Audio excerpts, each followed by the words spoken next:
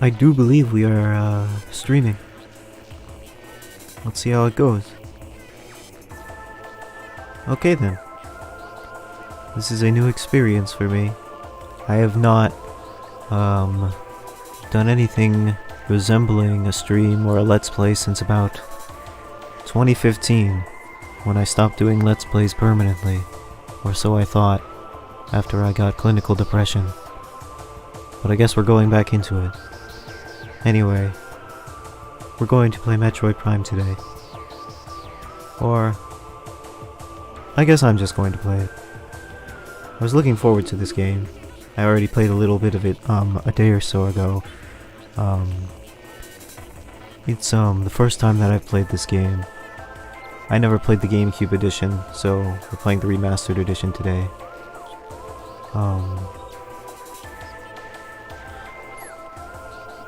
It's been a lot of fun so far. I've rather enjoyed it. I think it's pretty creative, and I've been enjoying it. I think for the sake of continuity within the streams, though, I should start over from the beginning, and I think that'll give me a good amount of time to ramble on and talk about the reasons for beginning streaming. I've been starting streaming recently with Max and Reese in Elden Ring. Those have been a lot more casual, but this is my first time doing it alone. I don't know if you can tell, but I'm a little nervous about it. I also apologize for my audio. I have the microphone right up to my face, and I still feel like I'm very quiet. I'm a very soft-spoken little boy. You must forgive me. But my original intention with Metroid Prime Remastered was to record it for another video. The last video I had made was one for RuneScape, and I was not very happy with it. I felt that it was very confusing and abstract because I had wanted to make a video essay that was not a video essay. Moreover, I wanted to make a video that did not involve making a video.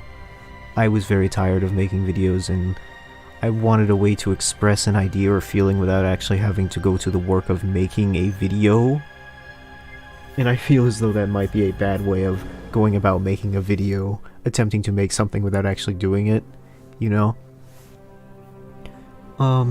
So I had thought for basically about a year, like, how do you go about expressing an idea, talking about games, talking about abstract ideas revolving around art and video games as a medium without having to edit videos, because that was kind of the problem. I don't like editing videos very much. It's kind of a pain. And I think streaming might be a good alternative. I'm not sure. I'm still feeling it out, and I'm not 100% sure if this is something I want to continue doing or even start doing. But I also feel like I gotta buck up and actually try it. It's not going smoothly, I think, but I also don't think anybody starts smoothly. And it's also not like anyone's gonna see this, so I don't think it's that big of a deal.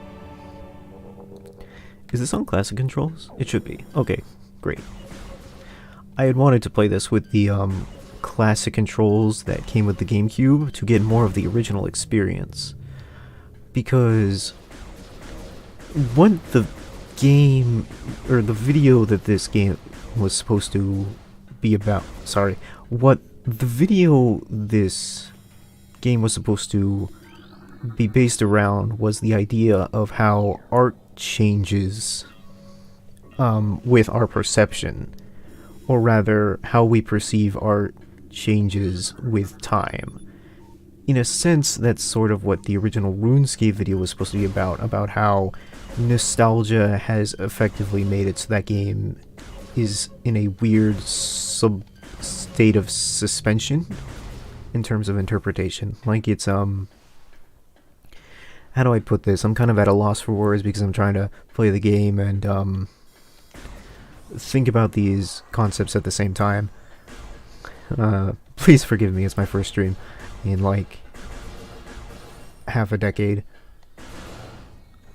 But like, the idea was that RuneScape is this game that has like it's an integral part of my childhood and something I think fondly and nostalgically about, but my perception of it has changed immeasurably over time because I'm just not 10 anymore. I'm not the same person I was when I first played it. So even if RuneScape had not gone through a series of massive updates over the years, and in a way there is a way to replicate that even, because old school RuneScape exists. There is a way to aesthetically replicate the RuneScape I used to know, but even still, it doesn't feel the same because I'm a different person. My perception has changed of the, of RuneScape, sort of. And in a way I wanted to talk about how art, even though it is many times stagnant, the words on the page, the pictures on screen do not ever change. The way we perceive it changes because the world around us has changed over time. We as people have changed. So, in that regard, RuneScape does change, even if we don't want it to. The games we have played, they do change because we have changed. The way we perceive them has changed. So that, like, even if I was gonna tie that back into Metroid Prime Remastered, I guess, like, this new video I was planning to make was going to be, like, a redux of that video, but actually comprehensible and not whatever I made with the RuneScape video. It was going to talk about how Metroid Prime, even though it may be remastered now, it may have higher fidelity graphics, even if it was the same game, even if we went directly to the GameCube version, it wouldn't feel the same as if we played it on the GameCube originally, because people have changed now. You can't go back to 2001 or whenever this game was released and be like, this is exactly how I felt when I first played it, because you're a different person now. The world has changed around you. It's not quite the same. And this idea had come about because I had played a lot of games that like Chrono Trigger and Okami, games that are considered to be like masterpieces of the gaming culture, and I felt that they were good. You know, they're fine games. They're great. I enjoyed them. But what I had found was that, like, I didn't have any moment where I was like, this is a masterpiece. This is a game that really touches me and resonates with me in a unique way. This definitely feels worthy of the title of, like, greatest game ever, or something like that. I was just like, no, this is good, but I wouldn't say it's, like, the most amazing thing I've ever played. And maybe it's just because I'm, like, old and cynical or something like that, but it just didn't hit me in the way that I thought it should, and I wondered why that was. And maybe it's just because I'm old and cynical, or because it just didn't resonate with me like the way it did with other people. But I also thought that, like, maybe I just wasn't in the right time and place for it. Like, maybe if I had played Okami on the GameCube when it first came out, it would have affected me more. Maybe if I had played Chrono Trigger on the Super Nintendo Entertainment System when it first came out, it would have been amazing because nothing like it had existed before. I think it's, like, all about perspective and when and where we are, what point in our lives we're at when we see art, and how that affects us. Like, I think my biggest video on the channel is my Nichijou video essay thing, and I wonder, like, even though that video that show has a huge impact on my life, I wonder if it would have the same impact if I had seen it, like, today, as opposed to during my adolescence, during a very formative period of my life. I don't really know if it would have. I think maybe I would see it in a completely different way than I would then, because, like, where I was at in my life was just so different than where it is now. Like so many different things have happened since then. I'm just a completely different person now. So I was going to make a video following Metroid Prime about that, but then I was like, I don't really know if I actually want to make a video.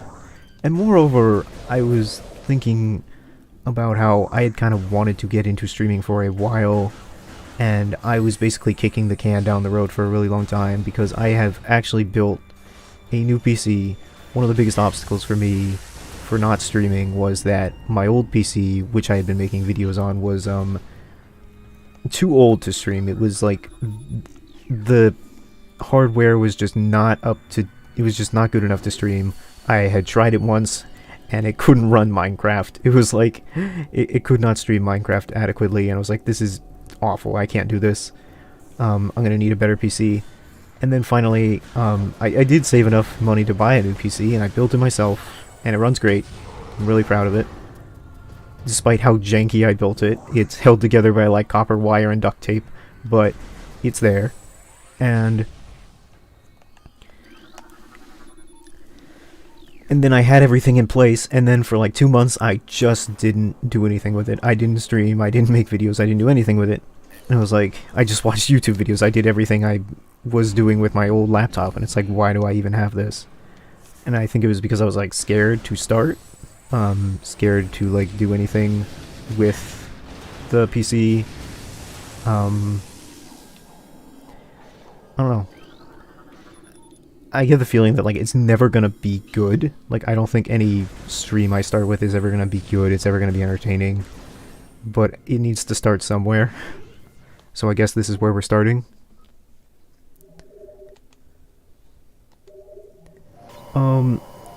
I guess also another thing that held me back, and something I think about a lot, is like it's kind of weird to think about, but like the ethics of streaming.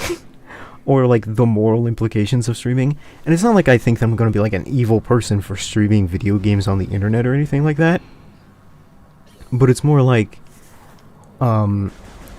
what is important to me is like that I am not streaming video games because I want to get something super big out of this. Like, I don't really want to be streaming because I want to, I don't know, become like a super big streamer who makes money off of this. I feel like my motivations for this should be like pure, if that makes any sense. Like, I feel like I should be streaming because this is something I want to do. This is something that I want to stream because it's something that makes me happy, right? Because for me right now, I don't really care about being famous. I want to be happy. I've had clinical depression for a long time, and I am just looking for stuff to make me feel good. And like, I'm not really sure if this will do that, but I've tried a lot of other things and I don't know what'll work. So it's worth a shot. And I think like, for me, a person who kind of grew up in the era of Let's Plays, that was kind of the I know that like when other people were growing up with television, the dream was like you become a pop star and then you don't have to work. You grow up, you become a pop star, and then you don't have to work. You just play music all day, and you show up on TV, you look famous, and you don't have to work. I guess, if that makes any sense. And like, when I was younger watching YouTube, the dream was you become a Let's Player, you get big and famous, you get like a partnership deal or something, and then you spend all day playing video games for an audience, and then you don't have to work, you just play video games all day. And that's kind of like the dream. And I think like for kids today, it's like pretty much the same thing, but with streamers as opposed to Let's Players. And I think that's kind of like romantic, but both highly unrealistic for what I'm going for, but also like, but also just like not really what I want, because I've actually kind of had the opportunity to be there. I've had the opportunity to, because I can't go into specifics because I actually had an NDA for this, but I was a game tester. I was a person who was technically making a living playing video games. And I do have to admit, it was like probably the best job I've ever had. It was a lot of fun, but it was also like, did it make me like super happy? Was it like, could I spend the rest of my life doing this? I don't really know. Like, I had fun, but I don't really know if it was like, I want to spend forever doing this sort of thing. So I kind of found myself in a bit of an existential weirdness about it, because it's sort of like this weird dream you end up finding yourself in. It's like, oh, I'm gonna become famous on the internet and then I'll be happy. And it's like, will you? It's like, I don't know. So I have weird ethical concerns about even just like participating in this, if that makes any sense. Like, I often ask myself questions like, is it even okay to be doing this? Should I be investing my time in something more, I don't know, emotionally wholesome and fulfilling? Or am I like another victim to clout chasing? That's something I am concerned about a lot, actually. And I think it's very weird to even talk about, because I think for a lot of people it's as simple as like, oh, you just turn on the stream and you stream yourself and you don't even think about it. I really envy the people who just do things because they are fun and don't think about it. Like, I wish I could not have to think about, like, well, what about my clout? Because I think about my social clout constantly. I want people to like me. It's like, I don't know. Is really what happens when you grow up with no friends. Like, you just think about, like, how do I get people to like me all the time? It sucks. But it's how it is. But, you know, I also want to find a way to talk about games, because, like, talk about games and arts, because that's something I am interested in. I like talking about, like, games and arts and the effect that media can have on people. And I think that, like, I wanted to find a way to do that that didn't involve me, like, spending 3 months on a video I didn't even like. So, like, I don't know. I think, like, it may be more expedient to talk about that in, like, a live stream format than, like, doing it over an edited video. I also feel like in some regards I just can't keep up with, like, the video editors these days. It's very fast paced. Like, I see some of the hyper edits on, like, TikTok and stuff like that, where people just have like 1,000 edits per frame, and it's like, I have no idea how I would keep up with that. I would have to slave a ton for that, and it's just not even my style. I don't really like it when there's so many edits in that short amount of time. It's kind of absurd. But I guess, like, I'm gonna find my way. Like, I get really self-conscious about the fact that I'm like, oh, I'm getting old or whatever. But, like, I'm 25. I still have time, I think, to figure this kind of stuff out. And I don't know. I mean, I hope this works out. It might not, but that's just kind of like how it goes. You try things, stuff doesn't work out, and you figure it out.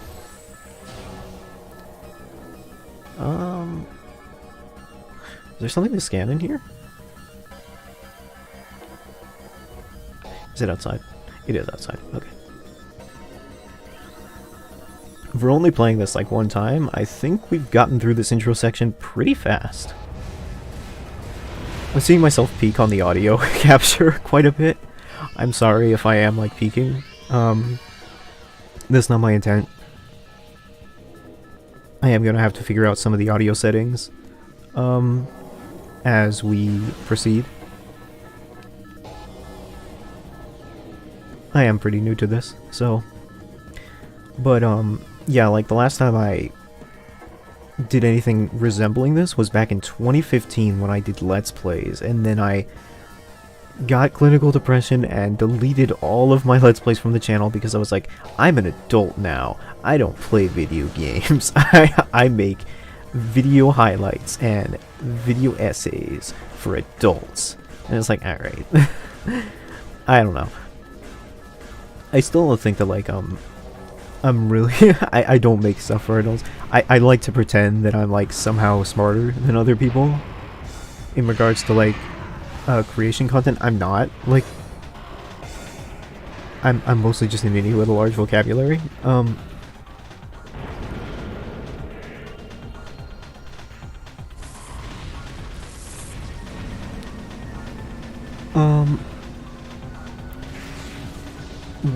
What really drove me out of, like, making videos was, in the summer of, like, I want to say, like, 2020 or 2021, I had a project where I was going to make a video about the thematic ideas surrounding Grand Theft Auto 4. Because that game is super interesting. It might, if I do continue streaming, I think I might actually want to stream that game because it's, like, a super interesting game to, like, talk about and thematically think of the ideas about, because it's really wild to look at like the post 9/11 political ideas present in it, as well as like its the way it talks about immigration and crime and like the American dream is like super interesting. But I don't know if the project was just too big for me to work on, or like I got overwhelmed. But I wrote the script, I recorded all the like 100 hours of footage because that game is super long, and I slapped it all together. And when I finally got to the editing table, like, okay, time to put all the footage together, time to put the script into action, I had voice recorded all the lines, and it was like, I can't do this. I just don't want to do this. I have no desire to complete this video.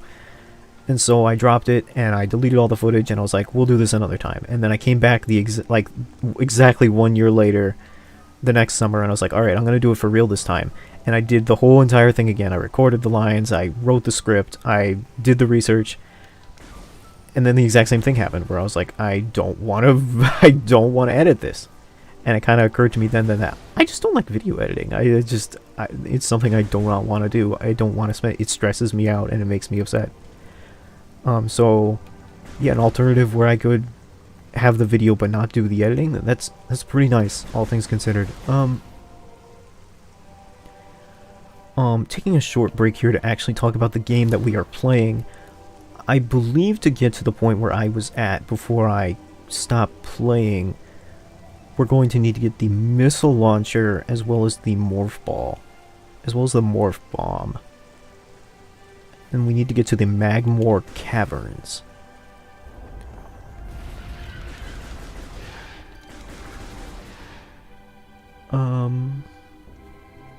That might be this way. I remember you have to go to the Chozo Ruins, but I don't know if the Chozo Ruins are blocked off by the missile doors or not.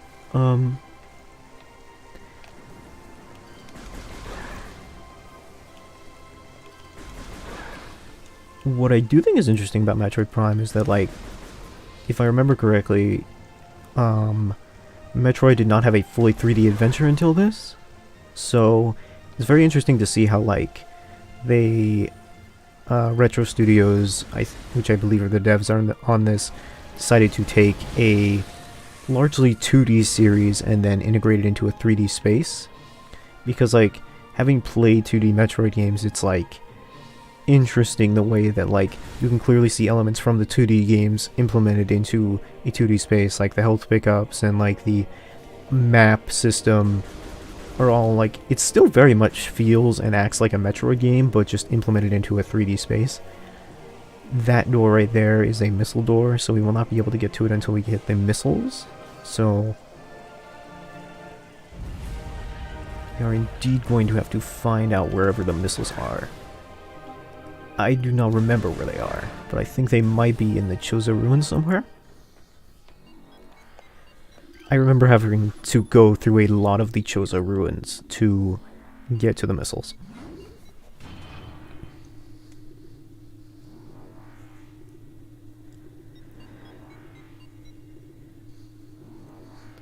I'll never forget when somebody pointed out to me that, like, elevators were loading screens that were disguised, and now I just can't unsee it. Every time there's an elevator in a video game, it's like, I'm in a loading screen right now. It's like, I can't unsee it. Like,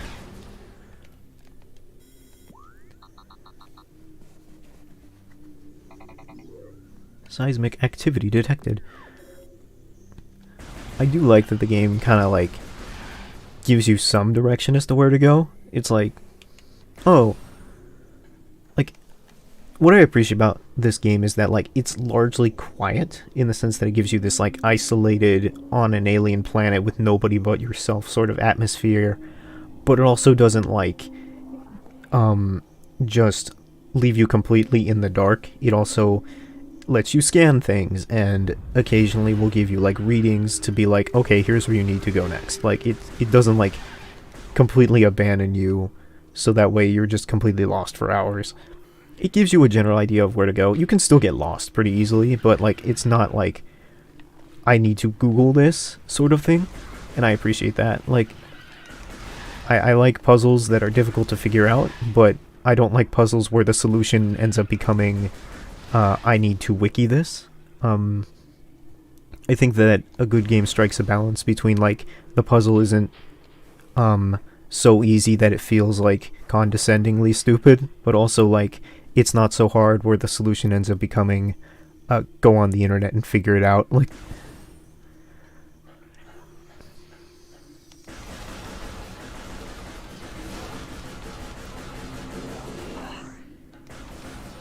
this game has, like,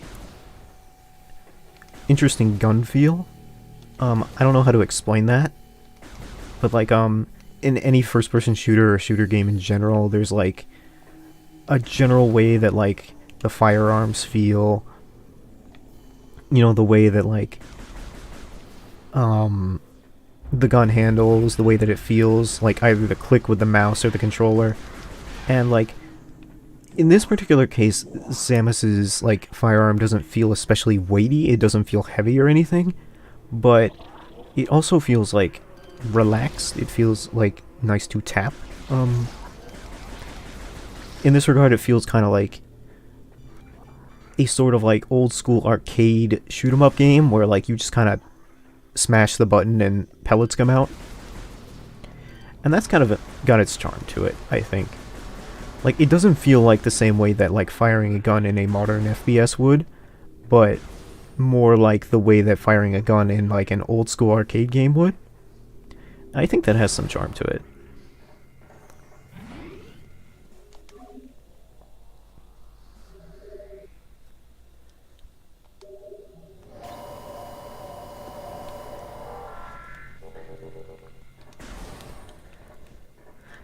I don't really know in its entirety, without directly looking at, like, comparison footage, what the original Metroid Prime looked like.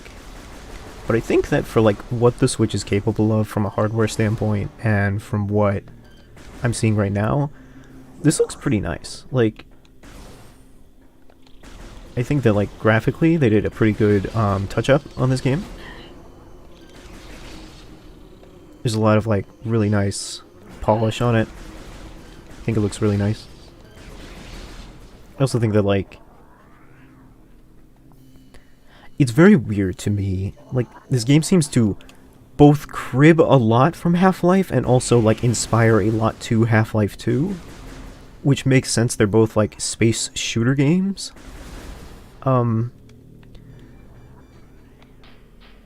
It's super weird. I'll talk about this later, because there are some enemies that directly look like a certain enemy from Half-Life 1. But it has that very strange sort of, like, there are just aliens here now, and they just look weird and you have to deal with it, sort of thing. Like, they are both, like, reminiscent of things from our world, but also, like, very unique sort of deal. I feel as though, like, in alien design, it's very difficult to create truly unique.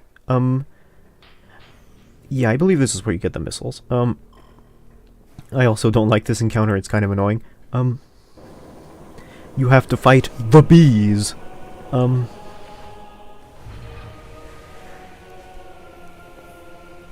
I think, like, the difficulty inherently with designing interesting aliens is that you have to, like, usually what we design is based off of what we know, and it's hard to create something that is, like, completely unique and based off of something we don't understand.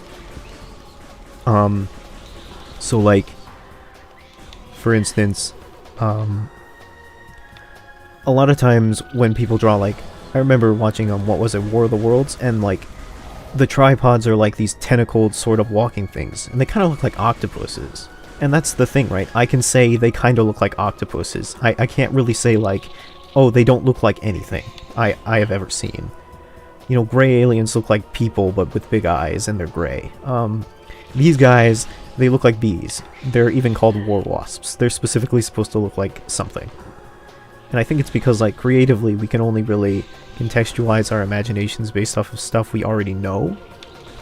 And I think that kind of, like, the human imagination is both limitless, but also kind of is, like, limited to the things we can perceive and understand, I think, if that makes any sense.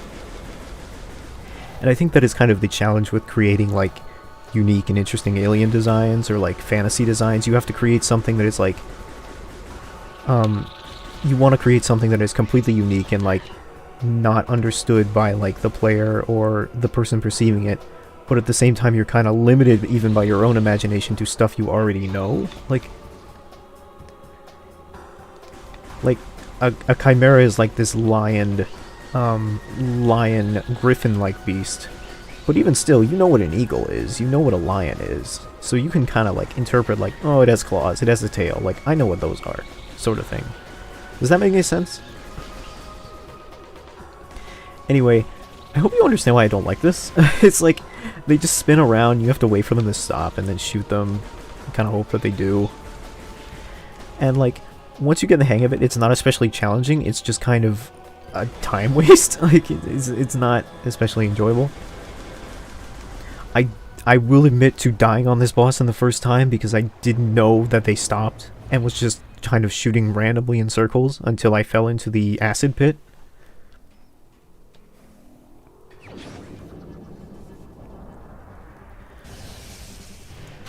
Well, so far we're about half an hour in and we've already got the missile launcher, which is a lot more progress than I made initially.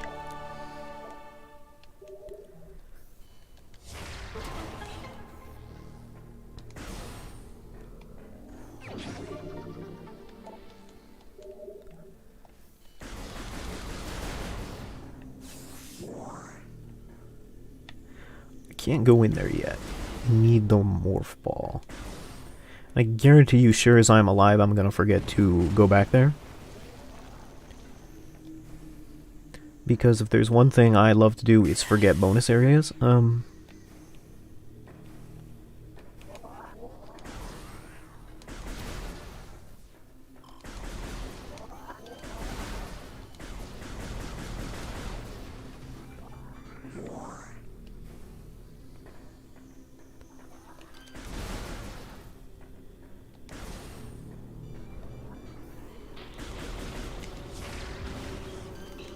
Its style of game also kind of takes me back to the Let's Play era, in the sense that like this is definitely the type of game you would see in like a Let's Play.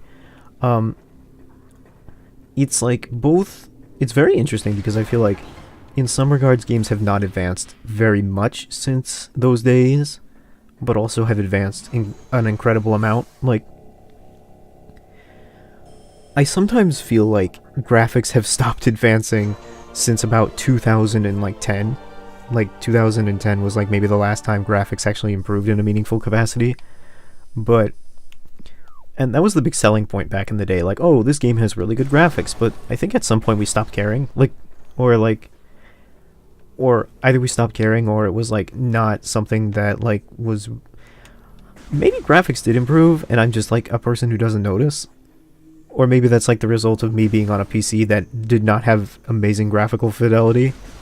Because it was like, your game could have amazing graphics, and I wouldn't know. My PC could run it on ultra low only, so... but it kind of feels like, in some regards... I don't know. I distinctly remember Let's Plays from that era being games from like the 2000s. I remember specifically watching somebody play like Star Fox Adventures and Paper Mario and stuff like that on their Let's Play channel. I can't remember their names, of course. They're lost to time. Like so much other content. It is wild to think of just like the fact that there were people who made stuff on the internet who just had dedicated channels where they posted stuff daily, and it's just gone now. Either because it's been deleted or they just don't post anymore. And it's like they moved on with their lives, or like, you know, stuff changes. I'm so old. It's embarrassing.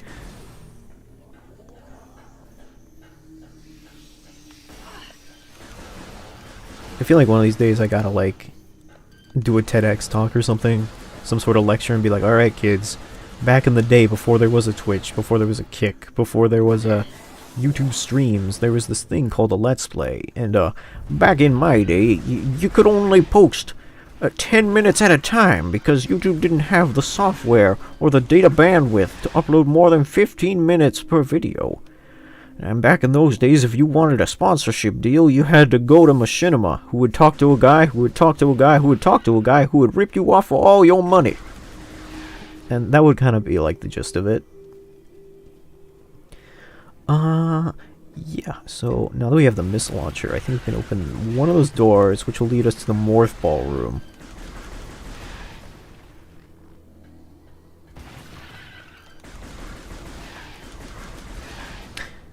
Yeah, that's another thing that reminds me of like Half-Life, just the enemies busting up out of the sand. It reminds me of the antlions from Half-Life 2.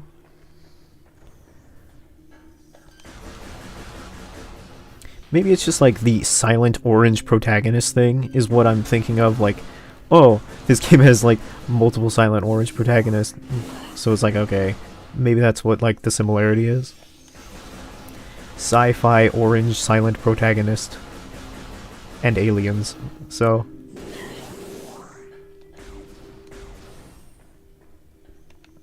yeah, this is the morph ball room. And we have to fight the Scarab Arena.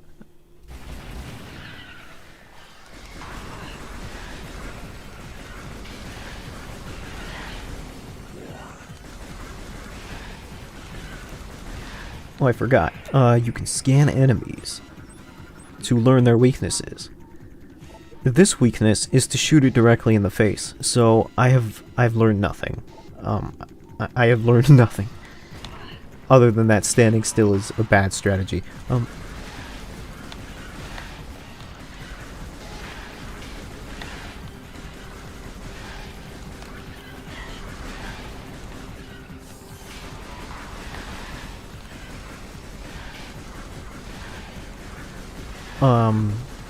Scanning is useful, though, for most of the game. Especially boss fights, because, like, the scanning will just straight up tell you how to defeat the boss for the most part.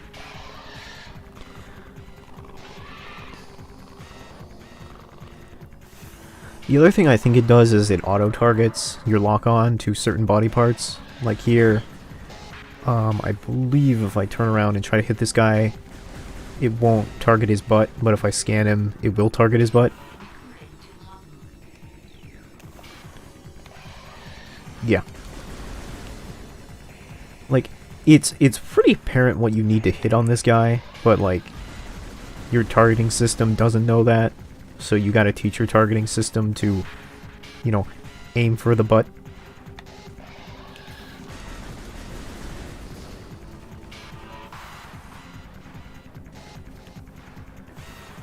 I think it's like interesting the way that like targeting systems ended up being developed as a way to like get around the fact that like hitting things in a 3D space is weird. Because like in a 2D space, hitting things is not complicated because they exist on like an XY plane and it's pretty easy to line up a shot or an arrow or a sword strike to like a character in a two-dimensional plane. That's easy enough to do it, but in like a 3D space it's a lot more complicated. So developers had to figure out this way to basically, alright, come on, we doing this or what? Like, had to develop a way to make it easier to hit opponents. And so I remember in like Ocarina of Time or whatever, they had to create a lock-on system because otherwise hitting things with Link's sword would have been like impossible in a 3D space, especially for people who had never really played 3D games before. Like, if you remember playing like Mario 64, manually punching something is kind of clunky because of like the way that trying to attempt to hit something in a 3D space is kind of hard. People have definitely gotten more used to it now, but even still, like, first-person shooters have aiming reticles. Games like Elden Ring and like third-person games like that still have lock-on systems. There's a lot of like workarounds for it because even still, hitting things in a three-dimensional space is still kind of hard. Anyway, now we have the morph ball, which will let us do a bunch of other stuff. I believe our next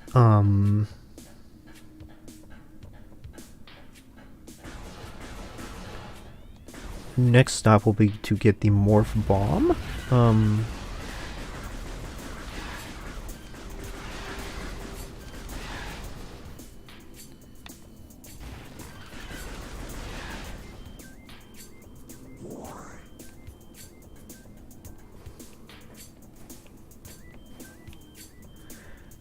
The music in this game is kind of like subtle, but I think that it works to its benefit because it's meant to be kind of like atmospheric and atmospheric and spacey. I think what it actually like in this case, I don't think you can hear the music very well because I'm like I turned it down quite a bit, but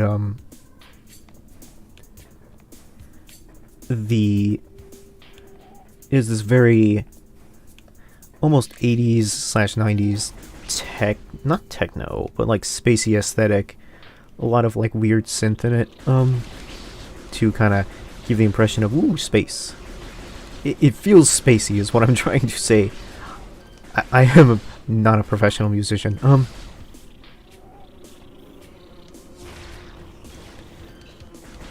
What I mean to say is sound design good.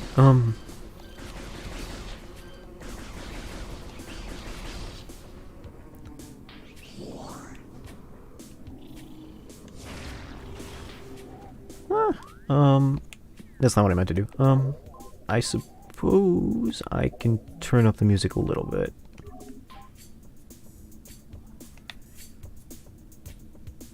Oh,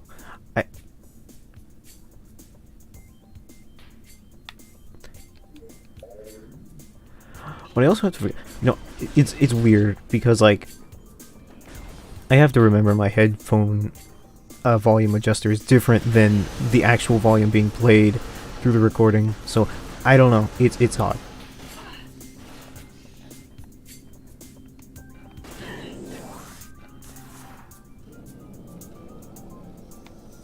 Roly poly, keep on rolling.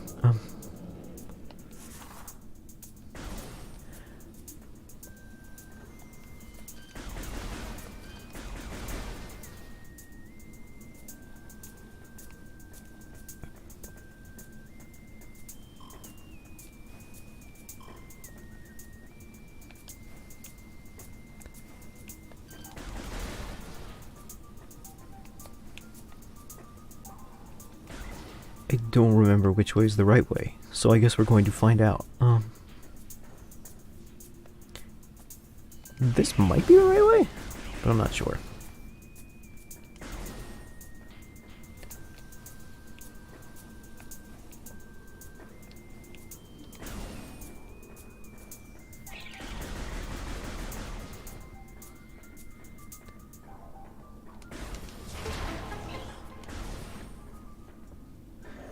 We do... Okay, so this enemy looks really suspiciously like one of the tentacles from, like, the silo in Half-Life 1. If anyone knows what that looks like.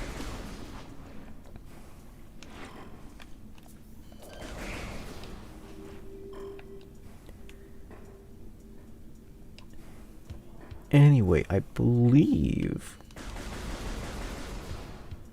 Oh, I can't do this yet. I need the morph bomb.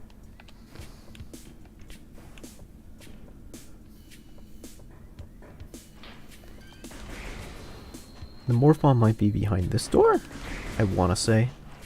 Question mark.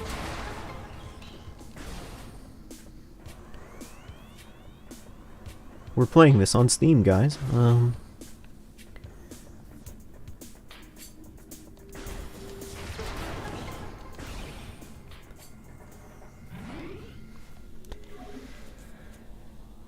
In case you didn't notice, Samus's face reflects every time you shoot a missile close to the power suit. It's an interesting visual touch. I don't know if that was there in the original game.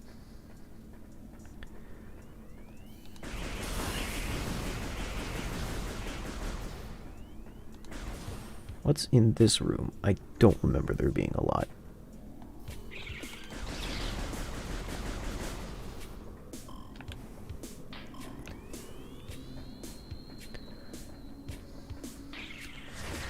if you like this exciting, I don't know what's in this room gameplay, you're really gonna love it when I get to the parts that I don't already know, and I'm going to be wandering around for a long time. It's gonna be like that movie Jerry about two guys who wander in the desert until one of them kills each other. It's gonna be like that, but without the sweet release of death.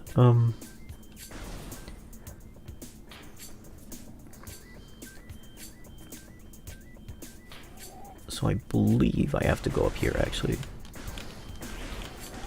This game also has a lot more platforming than I thought it would. Like platforming... Ah, shoot. It's very... Another weird thing it shares with Half-Life 1 is its, like, weird fixation on first-dimensional platforming. Like, first-person shooters are not normally known for their, like, platforming. Because jumping in a 3D space is odd. But I guess they really wanted to commit to, like, Metroid's, 2D platforming roots. So it's like, alright. I think it works here, though, because Samus does kind of have a space jump, and that extra distance really does make the difference. Like, it would be different if Samus could jump, like, 2 feet and that was it. That would be really annoying. But because she can do a big space jump, it makes a huge difference. I think a lot of, like, the reason why a lot of first-person jumping doesn't work is because, like, they want the character to jump, but they don't give them the real ability to jump. Oh yeah, I can use a morph bomb here, if and when I get it.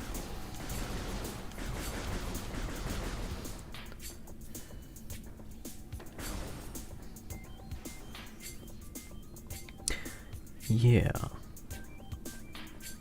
It's all coming back to me.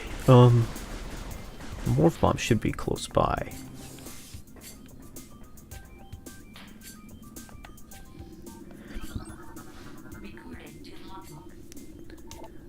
Yeah. So if you look at this guy, he tells you that he basically tells you how to get past him, but otherwise he's just a person who exists. Otherwise he's just a very odd-looking creature who blocks your path.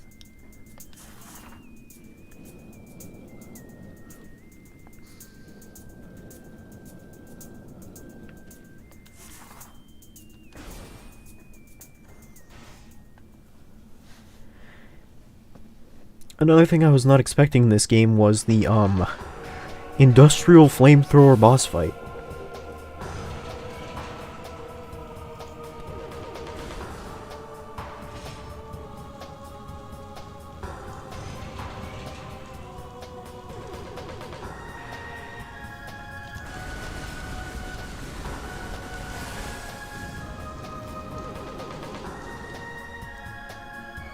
Featuring bees.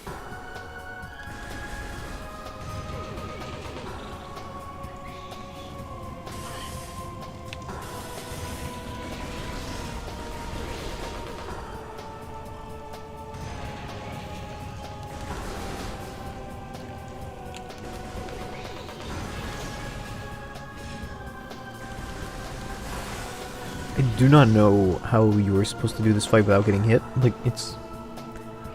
there's gotta be a way to do it. It's very weird. It's just very hard. Because I'm being attacked by bees. Those flames really do not want to be dodged.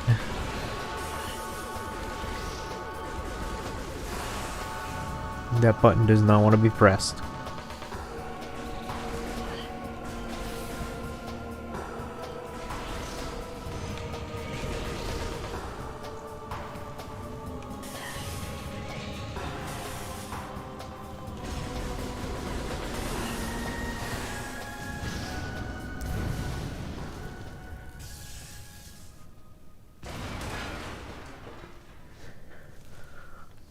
Hey, there it is.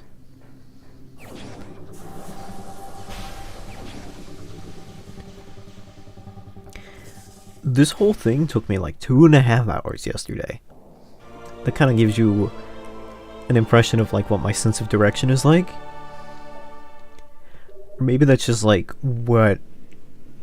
Maybe I just have an exploratory, an exploratory mind. I was just exploring so much of the map that I couldn't... I just got caught up in everything else.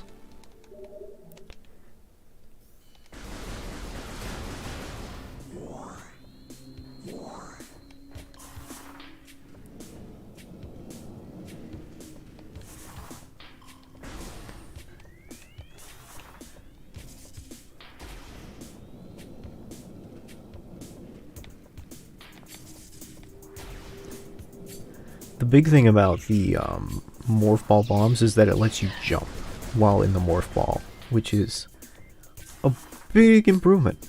Hold on. Murder. So this is a puzzle. It's time sensitive, and I didn't know that the first time I did this, so I had a minor panic attack. It's alright though. It's not as hard as it seems.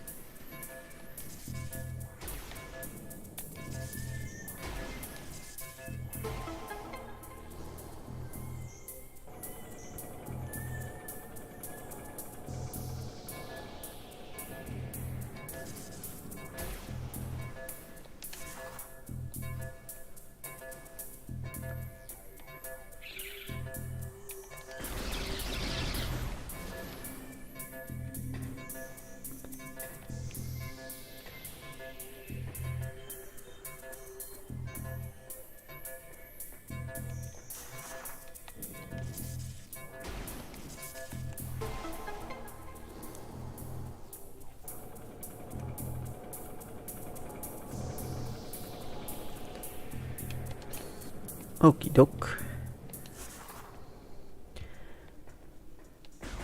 I want to say there's a boss coming up. But I once again I know things are going to happen, but I don't know when.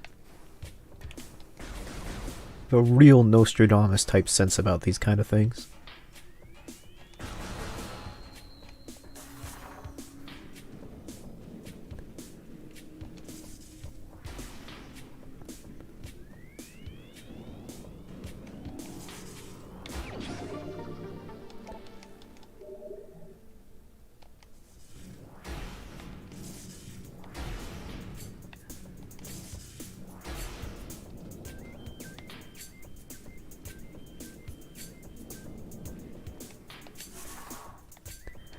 The morph ball is like it's a very interesting mechanic. It seems like a natural conclusion given like the way that like it seems like something they naturally include because of the way the 2D games works, but I guess what I would say is like it's a really great implementation into 3D. It feels really fun. I like the way that like the light trails behind Samus when she's in it. I also think it just looks really great when she's rolling around in it. It honestly just looks really funny. Well, not funny, it just looks cool. Like, it's like, it's all the fun you get from watching somebody play marbles or something like that. Did you ever have, like, marble races when you were a kid? I used to love marble races. And watching them run down the tubes, it's like... It's all the fun of, like, watching marble races run down, like, the pipes and stuff like that. So I can see, like, why they implement it, because it's fun. It very much feels like a sort of... Its practical implementation is questionable, but it is a lot of fun. And I think that's, like, a really great thing to have in a video game. Like, sometimes not everything needs to be, like, strictly super practical from, like, a realistic gameplay sense. But if it seems like it would be a lot of fun, that is a good thing to include in your game, I think. Like... Okay. This is gonna hurt. Only a little.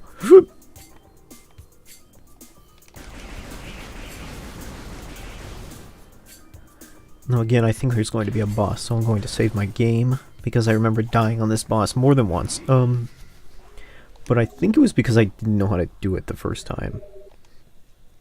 Once I figured out how to do the boss, it was kind of a cakewalk.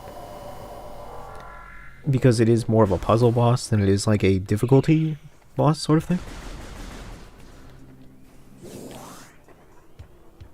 because the instructions from the scanner on how to fight it were less than desirable.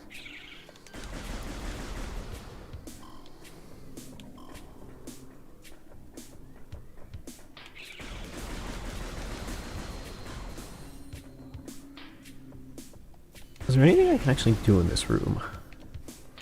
I don't know.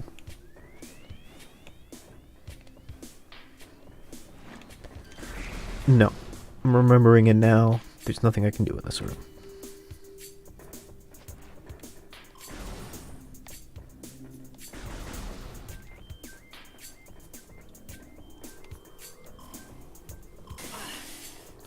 I didn't actually take any damage on that.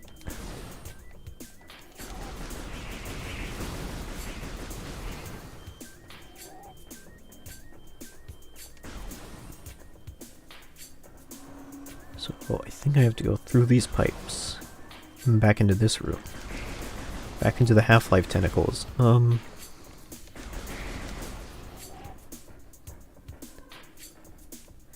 Then I have to go down and scan 4 symbols.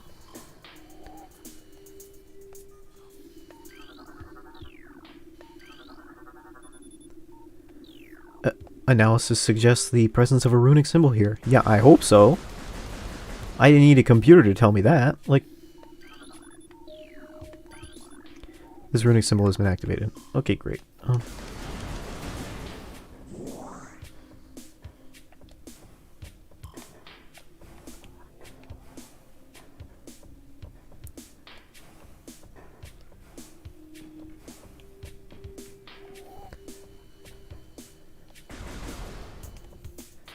Yeah, I guess another thing that was weighing down on my mind regarding streaming was like, I feel very, there's part of me that always wants to be like, oh, I want to be unique, I want to be original. I think that's like a very basic instinct amongst like all people. You want to be unique, you want to be original, you want to be special. And I'm like, does the internet really need another white guy saying sarcastic opinions about video games? Does it really need that? I feel like it has enough of that. That was kind of like also part of my reason to stop making video essays. It's like, do we really need another one of these? Like, it's like, I don't know. It's like, oh boy. So, I was a little apprehensive about it. I'm still pretty apprehensive about it. Did I miss one? I feel like I missed a runic symbol somewhere. Because there's one up there.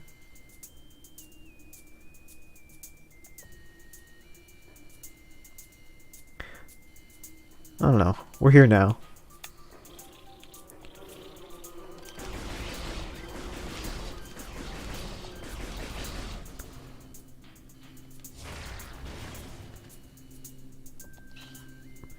I think about this one clip from Bo Burnham's Inside where he's just like, could everybody just shut the fuck up for a second? Maybe everyone doesn't need to have their opinion shared all the time. At every waking moment. Maybe we could all just shut up for a second. And I think that, like, yeah, maybe there is value in just, like, not speaking our mind about literally every tiny thing at every single moment. That, like, we don't really need to have an opinion about... I did miss one. About every little thing. We don't need to have an opinion about, like, every little thing. And if we do, we don't necessarily need to share that opinion. That some things are better left unsaid, or like some things are better left contemplated before they are said, you know, like we don't always have all the information, or we just don't want to always say things out loud. I don't know, or that maybe a million voices don't all need to be heard at once, like, you know. I think about that. Like, does my voice really need to be heard over the thousands of other streamers? I don't know. Like, probably not. Like, what makes mine any better? Well, mine's boring, so I guess that makes it better?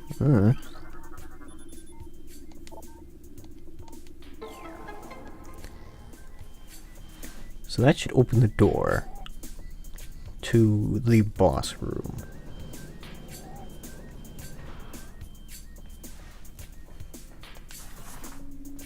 And this is a bombable door. Bombable pipe. A pipe bomb, if you will.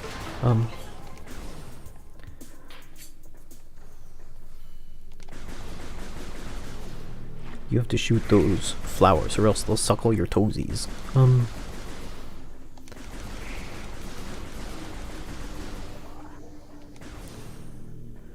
But, I mean, I also thought about it, and it was like, all of the stuff that's created today will be lost tomorrow. Like, we think about the kind of stuff that we make today, the art that's like manufactured now, and we think like, it's very important in the moment, but later on we'll forget about it. Like, do you remember any of the actors or actresses that, like, existed in the 1930s or 40s? You probably don't know their names, right? Like, they were super important at the time, but, like, you probably don't know them now. Whatever, I'm getting sidetracked. We're gonna go fight a boss. It's a plant.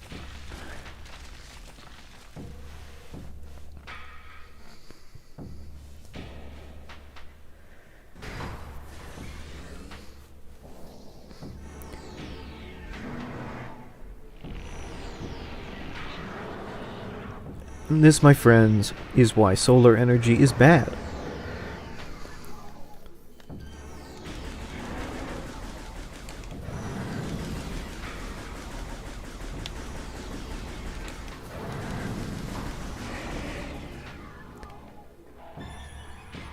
So, in case it wasn't clear, because the scan information does not do... it does an okay job explaining this, but it doesn't do the best because I didn't figure it out the first time. You need to shoot Mr. Flaghara a lot, and then shoot down the solar panels that are keeping him alive, which will make him stunned, and then his tentacles will retract, allowing you to roll into those little pipe areas and then bomb him from the inside. You have to do this 4 times. Once you figure out how to do it, it's not complicated, if a little tedious, but... Ow. It definitely freaked me out the first time because I kept trying to go into the pipe while his vines were still there, and I just got hurt a lot. And I was like, how do I do this? Because I didn't know you could actually hit the solar beams. And I'm passing this knowledge on to you, dear watcher, all 0 of you, because I do not want you to befall the fate that I did. It is a parent's wish that all children do not suffer the fate of their fathers, yes? I'm sure that GameFAQ could have told you the same thing, but now you don't have to look at their advertisements, now don't you?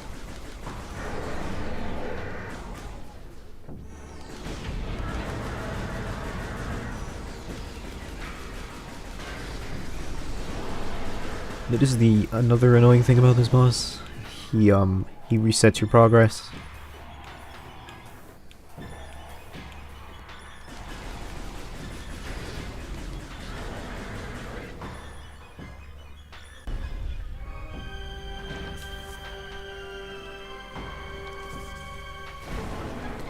It's because of that, this boss isn't so much deadly as he is tiresome. Because of the way that he'll spend a lot less time damaging you over the course of the fight than just resetting the progress you've made.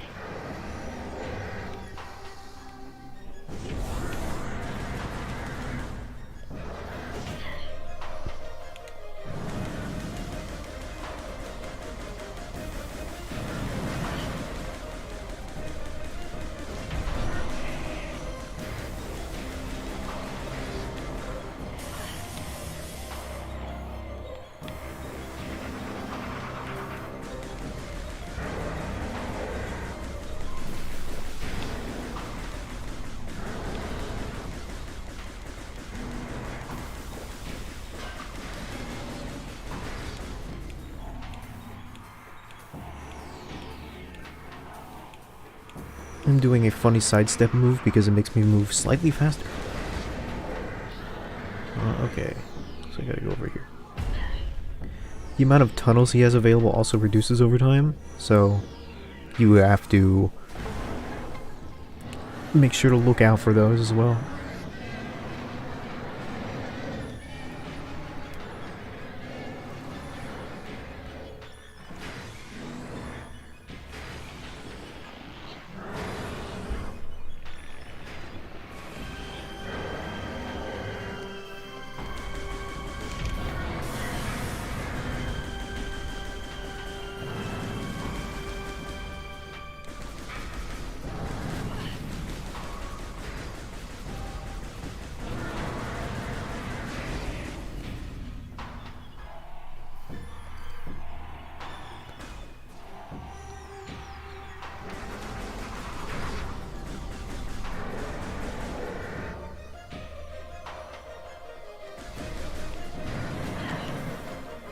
So what I'm actually going to do is I'm going to take out this one first, because I want to...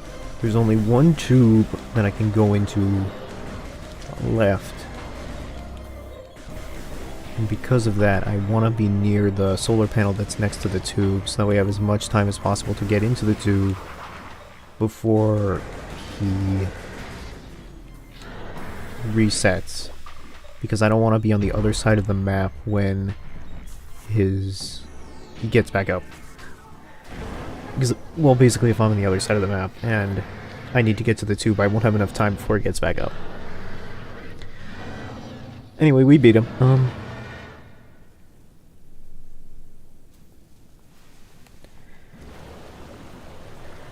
And the lore, from my understanding, is that his plant-based chlorophyll, his incredible lisp, was causing all the poison to seep into the local water. So the map areas that were poisoned should have normal water in it now. Anyway, we now have the Varia suit, which gives us the most important power-up, the Power of Gains.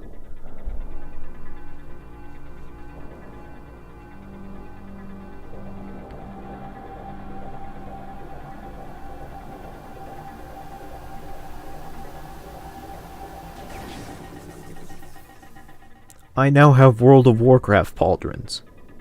I am unstoppable.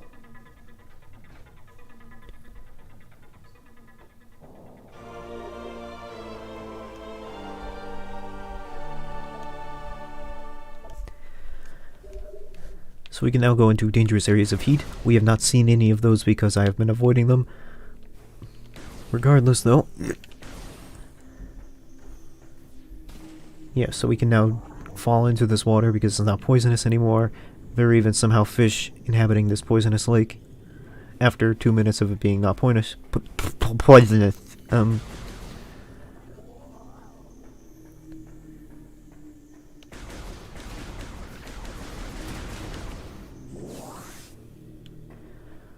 And we will be able to go into some heated areas now.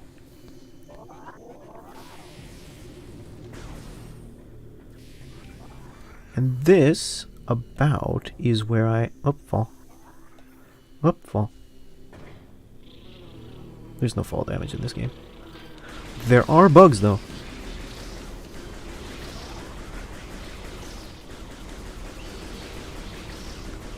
It looks like I can open that door with more symbols. But I don't have the morph ball. What I assume is the morph ball upgrade for getting in there.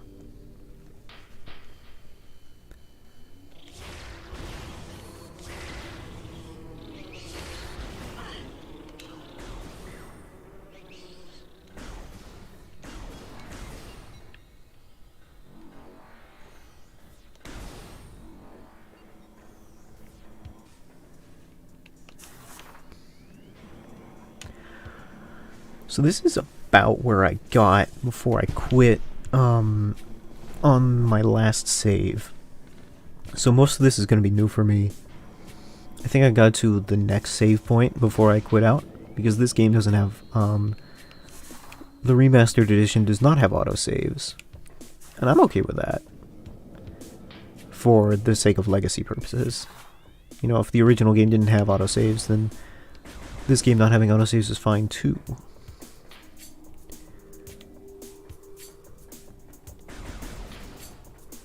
Though it needs to be remarked that saving is going to be a little bit more difficult as a result.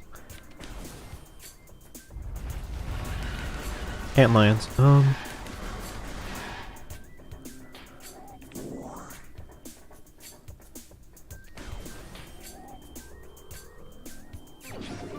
We got an energy tank. And if you'll notice, this is the area that we were at towards the beginning.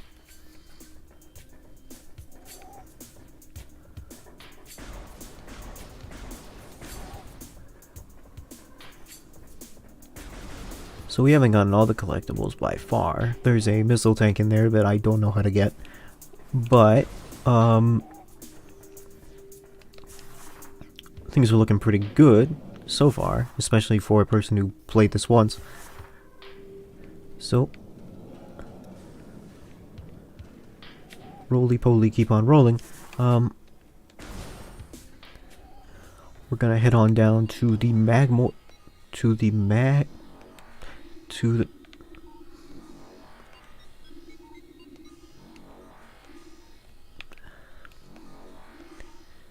Am I going brain dead or something? I am going brain dead. I completely forgot how to use the scan key.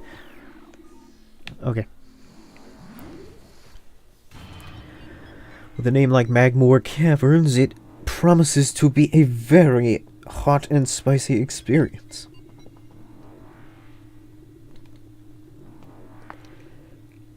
But that's okay, because we got a suit just for that.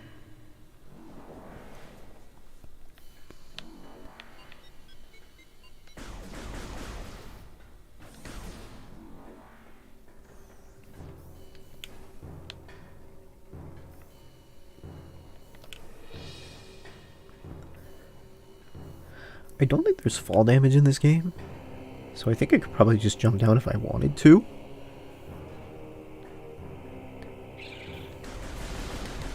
Pew pew! Metroid is very much a good pew pew game. It's like up there with Mega Man and sort of just pull out your arm cannon and shoot at anything that moves.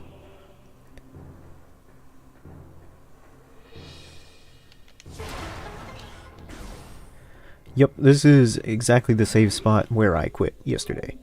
Not yesterday, the day before that. So all of this is going to be new to me. Prepare to get lost. Assuming you did not already leave the stream, of course. What? Okay.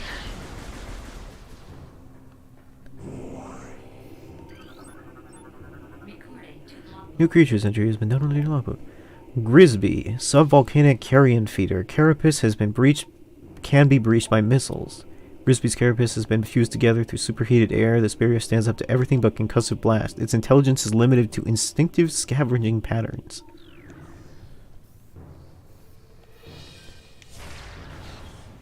Oh.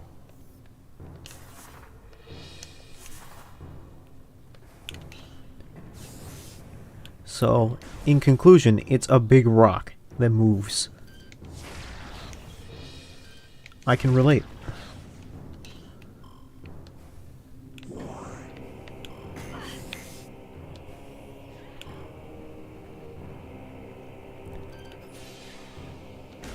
I thought that was like a worm or something at first. It's just digging underground.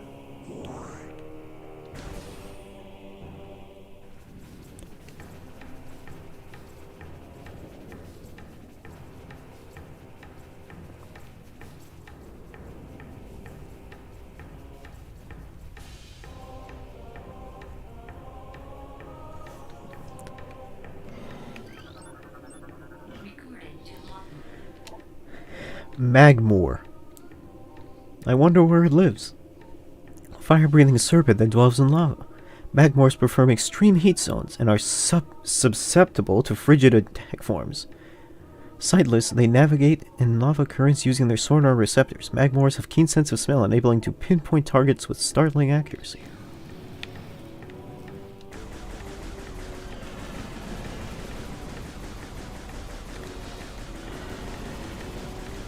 It sounds like... Oh. How graphic.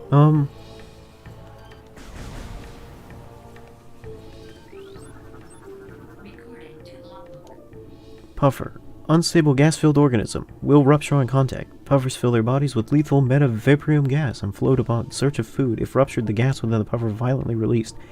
Despite their fragile bodies, puffers are aggressive hunters. The gas cloud they release upon death is often fatal to the creatures that bring down them as well. I see. Ow! That hurt a lot.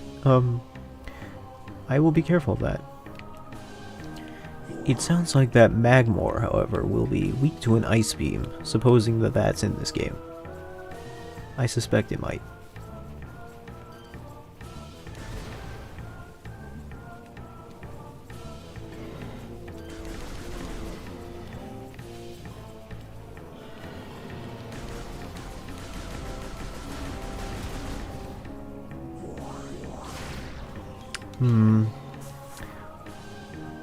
I don't know if this will work, but I have a hinting. I have an inkling, you know?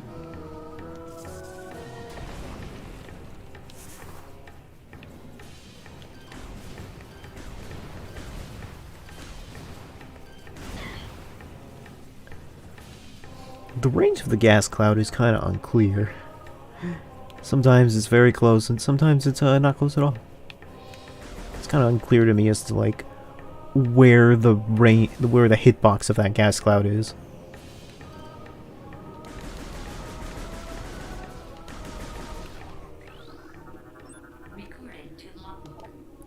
Triclops, hard-shelled creatures with powerful jobs. Triclops is a hunter-gatherer. It collects small creatures and bits for foodstuff, then deposits them elsewhere for later consumption.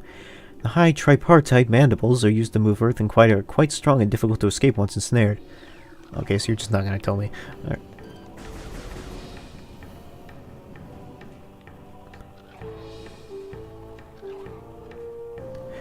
Oh, I know what I have to do. Oh, I see what the...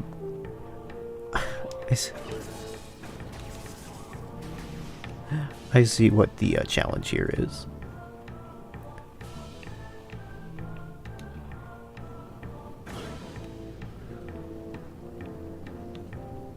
Can't believe this game is forcing me to play it. Unbelievable. I thought we were just going to be Rudy Tooty aiming shooting the entire time. How dare this game try to implement interesting and unique gameplay to me?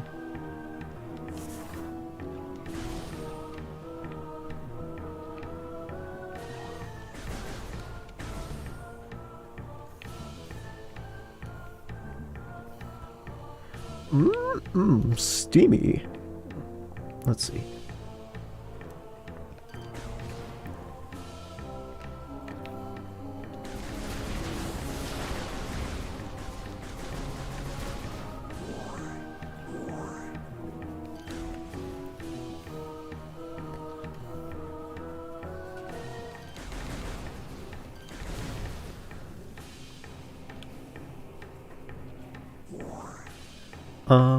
Okay.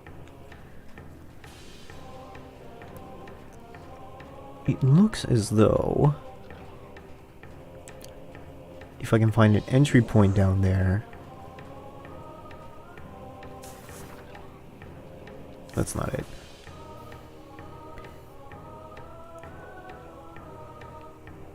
Yes, if I can find... Here's the entry point, it would seem.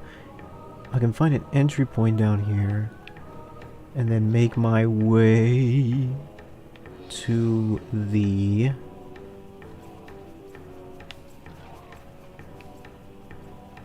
exit. There might be something for me.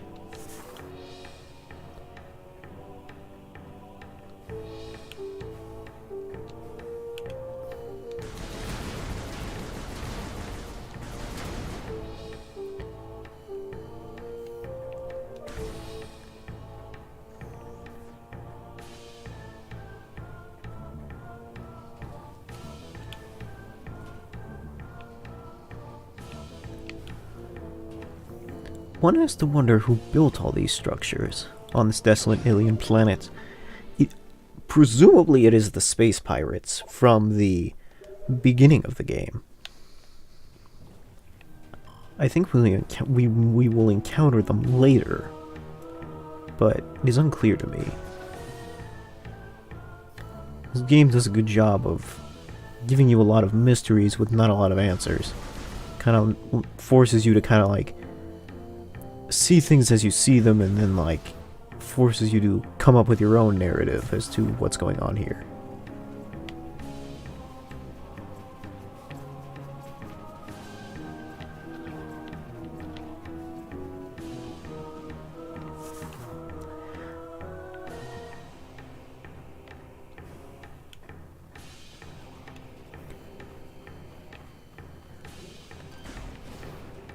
Okay, now that I've done that, got my extra missiles,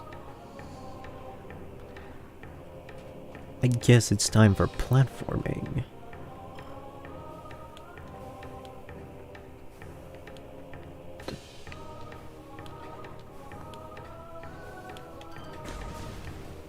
Oh, he's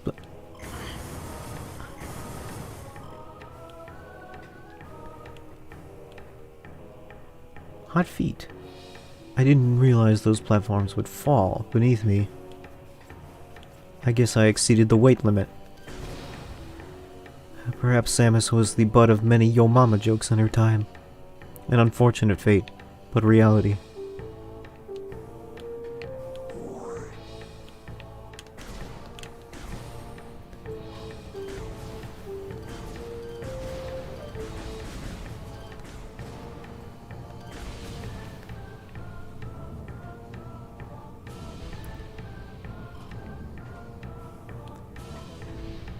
Ah, pistons. I really can't think of piston without thinking of like the objective worst joke in Cars when when fucking like Mater is like, he won the piston cup, and he's like, he did what in his cup? And it's like, fucking, I hate it, but I respect the grind, you know?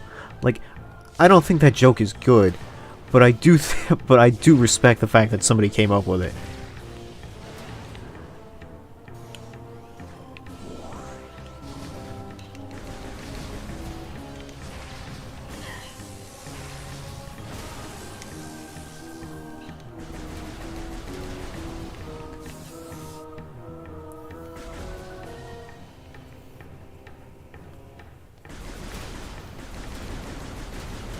I for the life of me do not know what that warning symbol on the side of the screen means. I see it go up and down, and I just don't know what it means.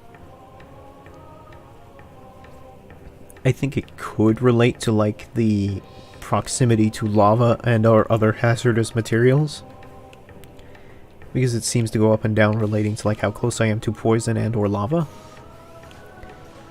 But on the other hand, I'm not really sure what hit me. Oh.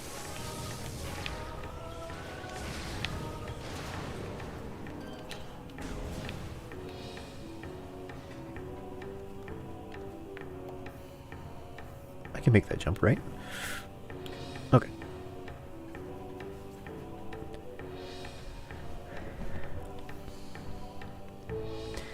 I don't know what any of this means. I'm not used to Max.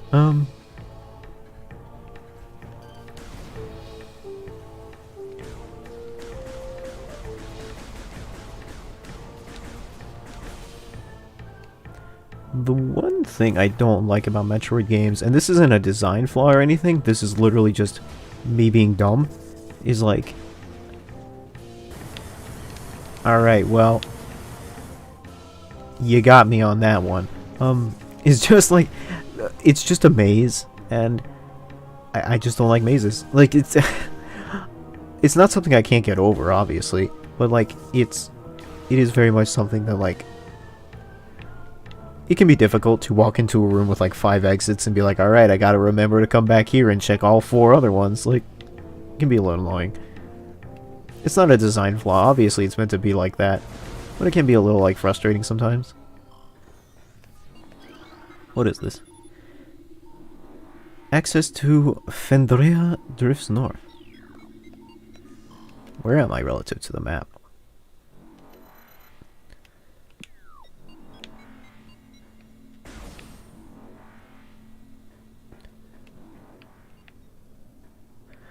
I mean, like...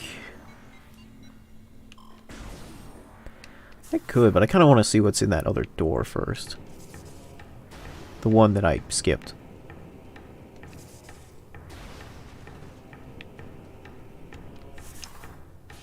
If there's nothing in there, I'll go back.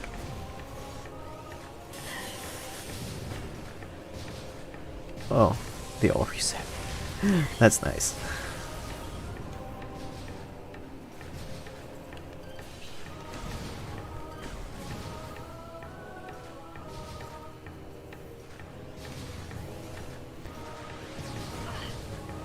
Knowing my luck, I'm going to get in there and it's going to be a door blocked by like an ice beam wall or something. Like,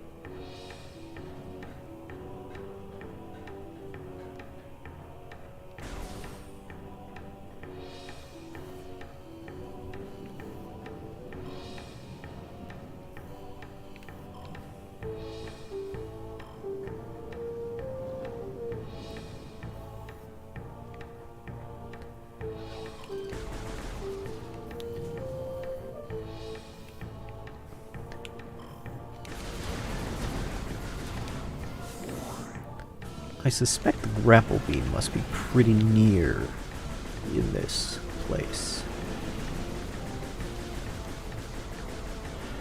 Because if not, then I wonder why they would put so many grapple locations.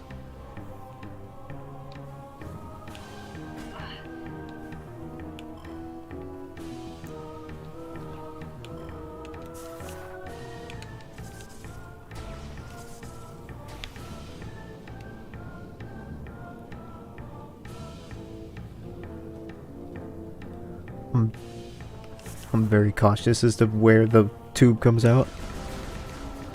They tricked me once. I'm like pretty confident they were gonna like shove me out into another pit of lava or something.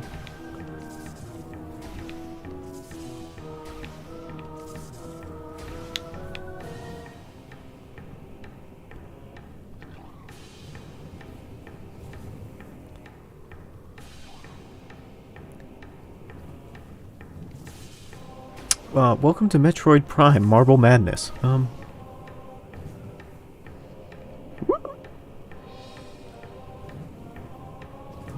Okay, okay.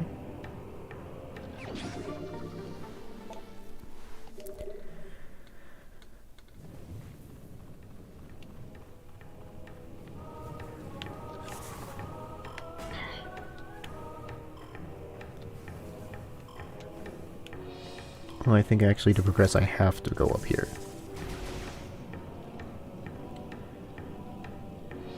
Rolling and round. Alright. Looks like my next destination is here?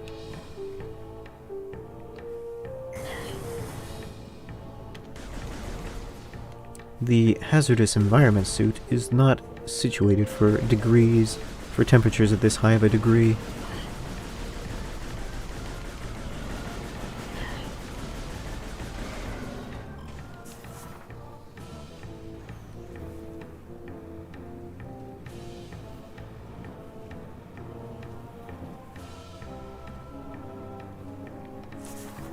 It just feels good to watch Samus roll around in that ball.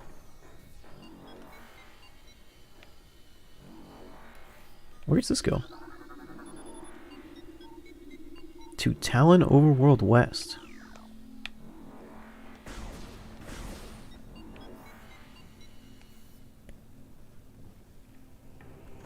So we unlock 2 transport areas.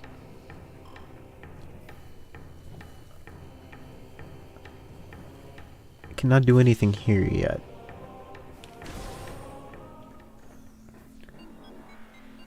Well, I have a vague idea of where this is going, so let's go there. Talon Overworld should be the green forested area that we came in on. Yeah, that seems about right. Let's check the map. By that I mean open the menu this time. Yeah, that's about it.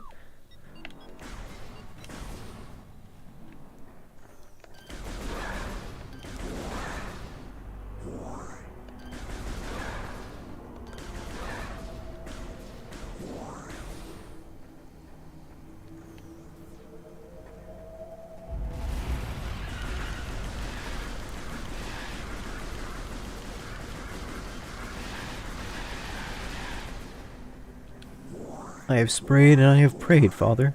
Alright.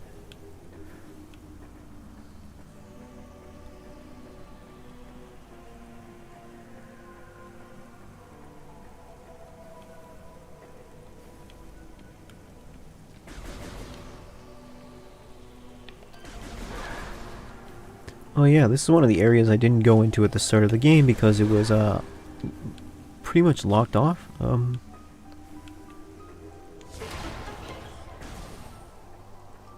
I suppose it should be less locked off now though.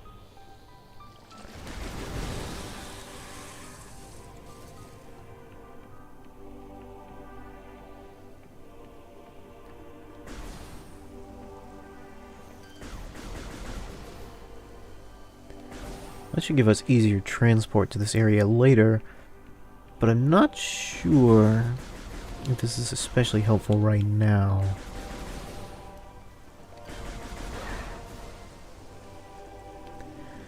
I guess there's some bonus stuff we can grab in the main area though. I remember that much.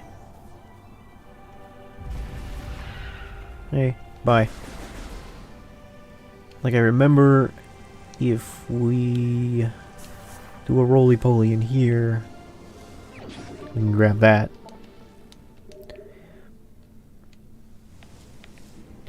Go zip zap zoop down here.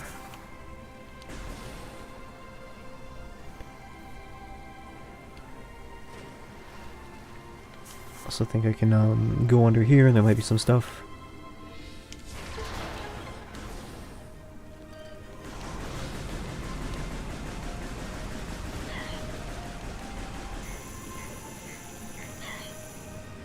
Oh, I stepped in the goopy. And no. Now I remember. I can't go any further than this. I need the grapple. So I suspect I'm gonna have to go back to Magmore Caverns.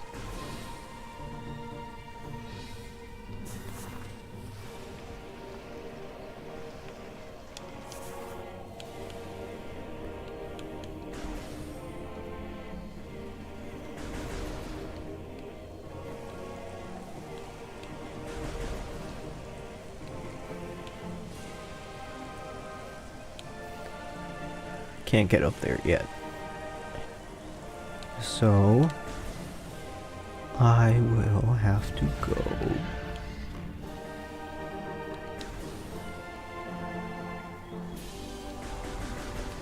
I do not.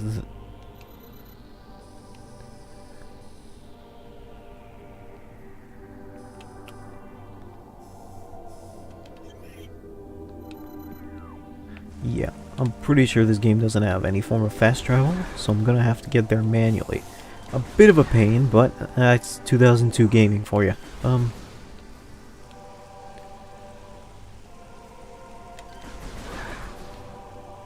But we also just unlocked a shorter version to the area, so it shouldn't take as long as it normally could.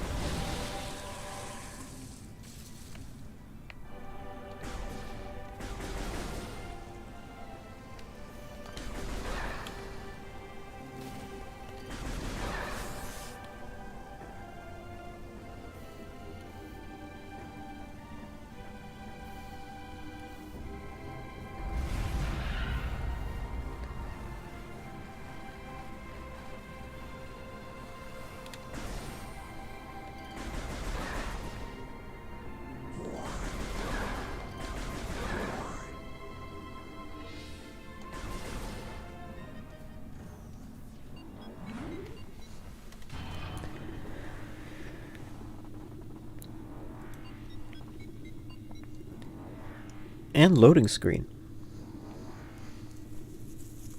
Ugh. I'm disgusted with myself. I already feel myself getting into the streamerisms, and it's gross.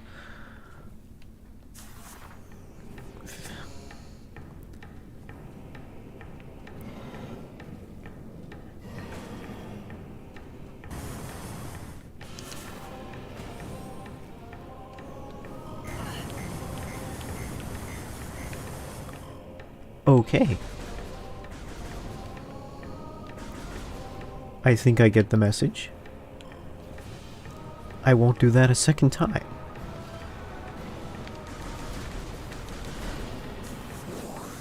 Oh, is this where I want to go? It's not. But then where do I want to go, if not there?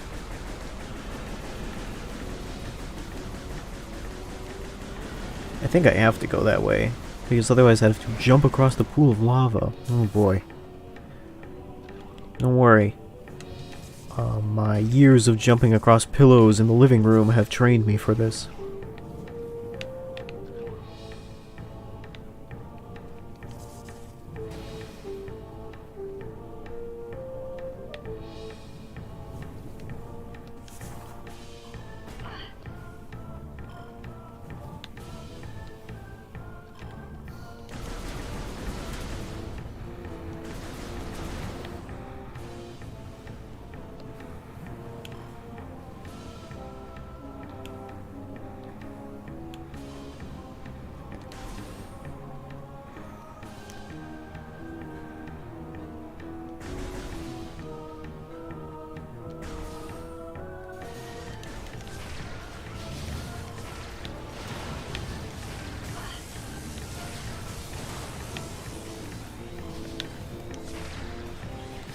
This situation is dire, but not unsalvageable, like my career. Nyuk nyuk nyuk, thank you, I will be here all week and anywhere you would like to go this week. I am following you and have your credit card information.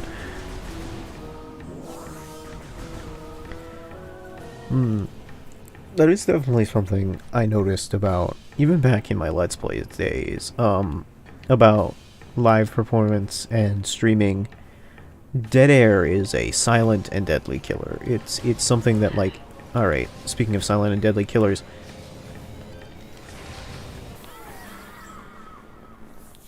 they got me.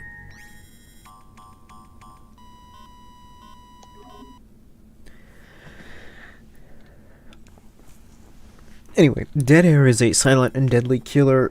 The longer that time passes without having said anything,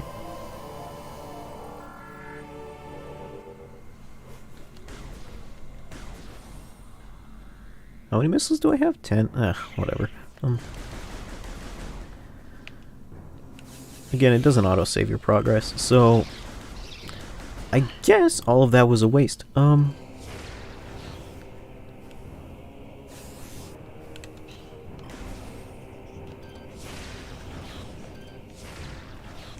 So I guess I have to do it all again. It's sort of a pain, but thinking about realistically, I'm trying to think back to like what I actually did. And I got like 2 missile tanks and then died, so it's probably not that big of a deal.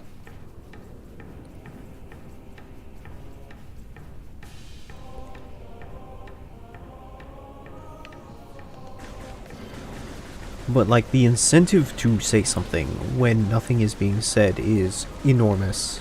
So much so that like you will say something that you don't mean or isn't especially funny, or you'll honestly just say anything just to get rid of the dead air because you don't want to be in the room. You don't want to be the guy who's like, this guy is boring, he just sits there and doesn't say anything. Nobody wants to be that guy. So I found that the incentive, even back in my Let's Play days, to just say anything, even if it was dumb, just to get the pressure off of, like, to release the pressure valve that was the dead air of not saying anything, is immense. I think a lot of times that can lead to just straight screw-ups, in terms of, like, saying things you don't mean, or just saying things that were just bad. Like, sometimes it's better that, oh, I should have just stayed silent because that was either like a really bad joke because it wasn't funny, maybe it was offensive even, or maybe just like, that was a waste, like why did you say that? That's so lame. That's so cringe, bruh. Like,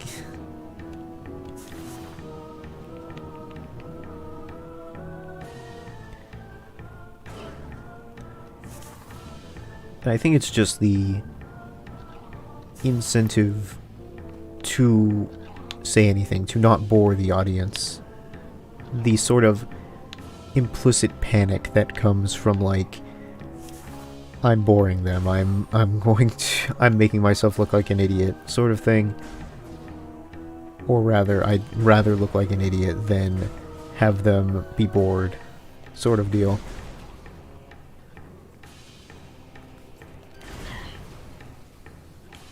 That does a lot of damage when it explodes on you. I need to be careful of that. So I think I got this missile tank, then the one from the bonus area. I don't mind missing out on the one from the bonus area because that takes a long time to get. Just walking around back to the original area. No, wait, did I get the one from... This isn't a missile tank, is it? I think it's something different.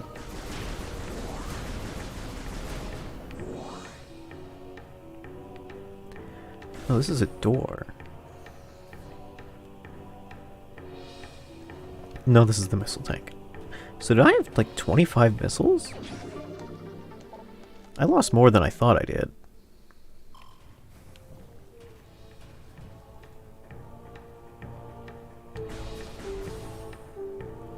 They really make losing your save important in this game.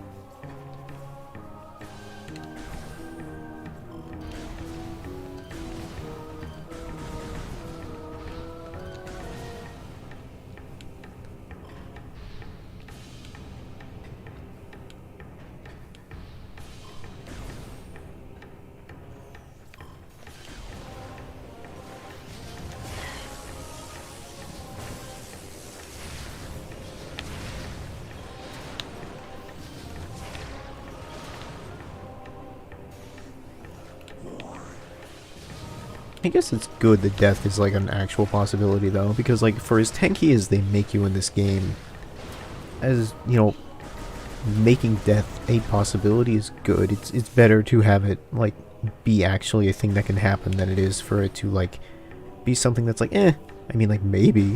Ooh.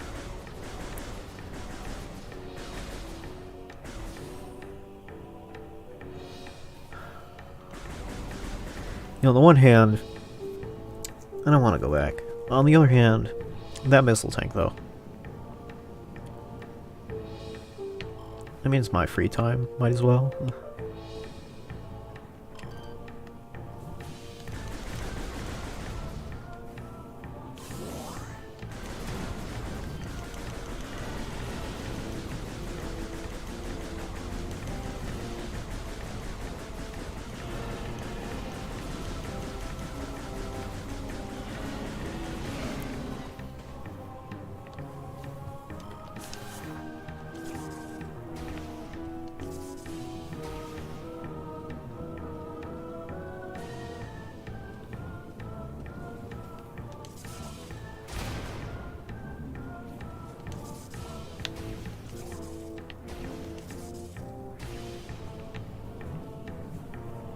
Missile tank up here.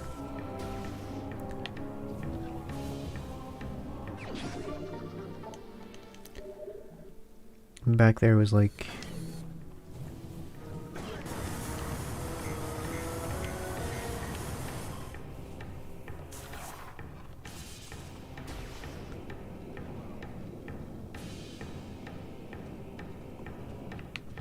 I want to say back here is where the teleporter is. To the overworld.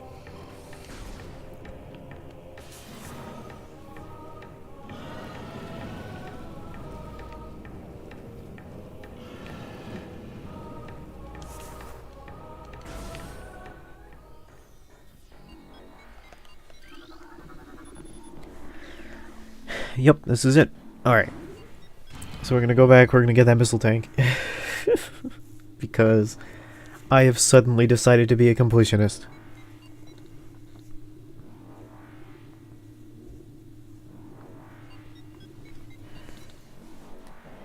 And then we're gonna go right back to enter the other door.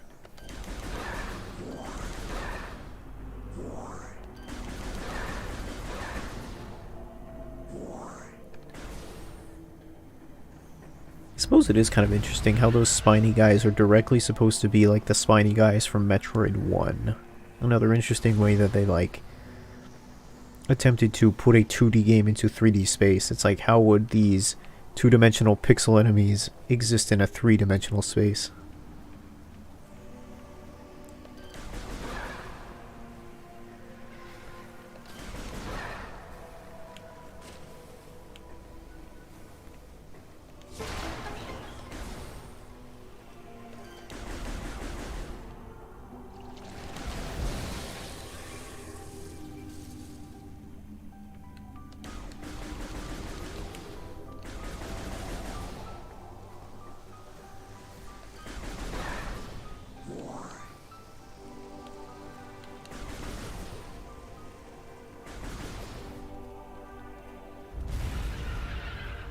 That's not the exit.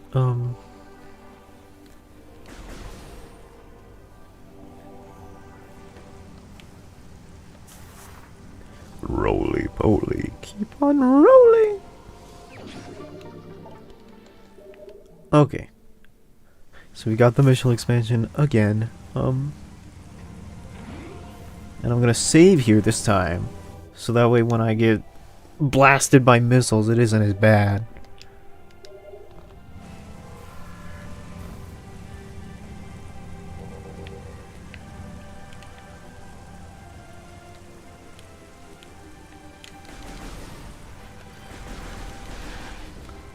What a pleasant surprise waiting for me.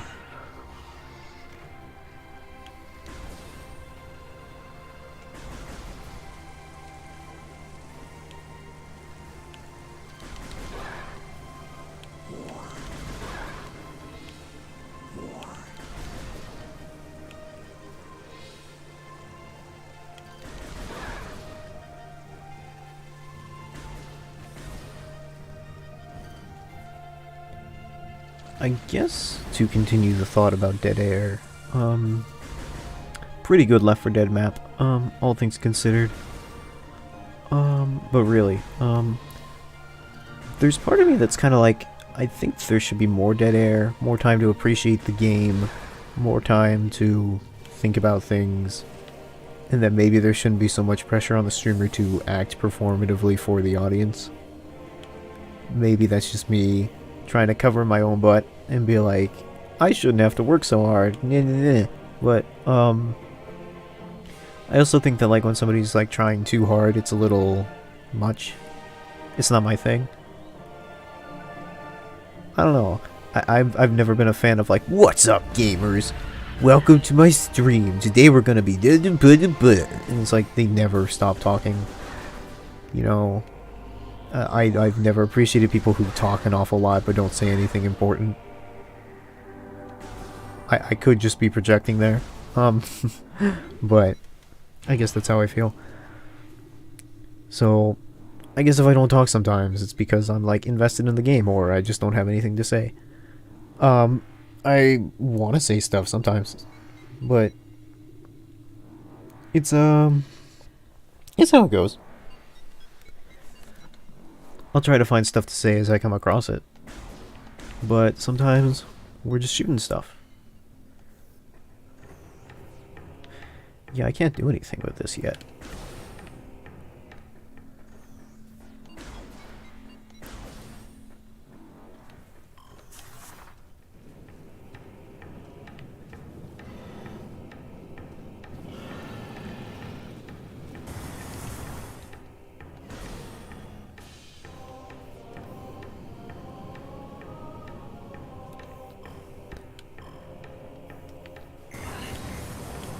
Alright, I deserve that one. Fool me once, shame on you. Fool me twice. There's no punchline.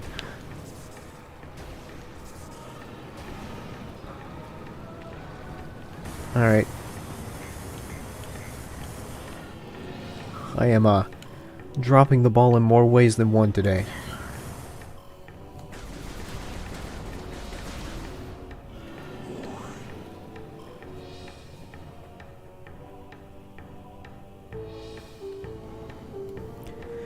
Yeah, come on. I was waiting for it. I was like, come on, you know you wanna. Like...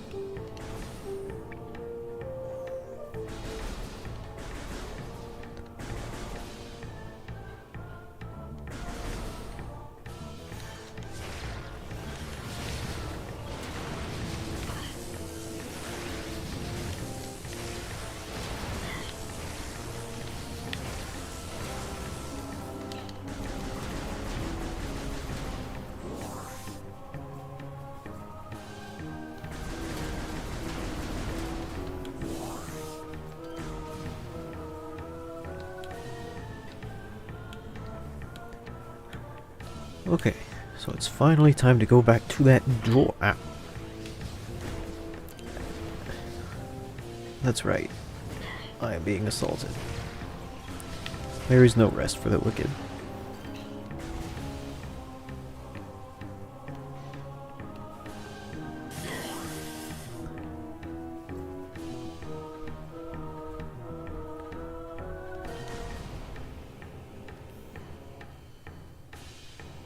Is there a way I'm supposed to get up here?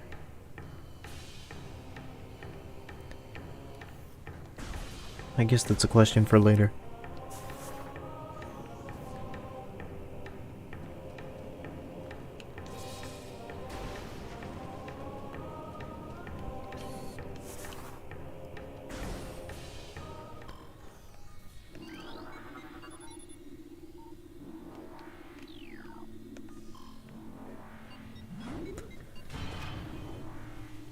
Let's see where this road takes us. This is a new area that I have not seen before.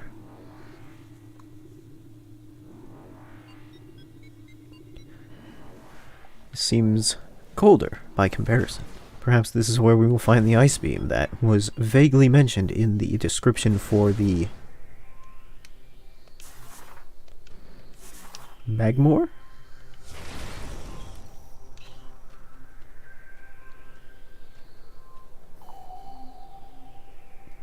It's very atmospheric in here.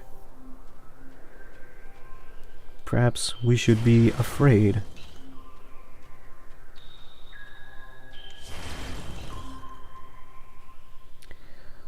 I know this is a retro studio game, but this very much has Donkey Kong Country Tropical Freeze vibes.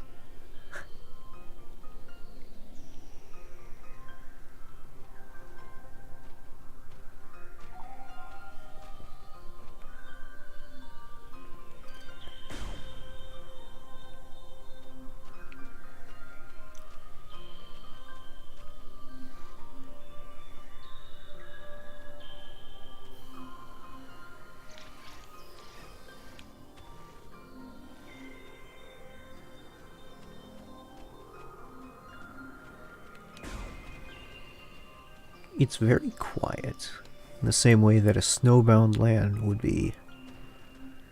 Very soft from the snow muffling all sound.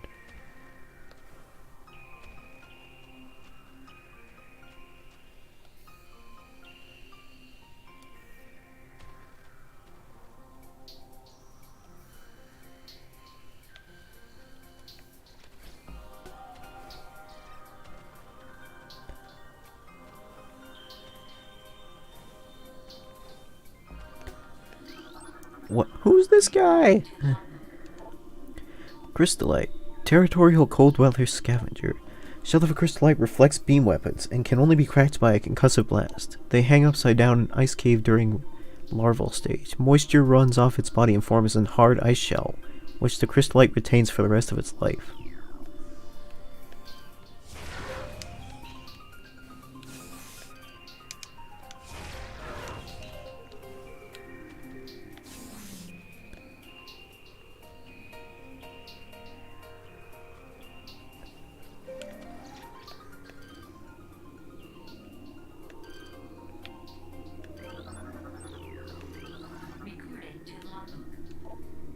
Flickerbat, scavenger with optical camouflaging that renders it invisible to the naked eye. Flickerbats are deceptive creatures. The only way to track them reliably is with X-ray imaging. They fly ceaselessly, hunting insects and other small prey that float in the air currents. Flickerbats tend to fly in cyclical hunting patterns, using primitive sonar to navigate. They don't seem to be a present threat at this time.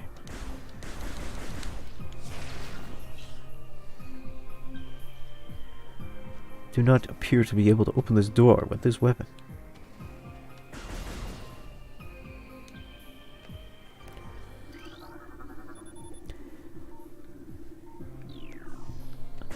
Well, this platform appears to be kept afloat by a gas-based propulsion system.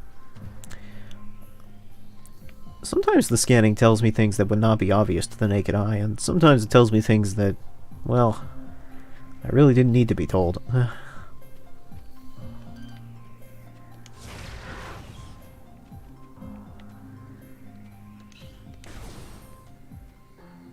Save point. But the question is, if this is the save room, where do I go from here?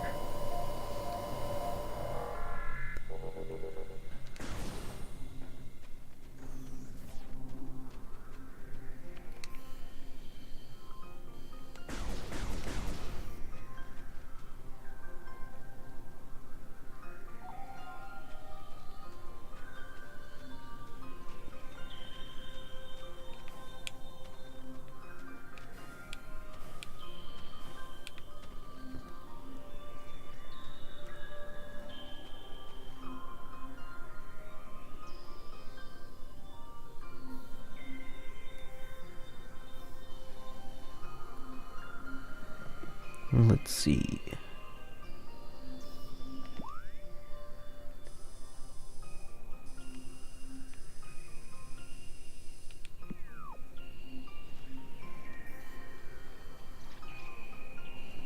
There's a door over there.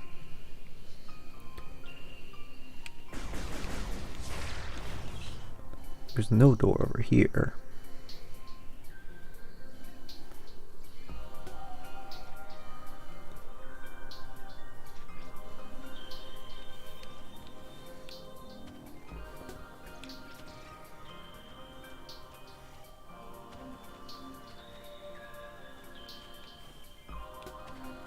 There is a door over there, but can I reach it? It seems doubtful.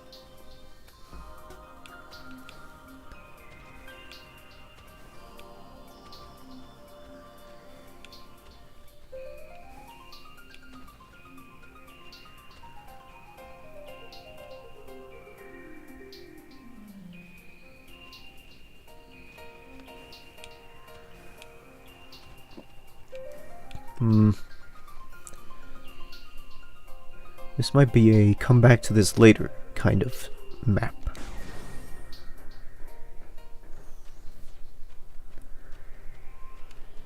I wonder if there's any place in the previous area that I missed.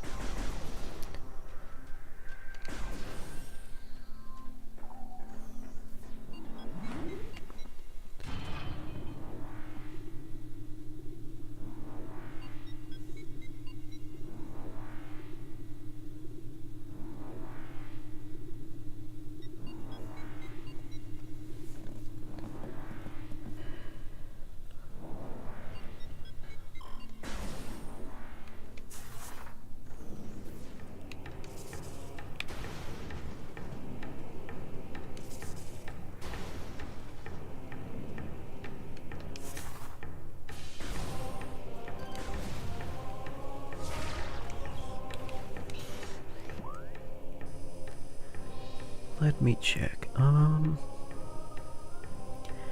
There does appear to be a door up there someplace.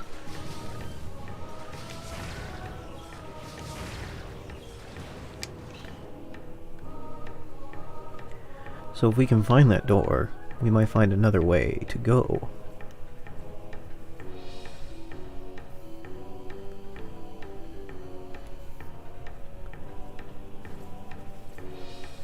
Oh, I see. Wasn't that where we came from?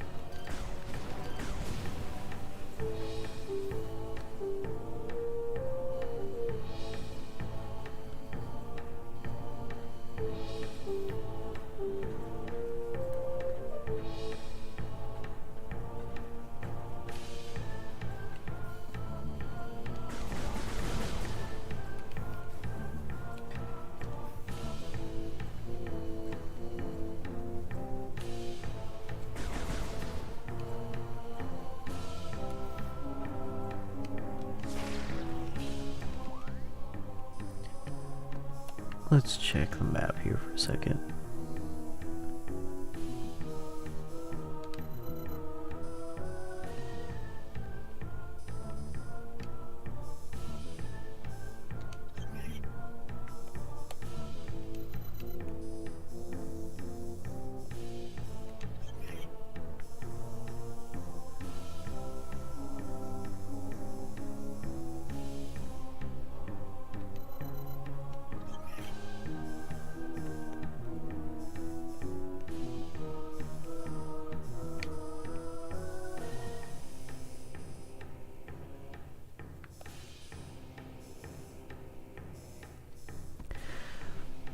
That was the area I couldn't go through, because I didn't have that particular upgrade. So that's a no-go.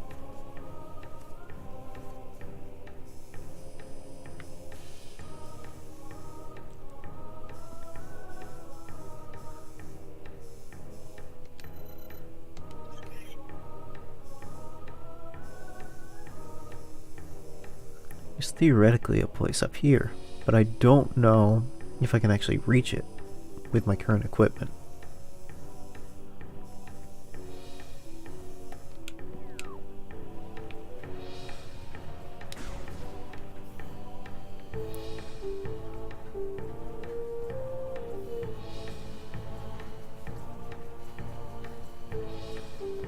It appears to be like up there. Question is, like, how do I... Question is, how do I reach it?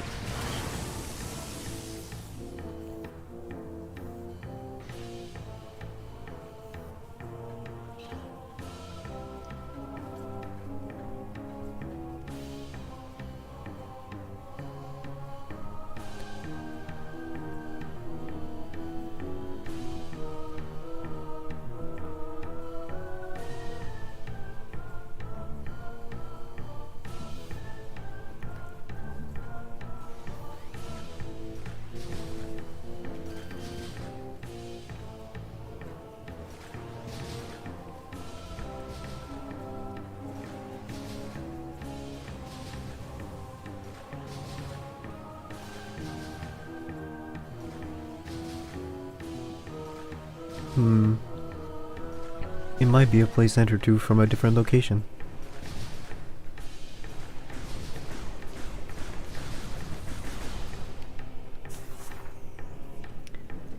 All things considered, I may have to go back to that area after all. Give that map a once-over once again.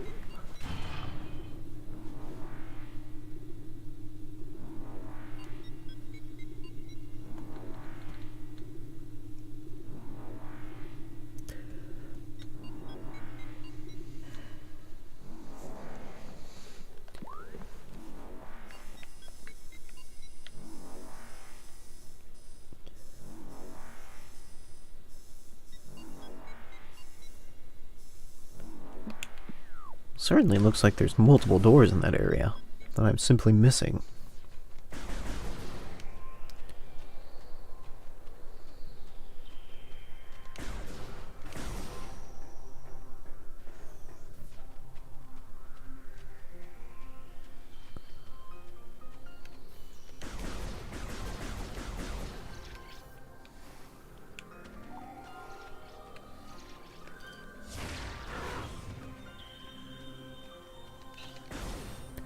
That's the door to the save room.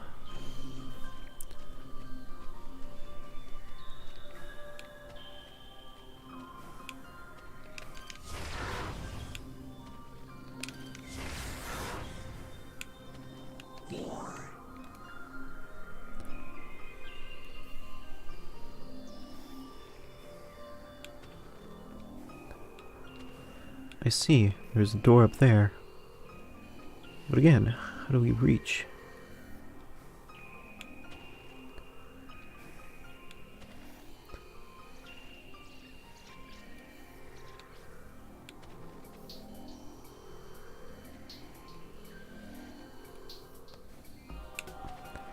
This is about where I was yesterday, where I was just wandering on the map, wondering how do I get into door. Like, I feel as though how do I get into door is kind of the quintessential Metroid experience.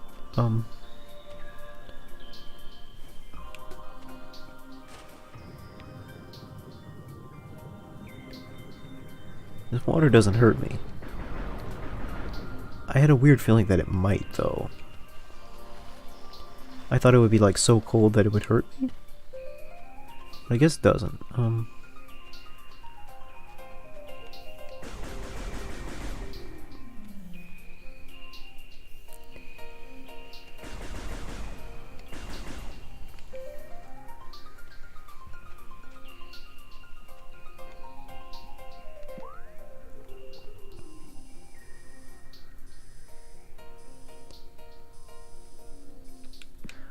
Wait, is there something I can use? Because it implies that there is an area behind this. Can I do something with this?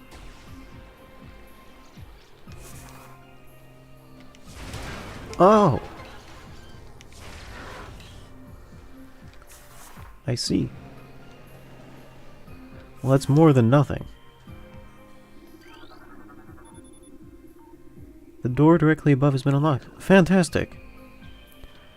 I figured it out. Using my cartography skills of learning that there was an area behind that. I don't know how you were supposed to figure out that it was blow-upable. Maybe you were supposed to scan it. I should probably scan more. That, when in doubt, scanning usually tells you what you need to do.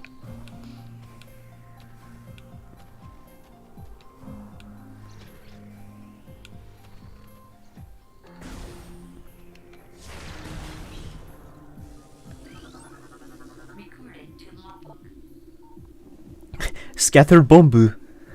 I don't think that name was localized. Pulsing tendrils of energy extend from this creature's body.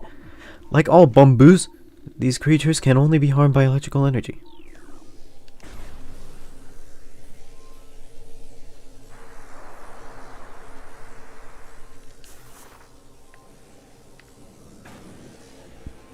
An attempt was made.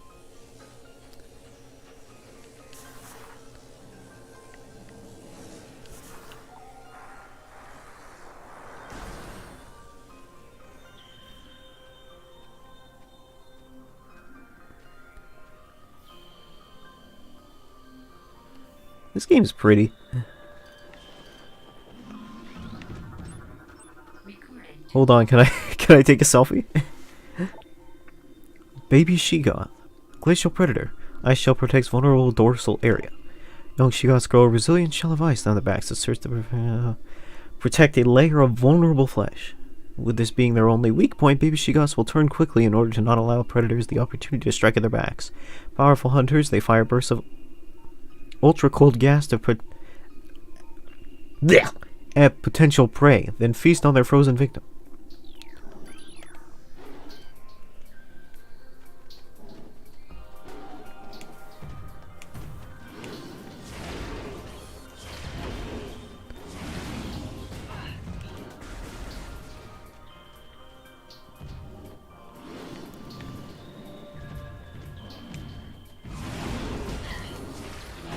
Hello, I cannot help but notice that you lack hands.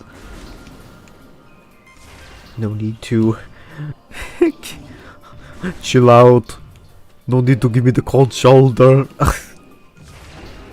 I am Arnold Schwarzenegger playing Mr. Freeze.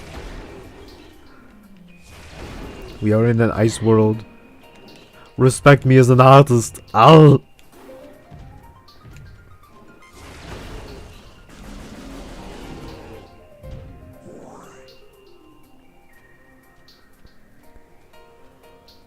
Anywho.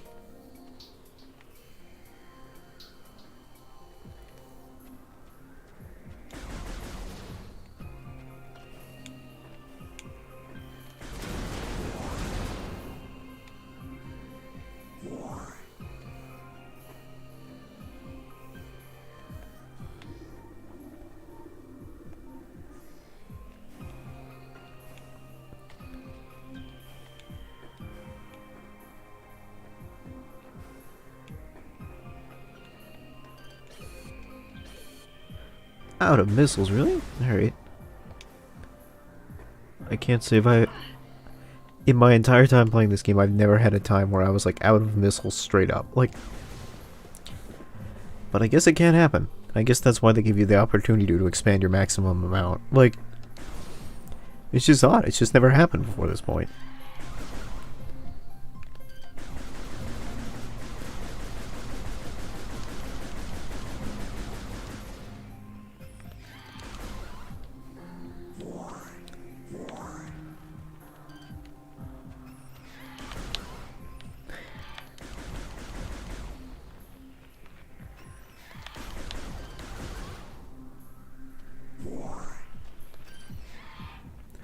Oh, it was because I was using all those missiles on those,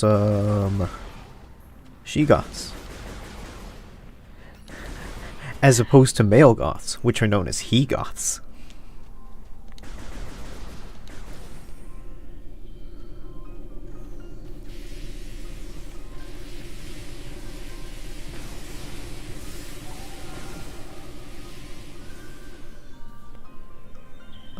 I don't think I can fight him because I don't have any missiles. Like, unless I can hit him in the back with regular shots.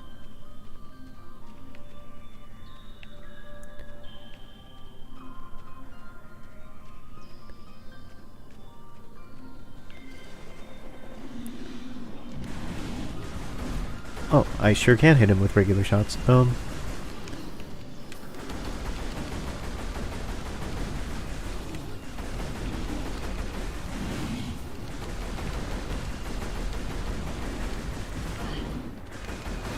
on, brother. Won't you come out of your shell for me?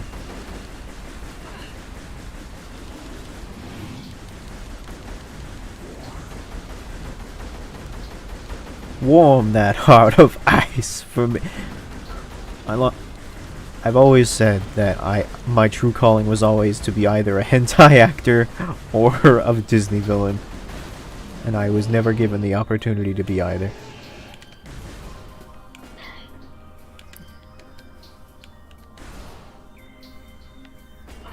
Alright, I don't have any missiles, so this is a very awkward situation where I just gotta walk in between this guy.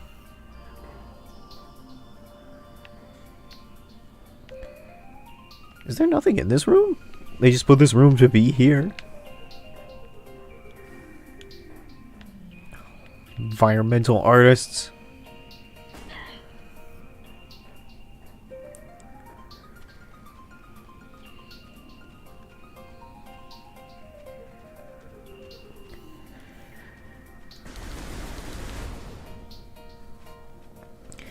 This game is taunting me at this point.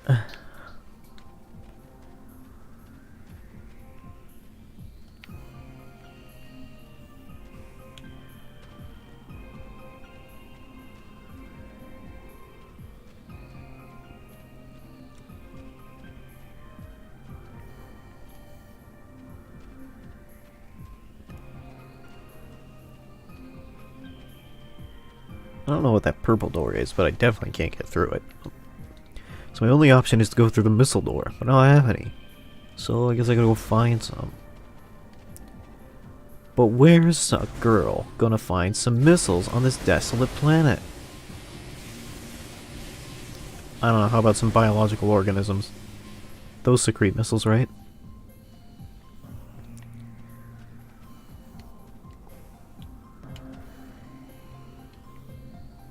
Oh, well. You know, honestly, does the save point give me missiles? I think it might just give me energy. I'm not sure. Energy fully replenished. Alright. An attempt was made.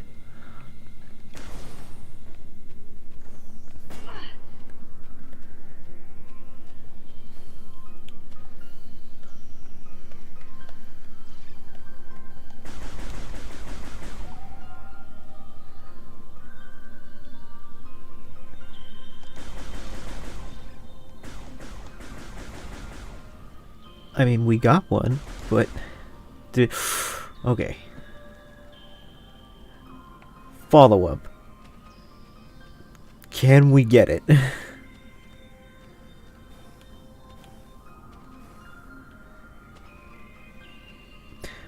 Second follow-up. Can I use my legs?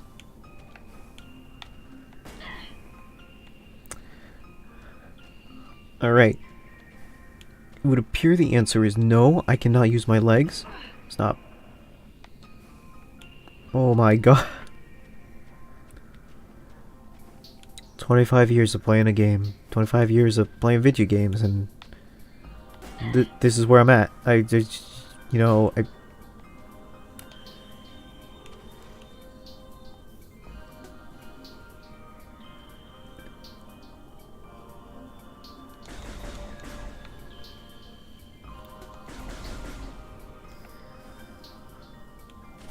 I mean, alright. I guess I'm walking back to go get missiles.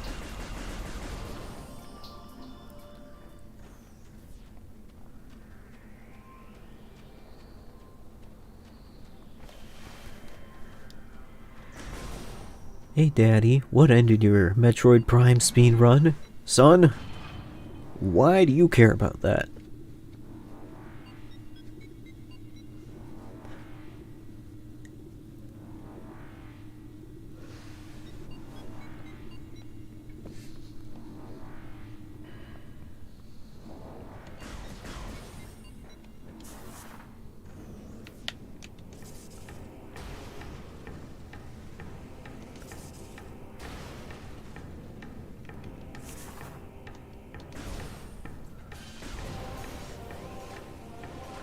Oh no.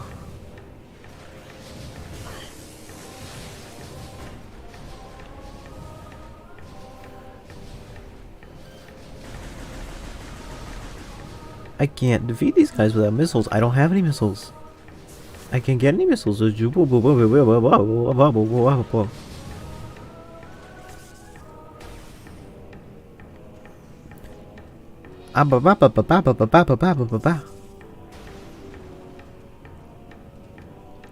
not going to say this is a critical design issue or anything, but I am going to say this is annoying.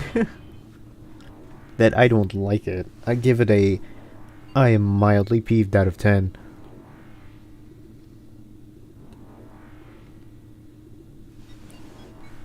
Like... I'm beginning to understand a little bit why... You know, I think people are like, oh, how can you get so angry at video games? I don't think people really do get angry at video games. I think people get angry at video games on stream. Because, like, the pressure is way more on when you have an audience expecting you to do something entertaining, and then you have to reset, like, 2 hours of progress. I think if it was, like, you in your own house on your own time, it wouldn't make that much of a difference. But if it's like you and you've just missed the same jump for the 4th time, then it's like really frustrating. It's like, I've let everybody down and I've missed the same jump for the 5th time. And at that point it becomes insanely frustrating. But you would never know that. You wouldn't really know if someone's becoming frustrated off stream because it's not recorded. Like, you wouldn't really know. Or at least that's kind of how I see it or interpret it. Like, I've also seen people get really salty off stream. I've been to a few Smash tournaments in my day. I know that people can get hella salty.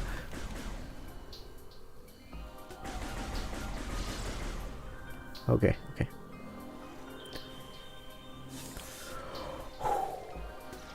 Okay. We got the goods. Now all we gotta do is take it to the door. Should be easy.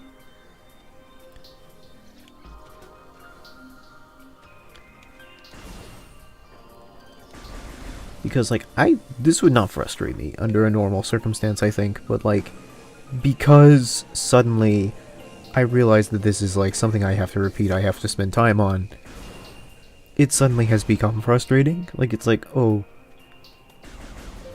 because it's not my time I'm wasting, it's the audience's time I'm wasting. It's like, the VOD time I'm wasting. Like, oh boy, it's gonna be like 10 minutes of the VOD that's just me dicking around looking for missiles or something like that.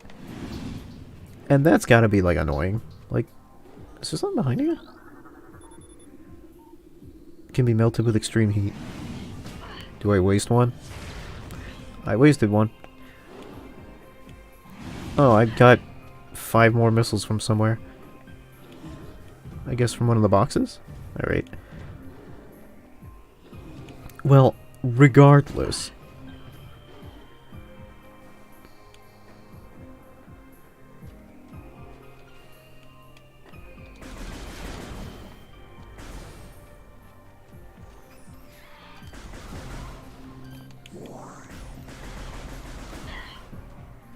Oh, he shot his Kool-Aid on me.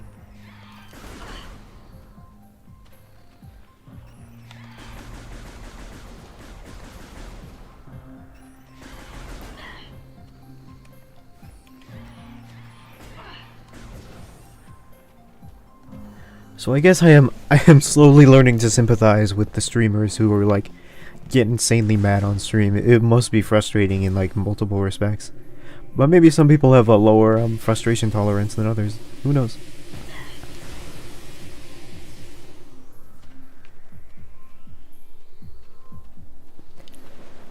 Hey, bye.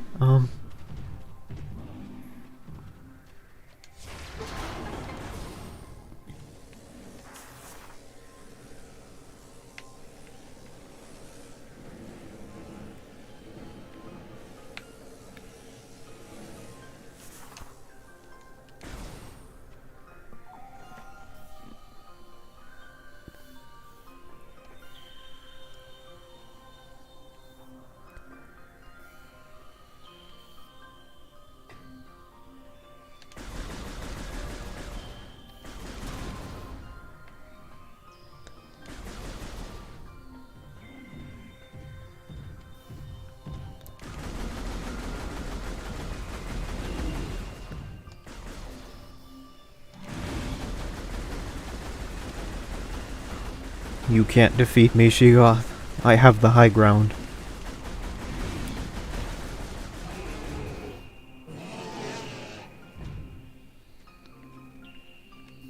Is he not dead? No, his corpse is just taking an eternity to despawn.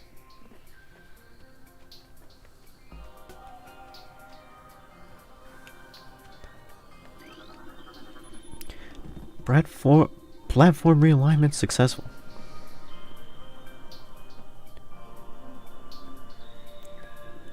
Wild what computers can do these days, huh?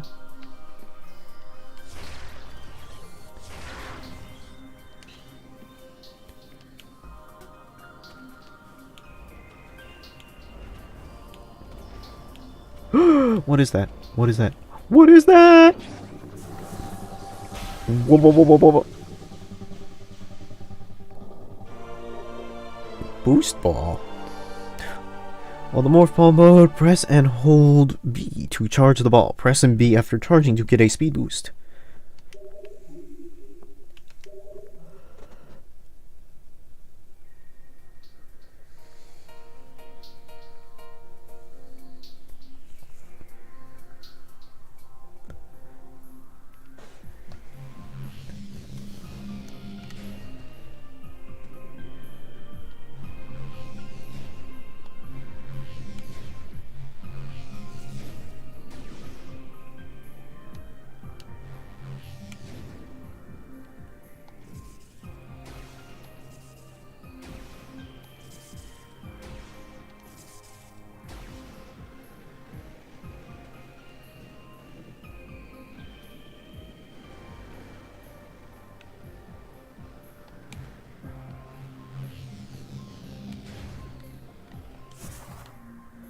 It is unclear to me what exactly they wanted me to do. Oh, I see. I see. Whoop! Whoop!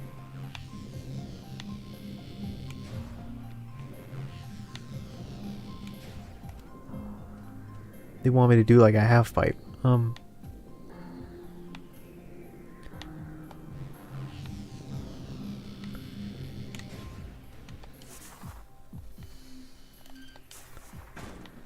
I remember this from one part in the game where they were like, you can't do that yet. I'm like, alright. Keep your secrets, game.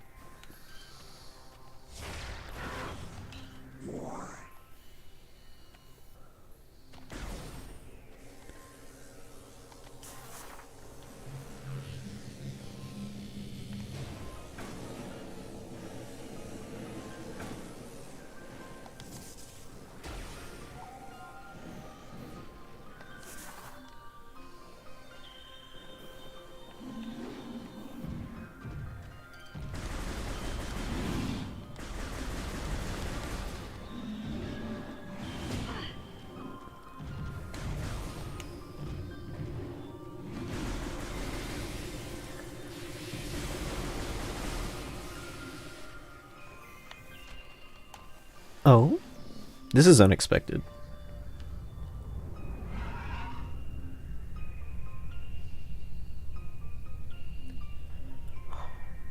The shadow of the god of death. As I walk through the valley of the shadow of death.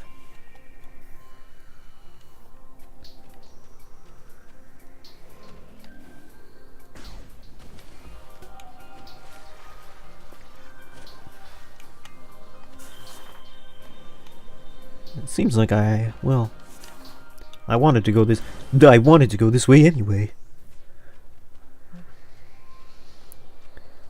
I say petulantly, like, oh, I wanted to go this way anyway.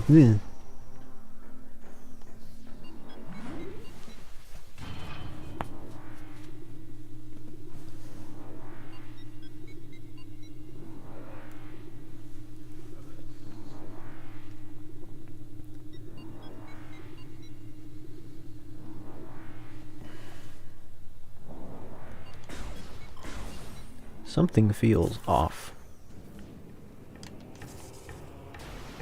I wonder if I'll be able to use that track now that I've gotten the speed boost.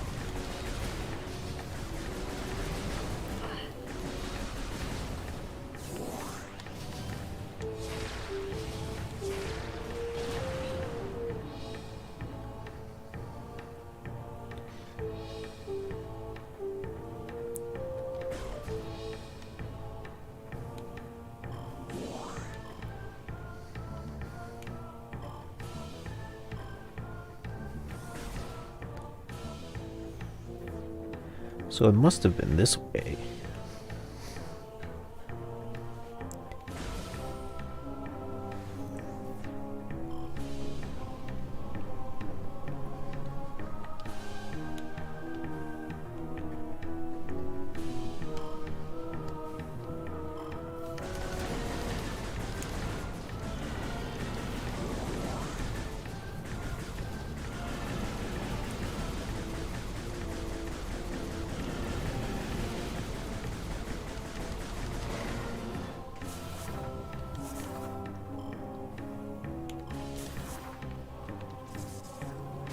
Come on, friends, we're gonna have a ball.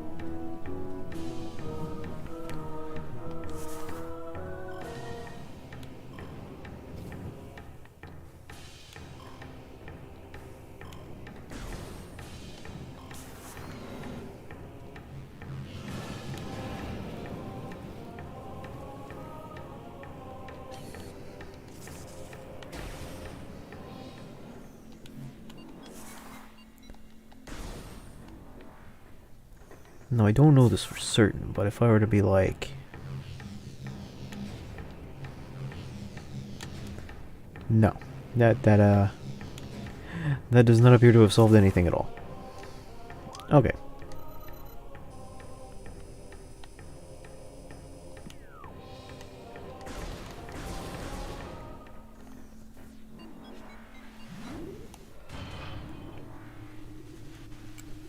Well...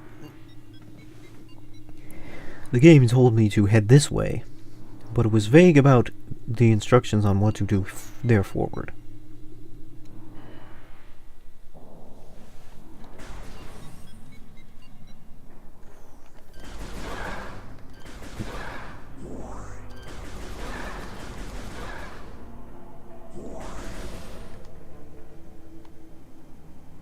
I'm not sure this is the right way, actually.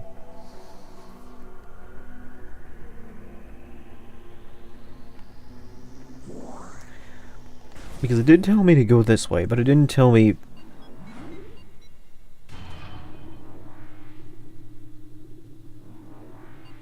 exactly to go this way.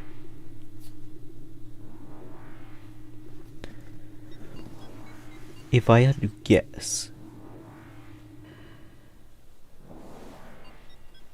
it still wants me in this area a little bit.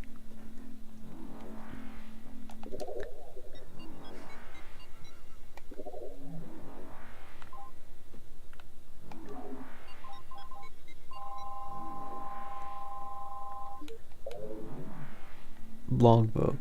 Well, that doesn't tell me anything. Nice for collectibles, but it doesn't seem to tell me anything about where I need to be going right now.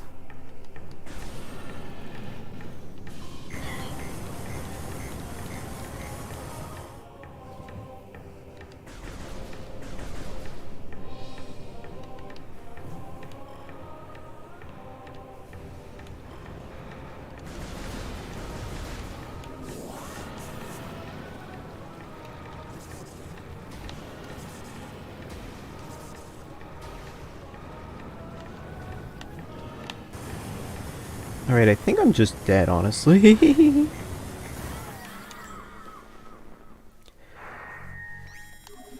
When was the last time I saved?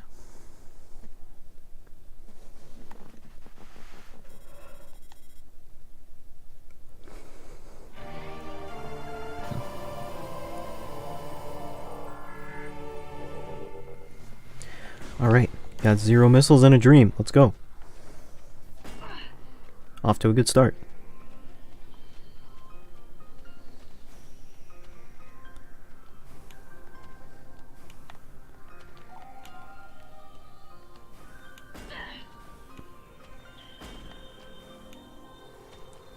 Ideally, I should be able to pick up more on the way.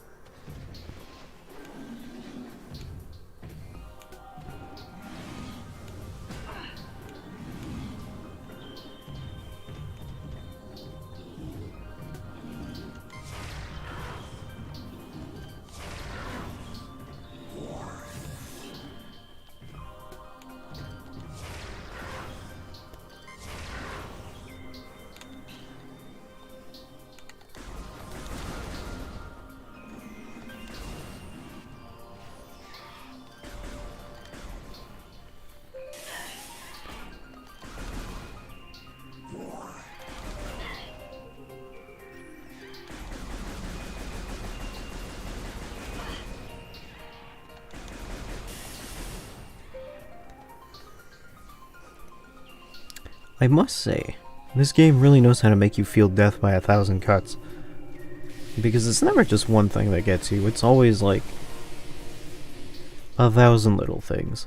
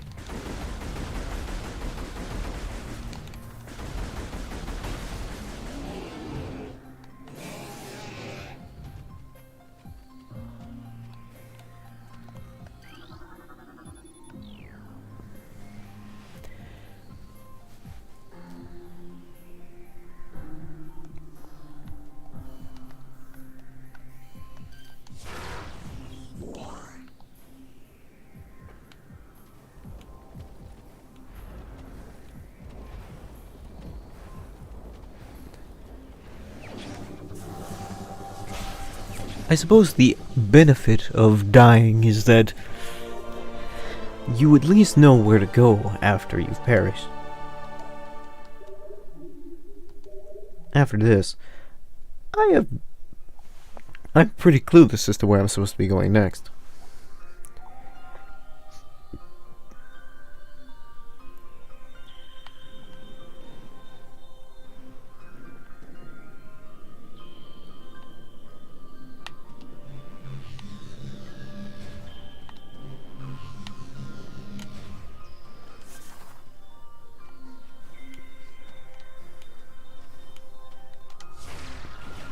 Really? Alright.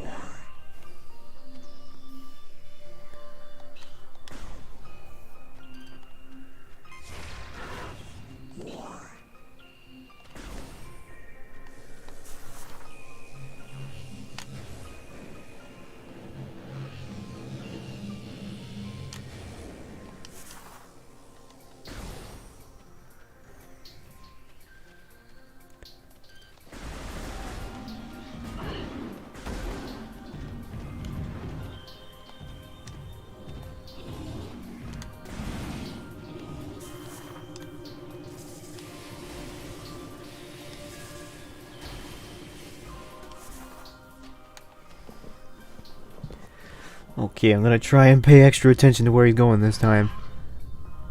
I'm pretty sure he's just gonna still be going north, though.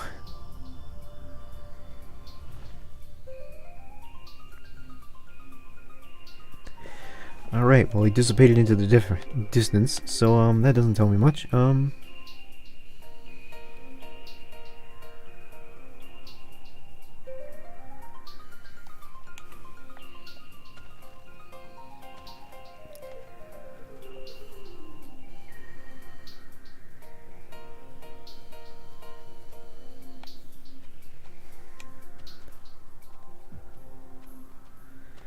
Well, if nothing else, I know I can go back to the Morph Ball room and do, get something.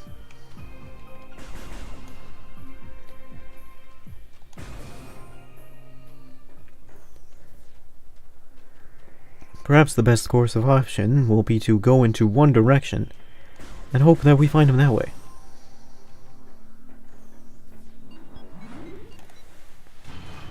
I forgot to save again. I'm sure that will cause no problems whatsoever.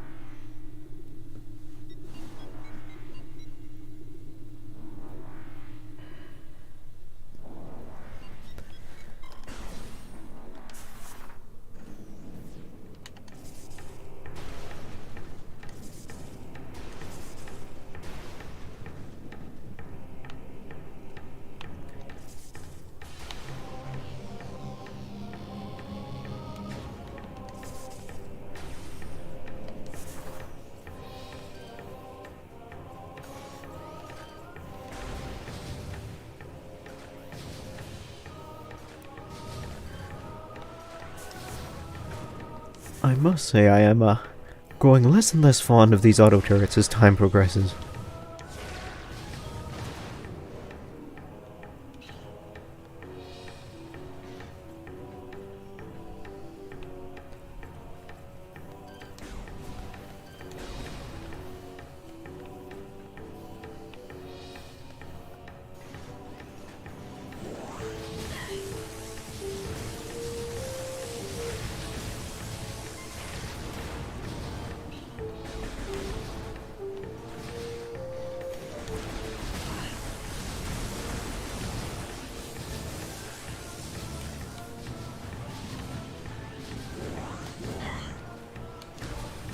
Okay, so assuming we continue to go north, that means we would go this way.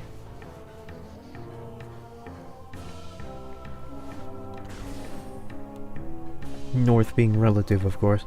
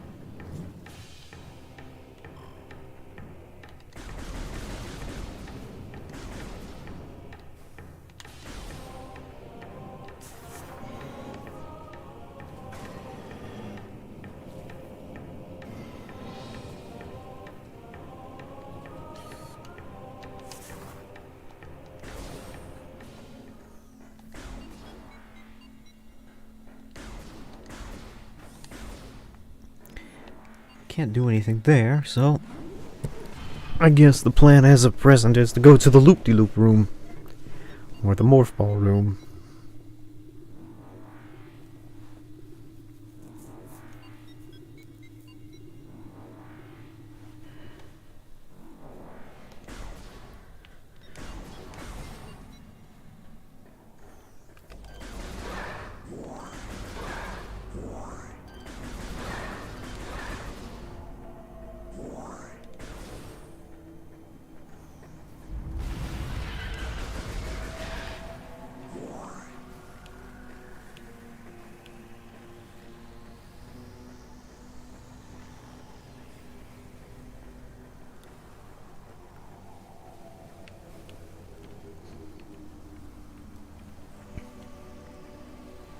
I hope the game isn't like messing with me, because I am too dumb to like to not get that. Like,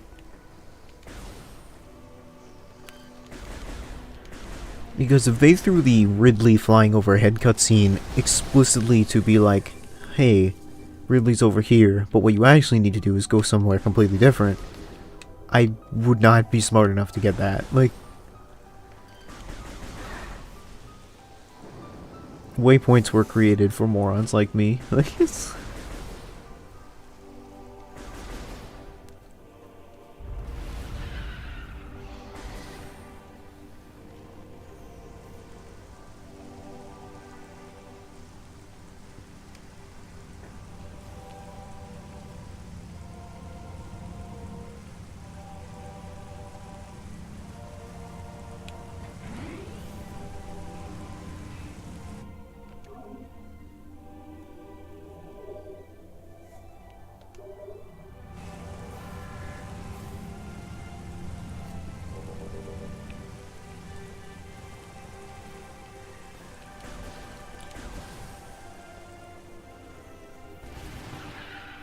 If nothing else, let's go to the Chozo ruins.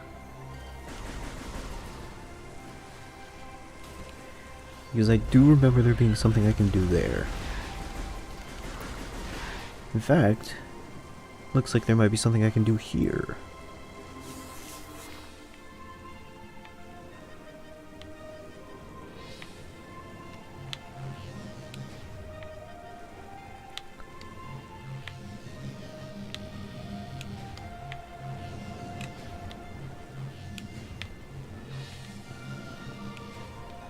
Mayhaps not.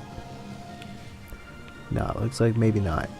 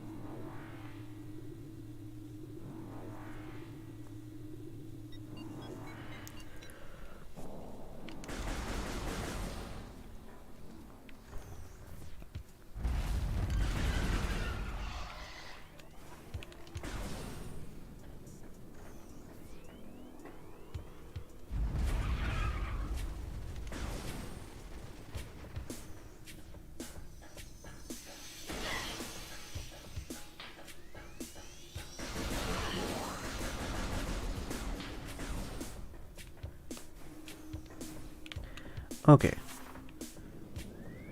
We do this.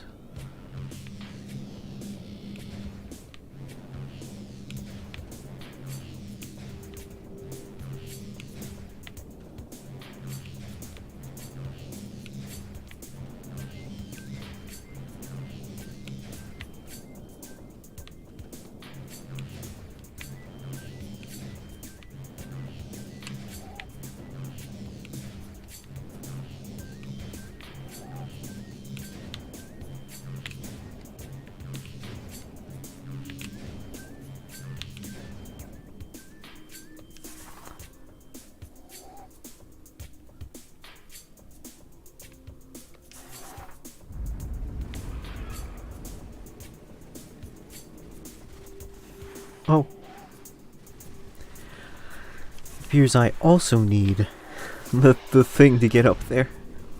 Woo boy.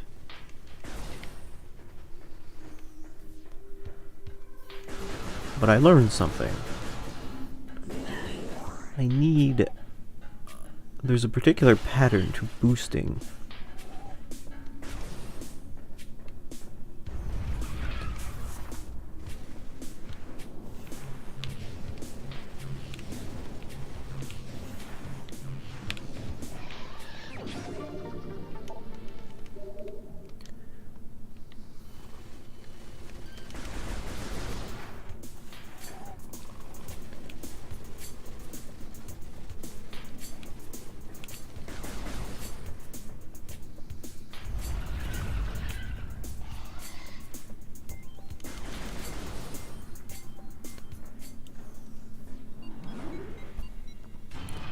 Maybe the reason why I couldn't get up to that ledge before was because I wasn't boosting right. Do you think Samus boosts? You can't get pauldrons like that without boosting, right?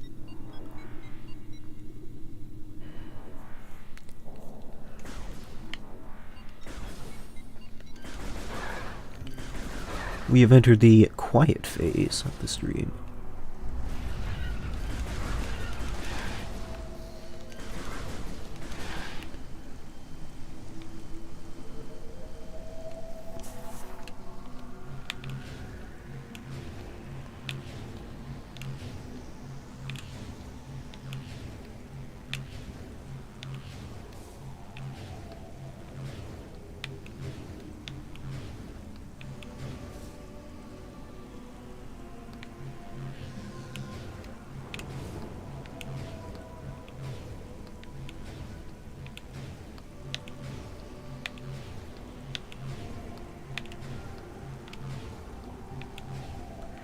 No, I think I just need to be up there. Is there something interconnected up there? I'll probably go check.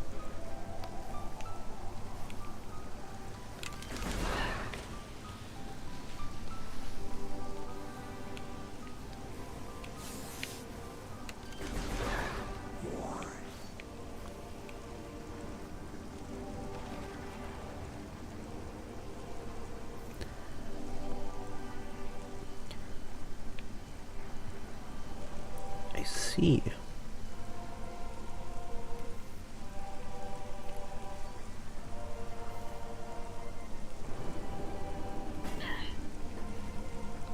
It does look like there is something up there that may not be acquirable by normal means.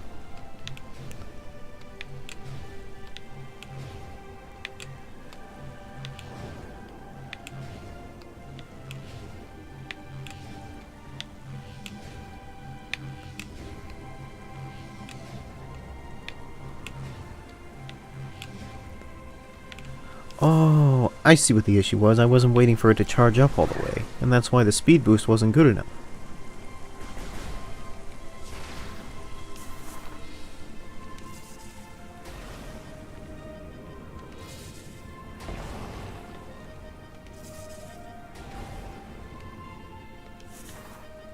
Well, this is definitely a different zone. I hope it is anyway. What did I step in? I feel like the game just hurts me for no reason now.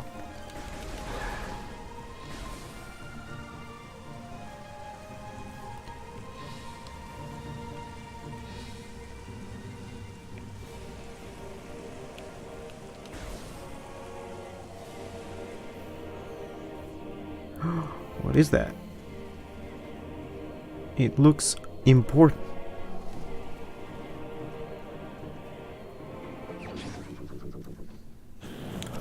Whoop! And that's the end of the game. Yeah.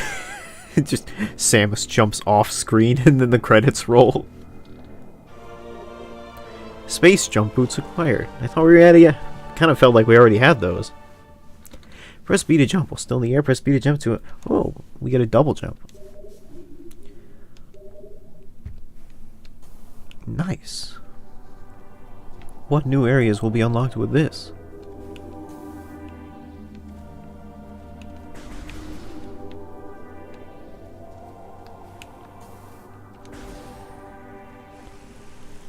Oh, that new area will be unlocked with this. Of course.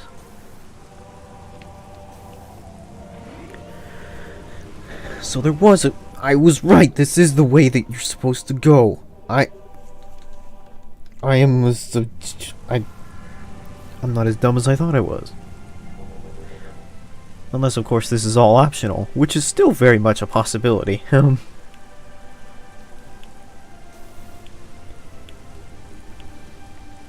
Alright, let's see.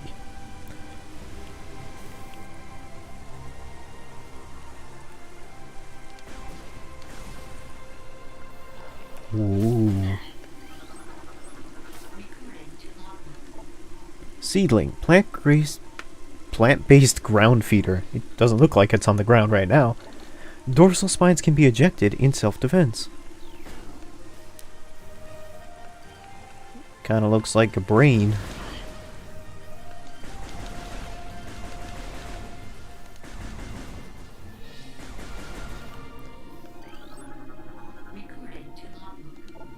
Tangleweed, plant life with basic sentience.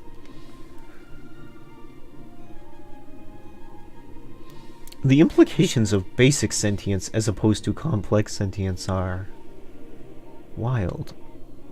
I'm not a scientist or anything, but if somebody told me that if somebody told me like, hey, you're sentient, but only like basically, I don't know how I'd feel about that.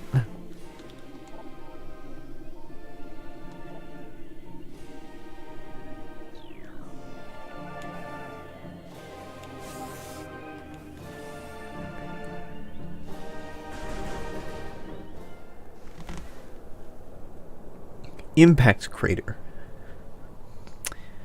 This looks less like a crater and more like a rock. Wait. Yeah, I see the crater now. The way you framed it initially did not seem like a crater.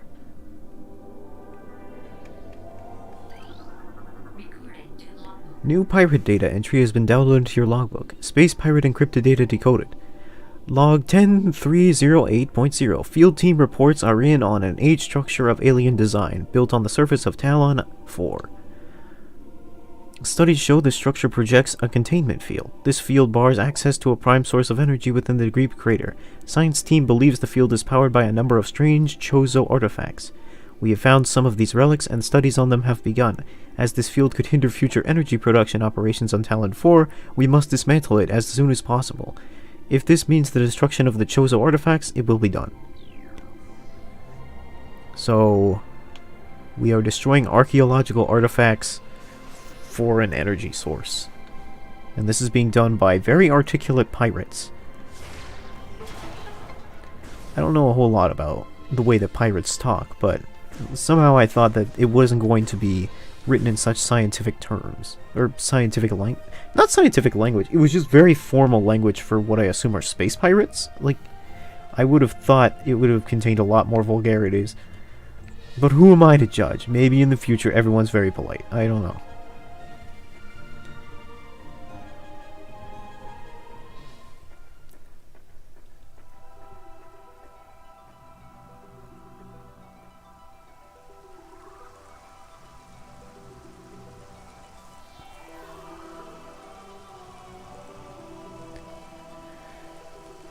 This feels very boss fight arena. It's very pretty though. You can definitely see the ancient bird technology coming out in full force here.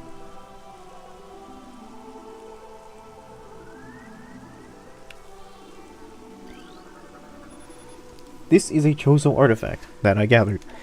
Collect it, then scan the totems here for clues on the locations of the remaining artifacts. Together, the artifacts will open a path to the center of the impact crater.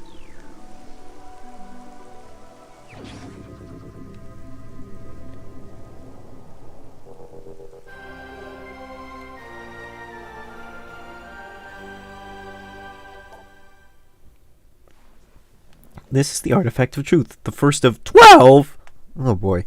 Scan the totem here for clues on the location of the remaining artifacts. Together, the artifacts will impact crater.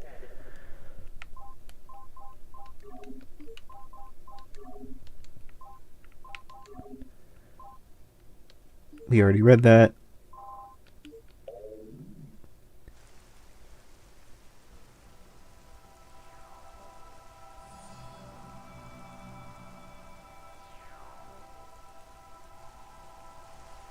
Whoo boy. Looks like I have quite the task ahead of me. Some real Indiana Jones artifact collecting type stuff here. Alright.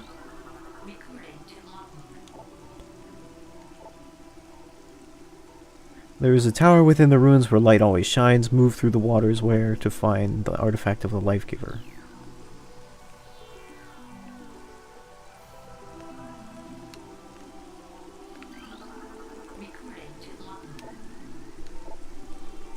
The sun chamber high atop our ruined home became the nest of a great beast, a source of corruption. Many Chozo spirits have been drawn to this tainted place. Release their bond to the world to claim the artifact of the wild.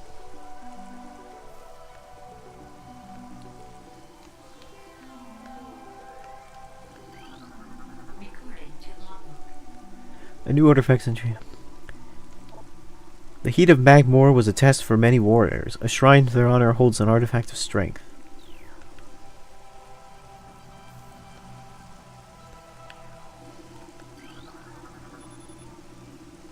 The artifact of truth has been returned. Alright. So that was the first one, I think.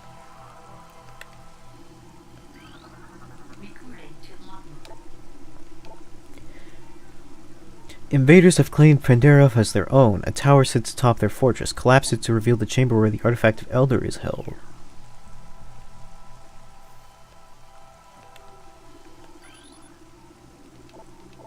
I already read that one.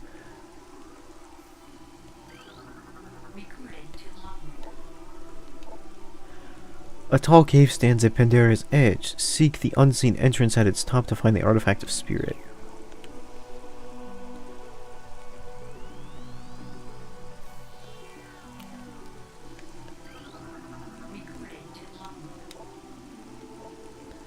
In one of Talon's far corners, a grove of life lies. Reveal the pillar beneath the waves to find the artifact of Chozo. Aren't these all artifacts of Chozo?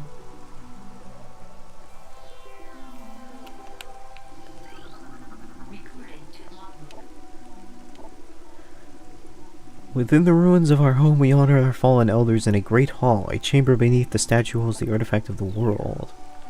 The worldo. I feel so ashamed.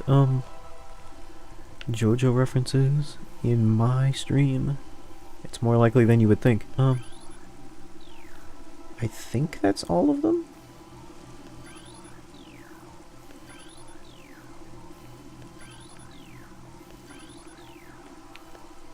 And those aren't scannable.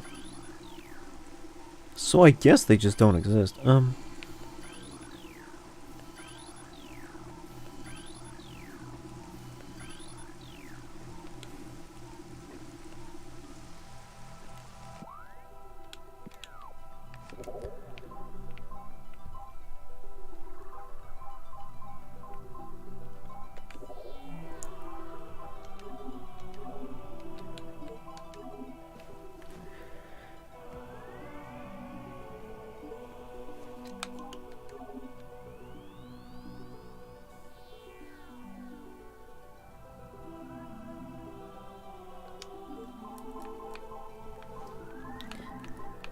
So it looks like all of these will tell us where they are, but some are missing.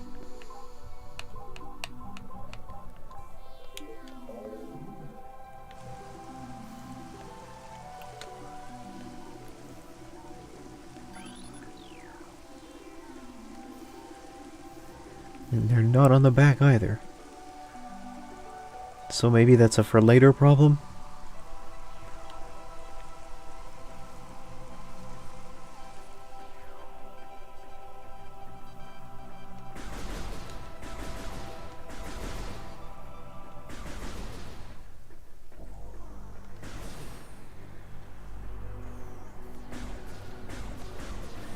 Well, I guess we have our main objective now.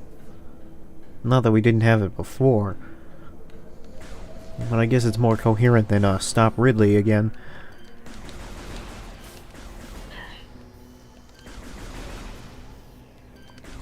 Let's see if we can't find one of these artifacts. And then we'll, like, stop the stream for today.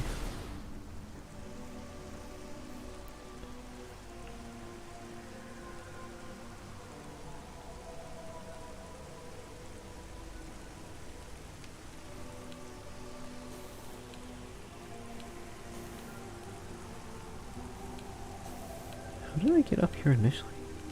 I came through this door.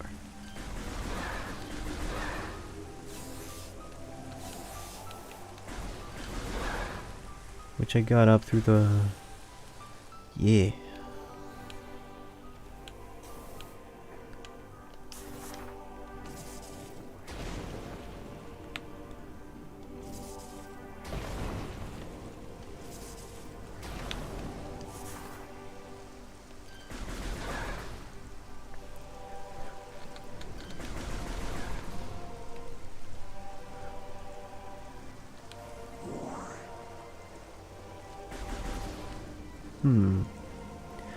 Well, you know, now that I have these space jump boots, I might be able to get up to that ledge I couldn't in the ice place. I'm not even gonna try.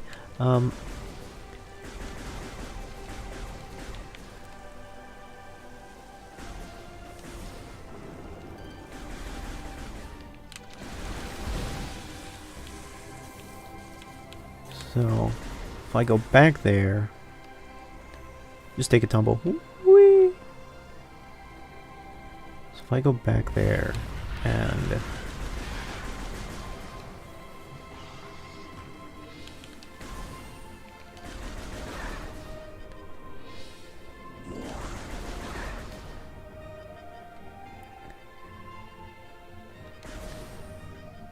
I'm not quite sure where to start, but... Well, that's a lie. I have some modicum of an idea where to start. If I go back to the ice place, there was that ledge I couldn't reach because I couldn't jump to it, but I now have the space boots. So if I were to jump to it now, I'd probably be able to reach it. And it said that one of the artifacts was in the ice zone that I couldn't pronounce. So it is possible, nay probable, that doing so may indeed reveal the thing we're looking for.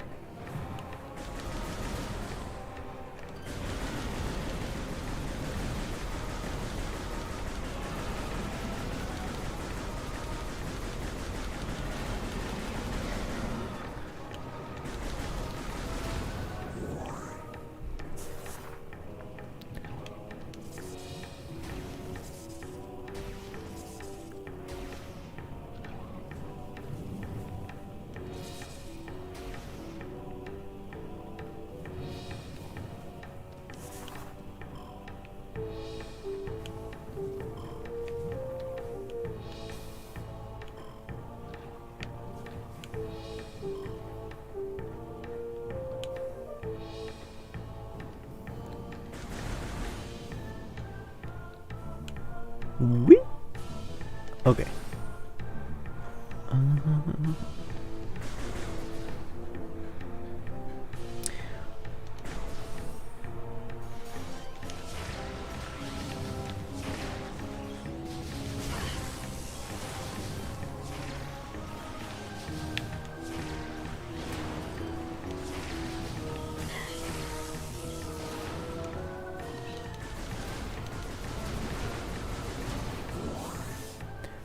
Oh, and there's also that platform up there. I wonder if I'll be able to reach it with the space boots.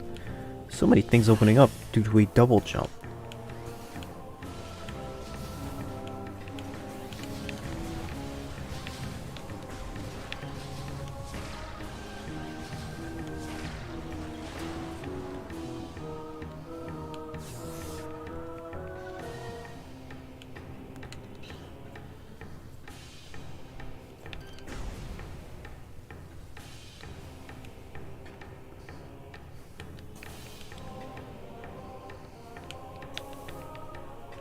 Okay, jump. Alright, well...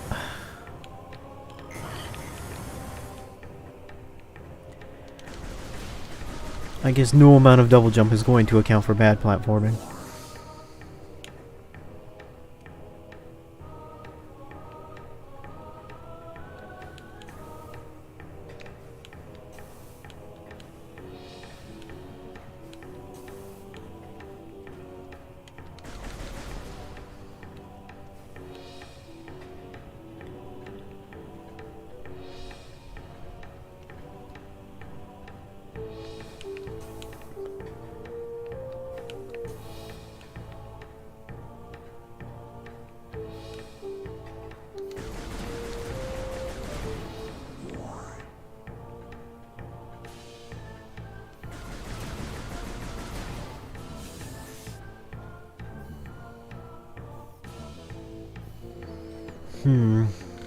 Can I actually make it across there? That seems kind of long for a double jump. Oh, hello. Could I,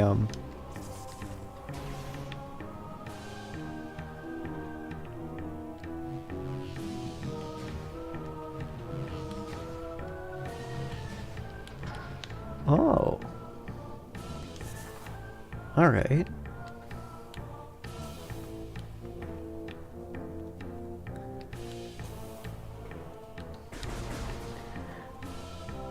Fascinating how morph ball related technology works in the future.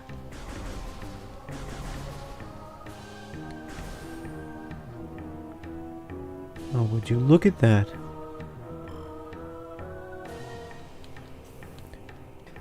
It appears we have found our Magmor related artifact without even looking for it.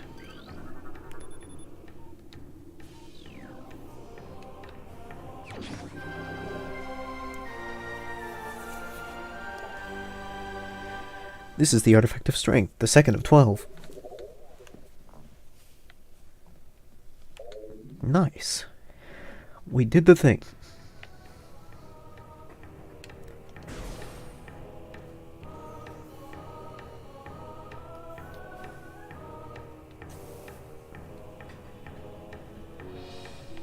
I said we would leave after 1, but 1, I haven't found a safe spot, and also I still want to go to the ice place and see if I can find that thing. I want to see if my hunch was correct.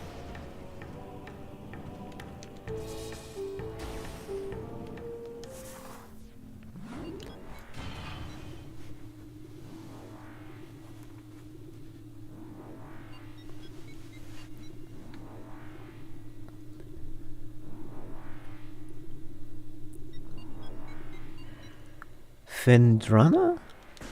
Is that how it's pronounced?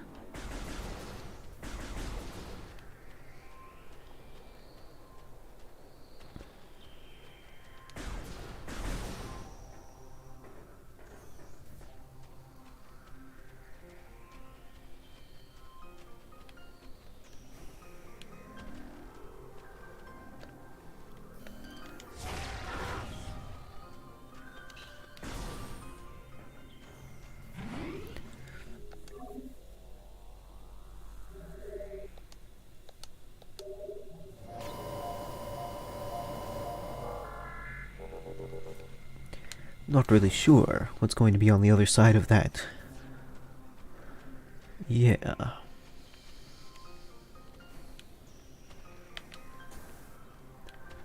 Looks like that still isn't enough distance to cover it, but it's not really what we're testing right now, is it?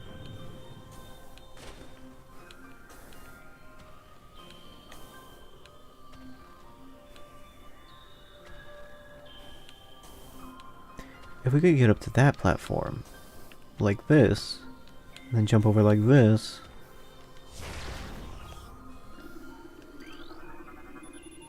The coordinate statue is worn and weathered. Scans indicate the presence of a power conduit behind the statue.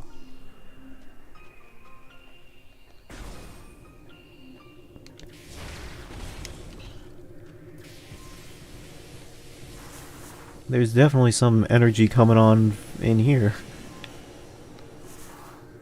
Some definite power sources within here. That certainly looks like a Chozo something. Seems like we might be in the right place.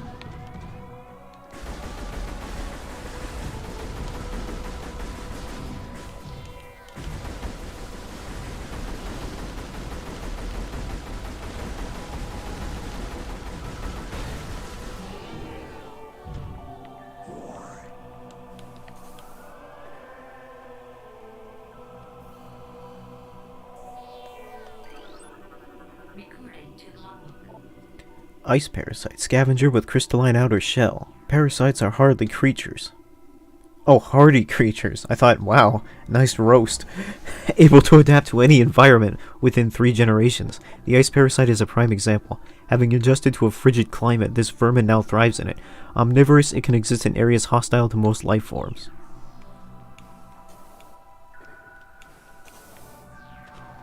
Hey.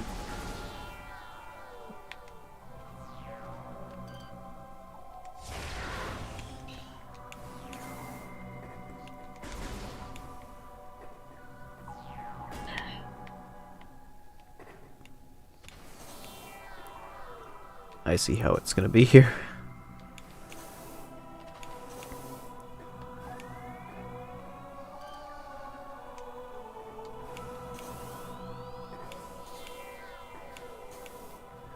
This is going to be the kind of puzzle that's designed to not make you like me. To make me give this game a 5 out of 10. 5 out of 10, too many jumping puzzles.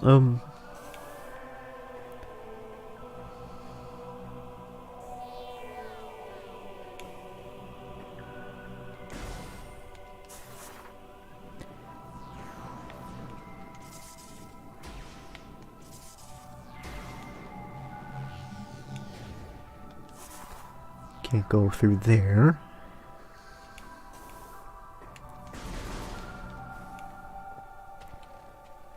Well,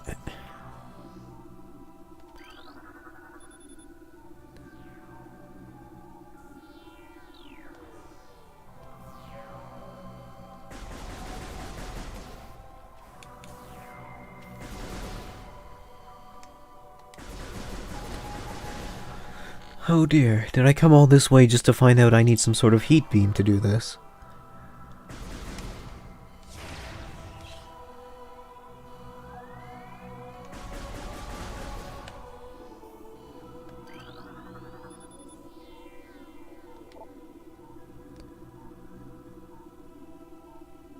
To pass my gaze, seek my twin within this room.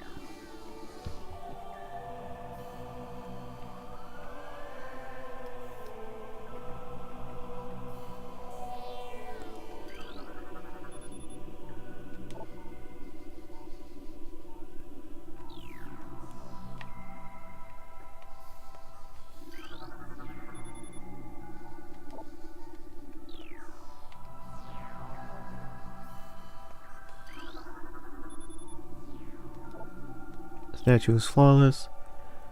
I suspect we're going to need to do something with that bust of the Chozo shaman.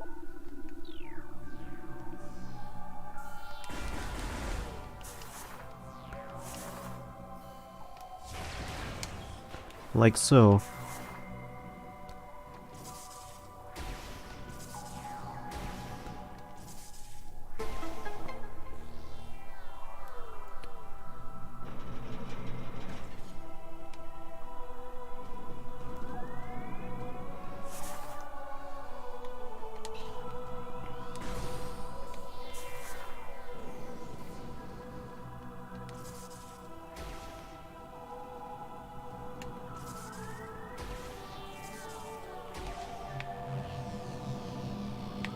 Oh, I see. Whoops. Whoops. Alright.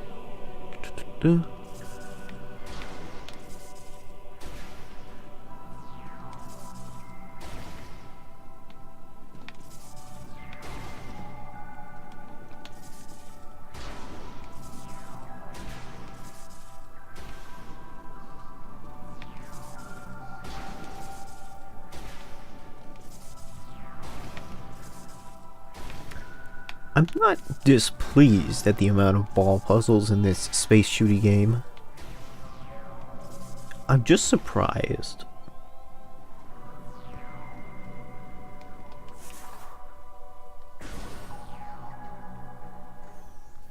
Ooh, what is that?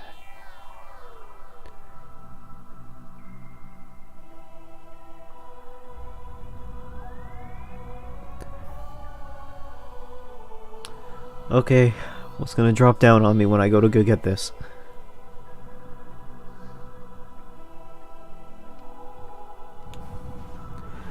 I knew it. I knew it. I knew it. I knew it. I called it, brother. Oh, that's not so bad.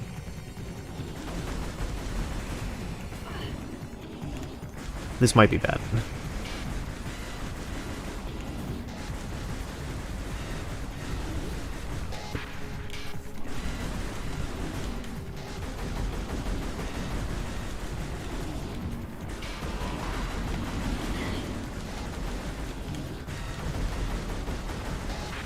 Come on, Shiga, present that bottom for me.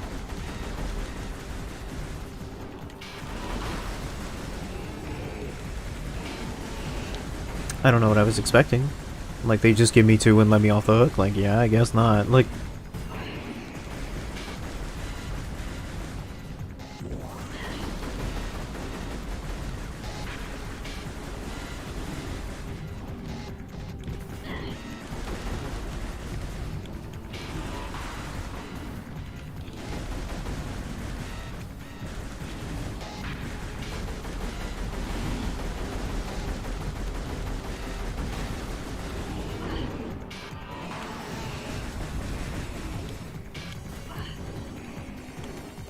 Giant rhinoceros blue. Mike from Monster. Sully from Monster Inc. Monsters Incorporated has seen better days.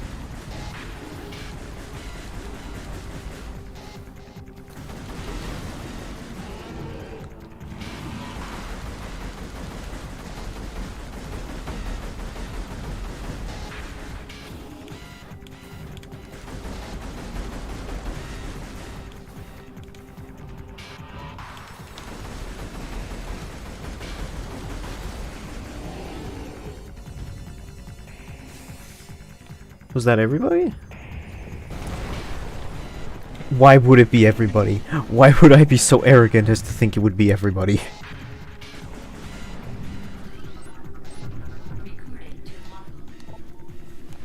Morphology. Sheegoth, supreme predator of the Fendara Drifts. Sheegoths are invulnerable to most beam weapons. The crystals on their back absorb energy, which they can then fire at prey. Sheegoths have poor stamina. They hyperventilate after using their breath attack, making their mouths area vulnerable. Their soft underbelly of Sheegoths is susceptible to concussive blasts. In battle, they expel blasts of frigid gas to ensnare their targets. They are also fond of ramming and trampling their helpless prey. Okay, so shoot them in the mouth after they breathe, and then missile their stomach. Got it.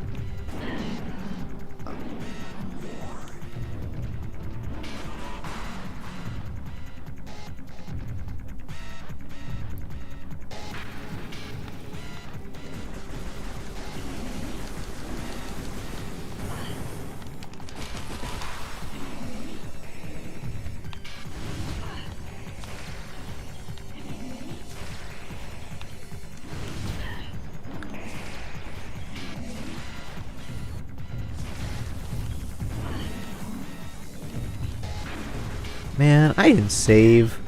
This sucks.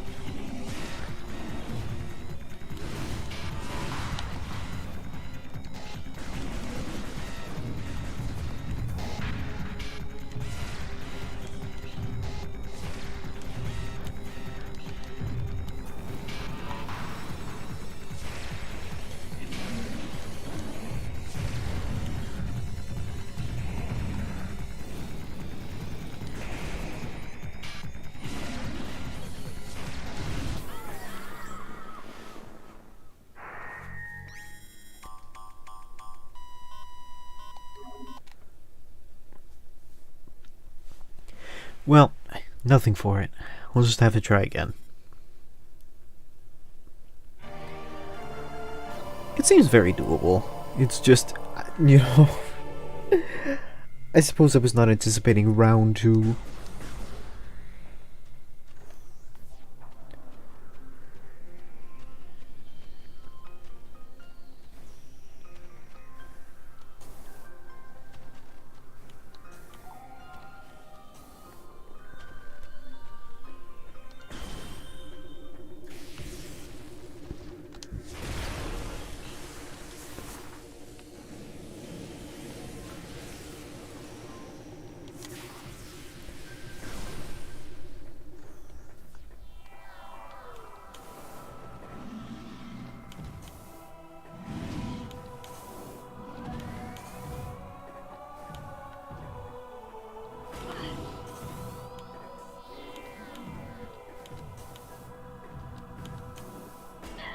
Alright. This game is definitely getting a 5 out of 10 too many jumping puzzles.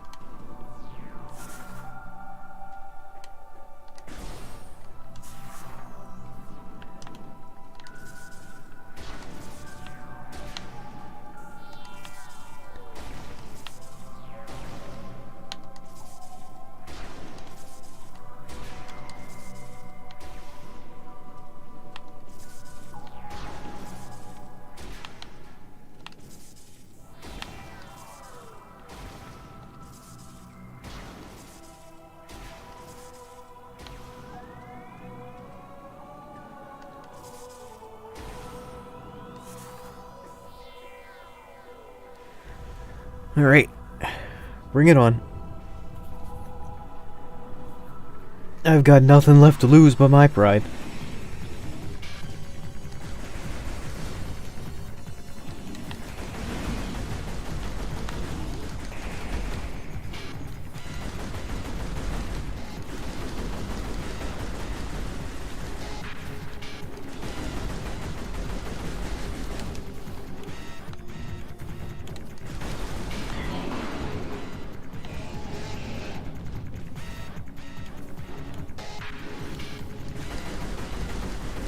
I completely forgot I could double jump. That might have helped a lot, actually.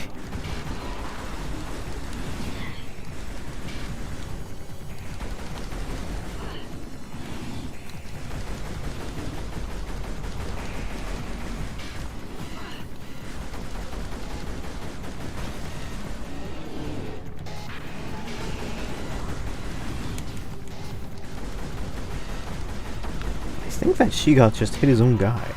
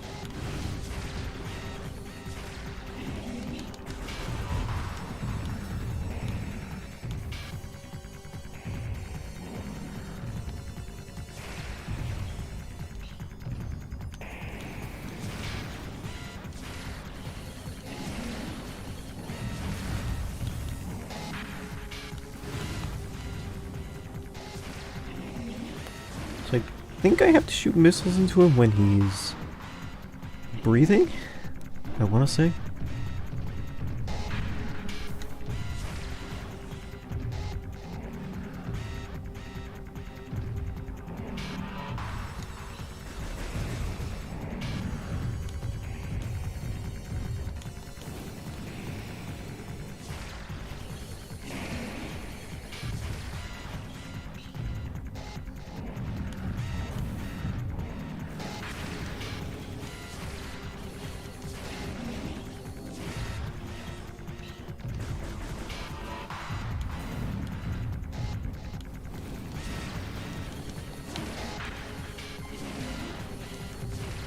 I haven't taken too much damage so far.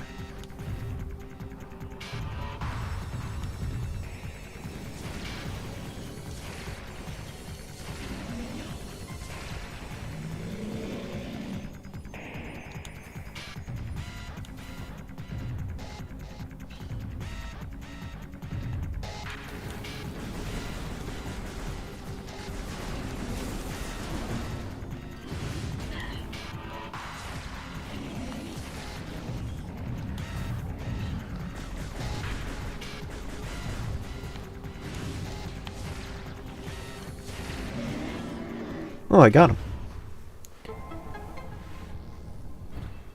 Very doable. Just was not anticipating it the first time.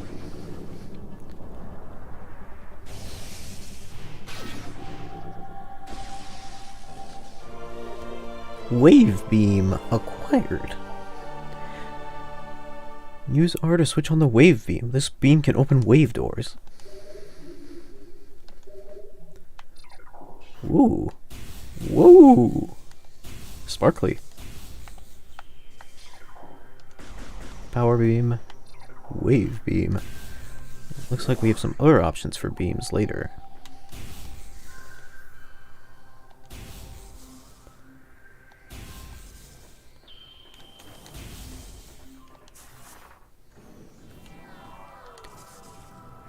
Exciting. Woo! Exciting!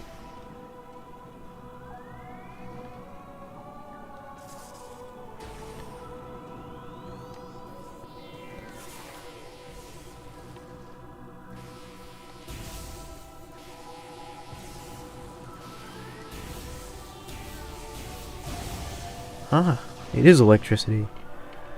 Those enemies can only be defeated by electricity, and this appears to be an electrical weapon, so... seems we found our solution.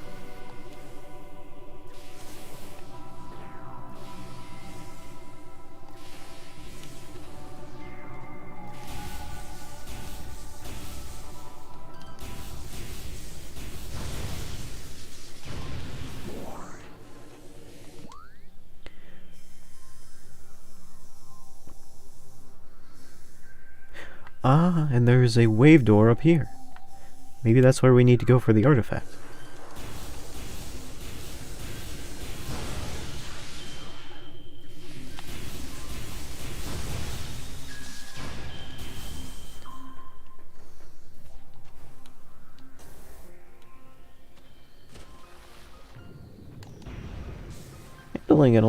Handling an electric gun in this tight watery space seems like a bit of a risk.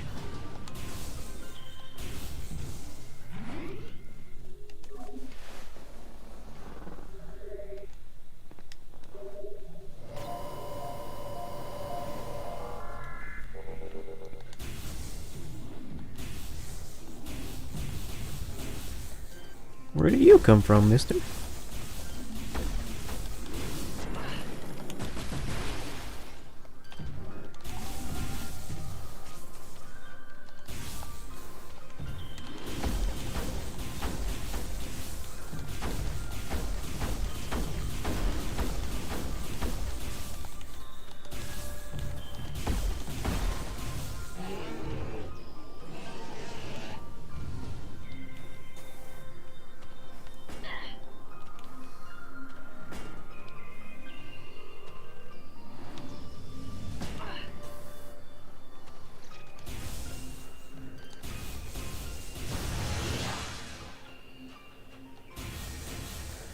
It feels very powerful, this weapon.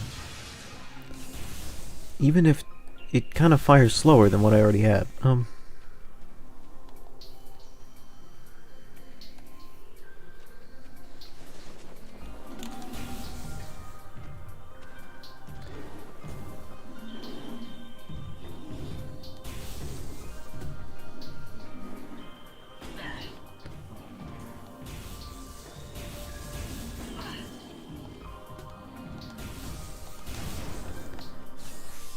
No matter how powerful I get, though, I'll always be hit by the people just walking around. Like, enemies that shoot me, I can deal with it.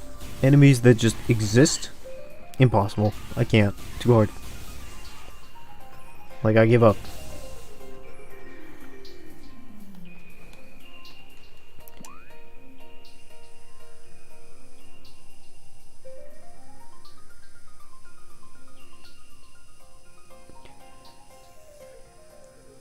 Where's the one with the beam door?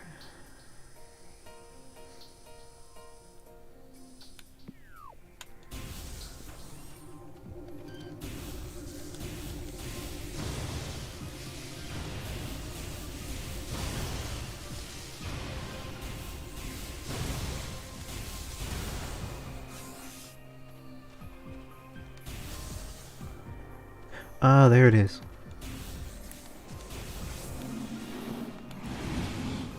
Can I actually get up there, though? Looks like I might be able to.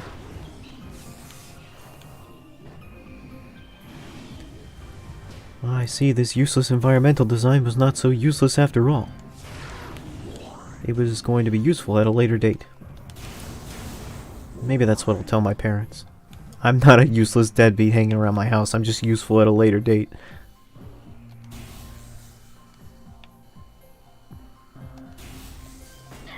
Alright. I see how it is.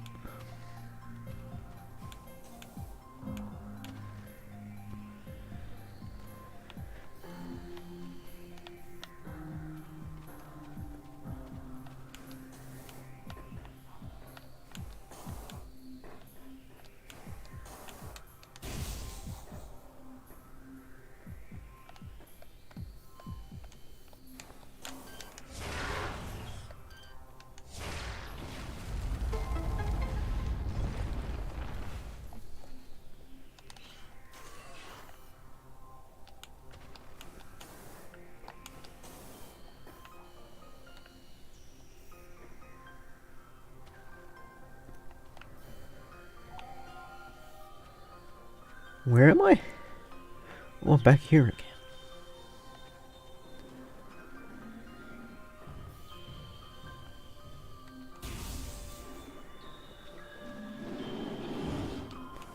Hey.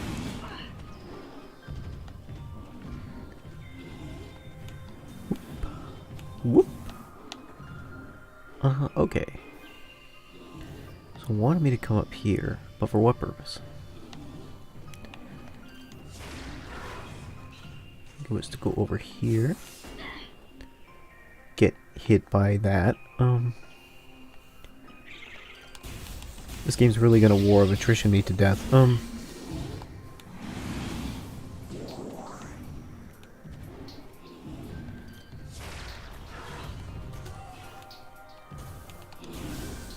There we go.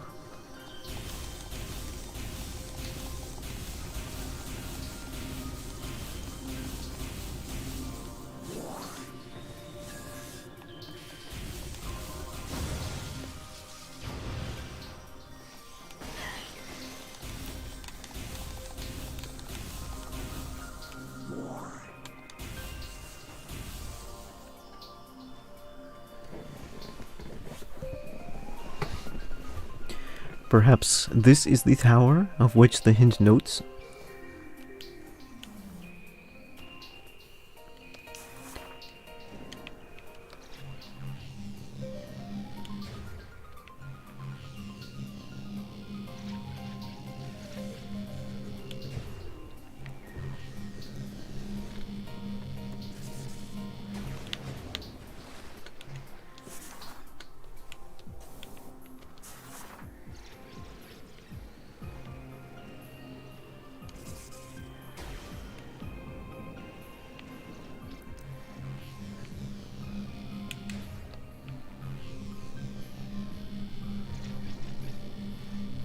What exactly does this do? I wonder.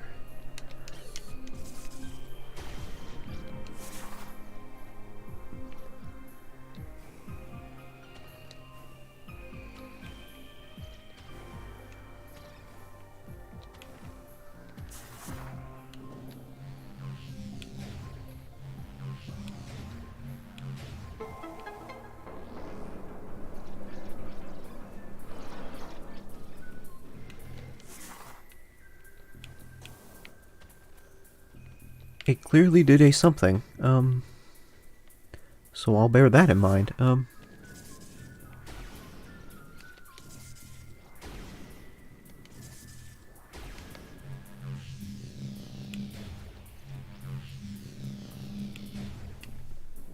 Alright, well. I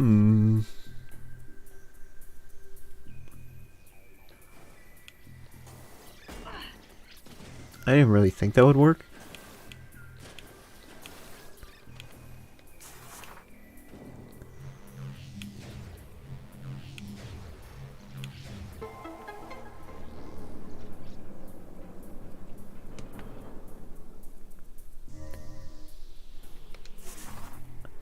I see. This is a logical conclusion. This is something I could have understood. I mean, like, there are just certain things in games where you just kind of have to be like, oh, if I put my ball self into the lever, then this will naturally cause the ball slot to become lit up. And it's like, why, what kind of, like, scientific process is that? Like, how would you ever know to do that in real life? It doesn't matter. It's a video game. You just kind of have to have the game sense to know. And it's like a weird skill that you just don't ask. It's like, it works. Dude, figure it out, I guess.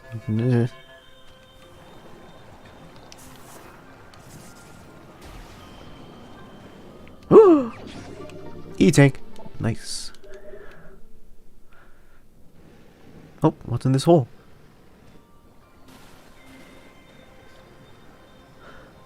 It's like a pinball machine, dude. Like, oh, I can't go in it. So does the water just rise again? Or did I bone myself super hard? No, it doesn't. I just gotta... I thought it was gonna be like a thing where it's like, you get the E-tank, but you soft lock yourself. Good job. Like, that'd be a pretty...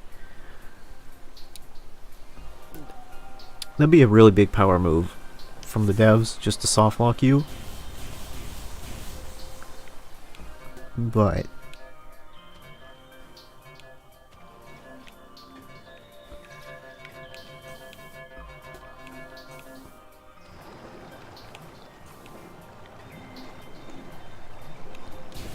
alright. A couple of options here.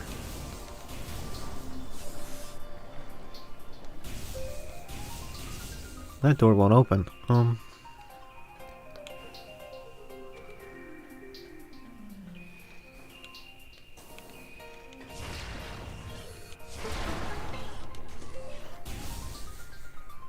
Save state. Nice. Okay. I'm still looking for that second artifact.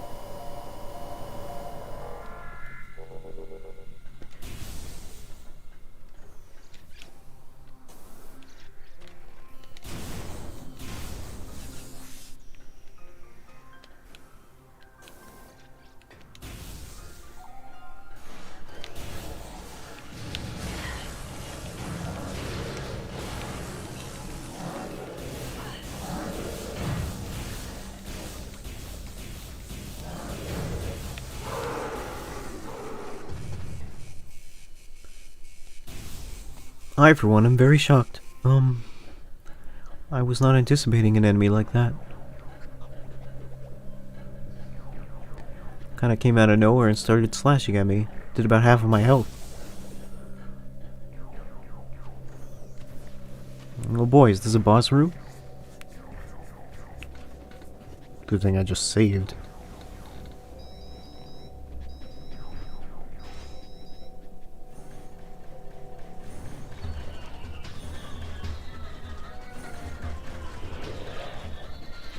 It appears I have awoken the pirates.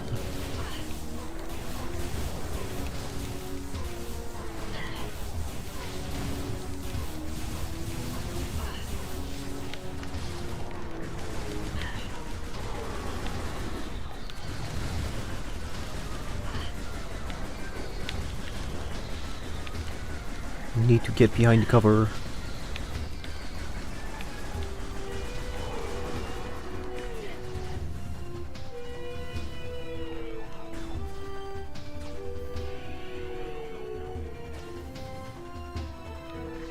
That's a very weird guitar riff.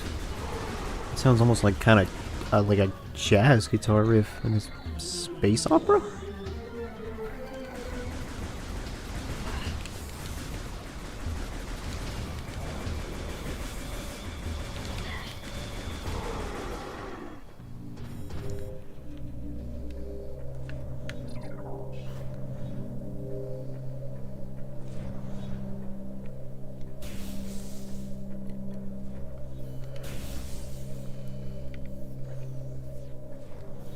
There's apparently a door above me.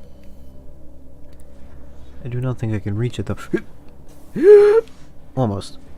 Not quite. Oh, a staircase.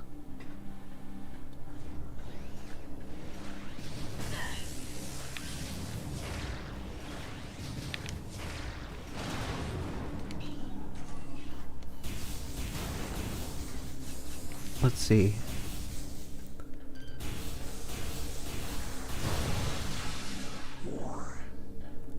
Deeper and deeper the tunnel goes. Where it leads to, I will know.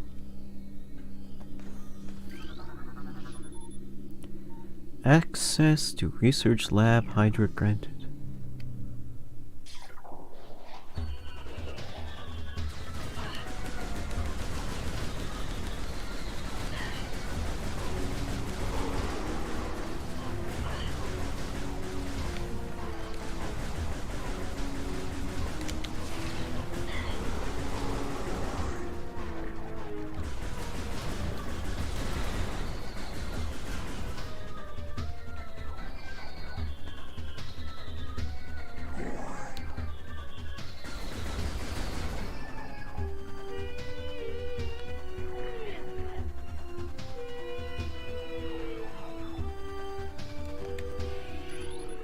Elevator operational, please step into the hologram.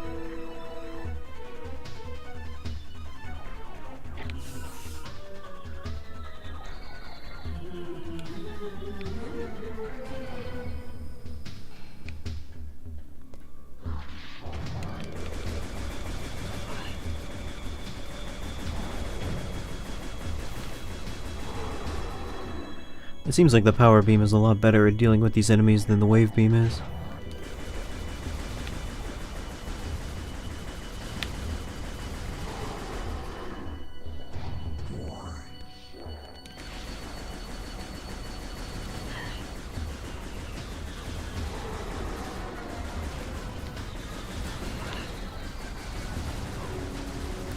It also seems like they do a lot more damage in melee range than they do at range, so it's better to fight them at a distance if possible.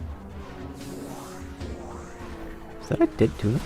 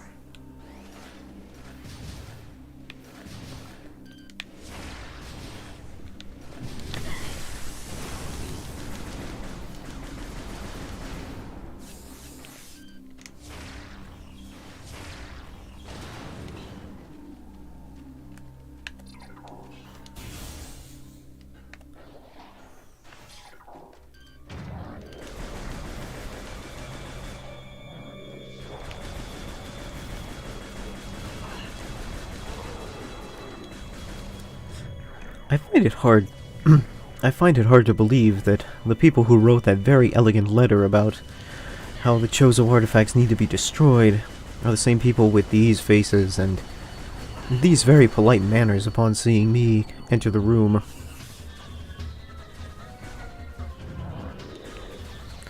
I somehow doubt that they are the same people. Perhaps they are all very vulgar, very angry pirates.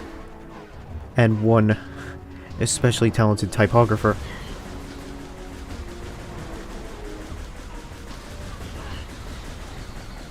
Maybe Ridley is just very good at calligraphy, I don't know.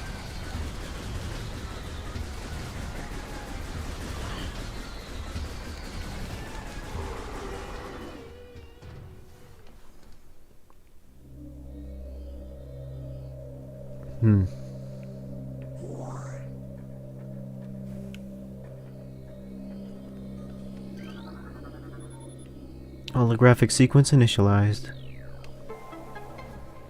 Are we going to get a slideshow?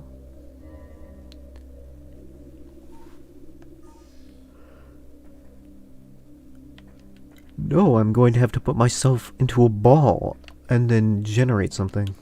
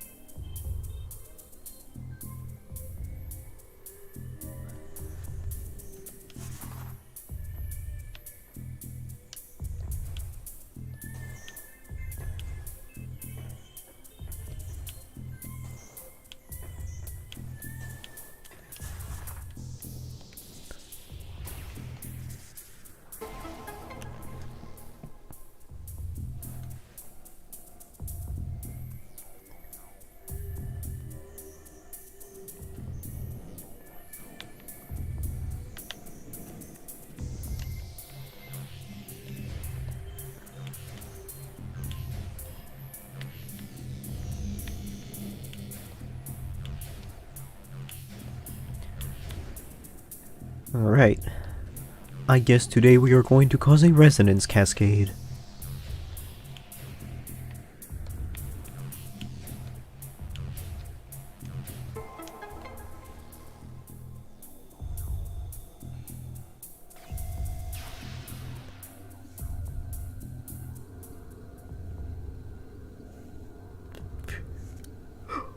It's a thing.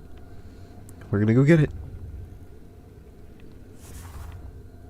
This appears to be a hologram of our universe? I wonder which one is Talon 4.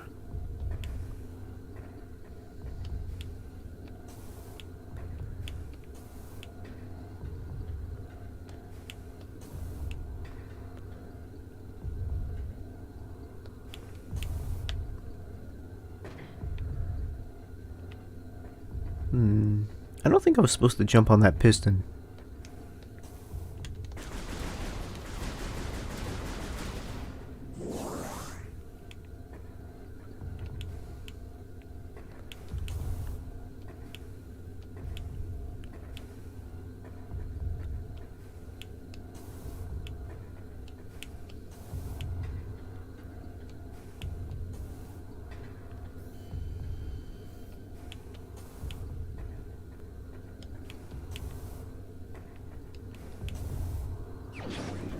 Whatever could this be?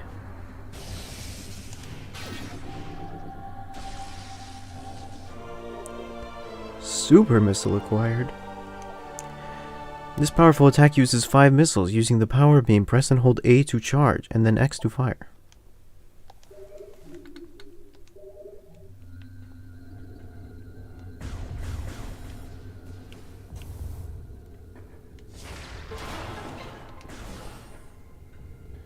Oh, a save.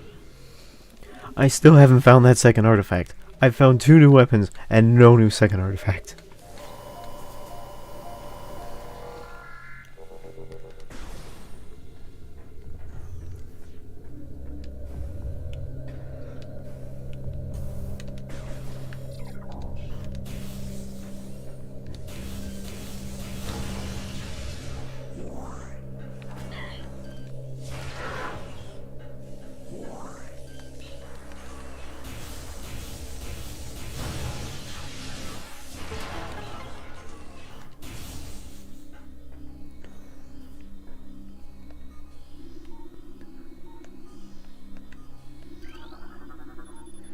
Access to control tower granted. Please step into the hologram.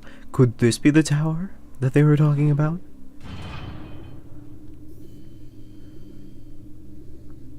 I sure hope so. I, no offense, but I don't know. Streaming for the first time has taken a lot out of me, and I'm about ready to stop. But I am committed to seeing that second artifact, no matter how long it takes.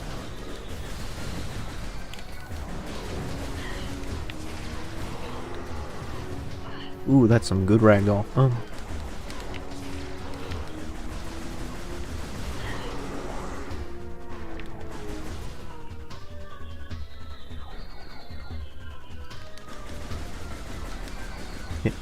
You okay, my dude? Interesting maneuver, dude. Let's see how it plays out.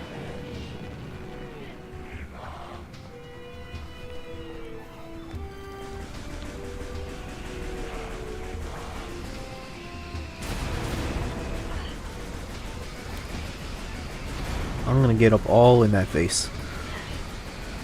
Actually, I'm gonna scan first.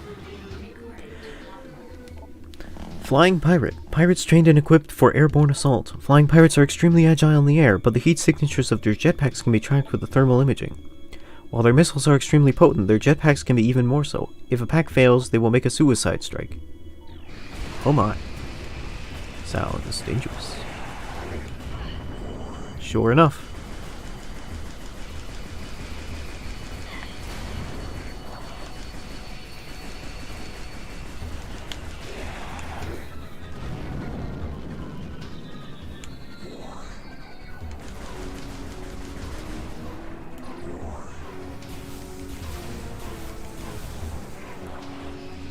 Oh, is there more? There's more. They fly now! They fly now!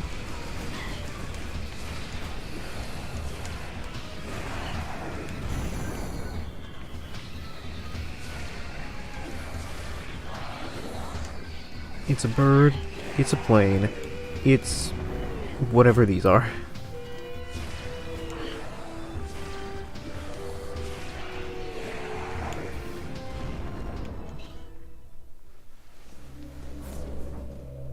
I am not really against using missiles on them. They're pretty hardy.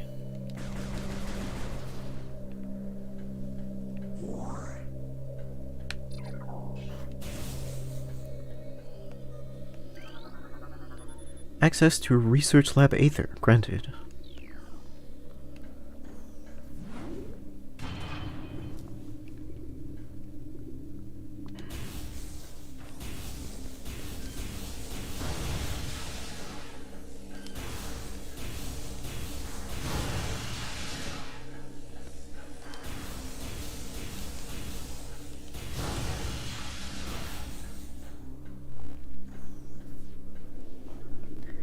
Whoa, it's the Metroid.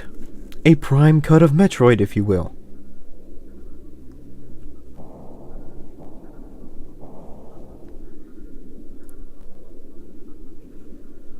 You'd think after, like, the first 4 times this didn't work, the space pirates would stop testing on Metroids.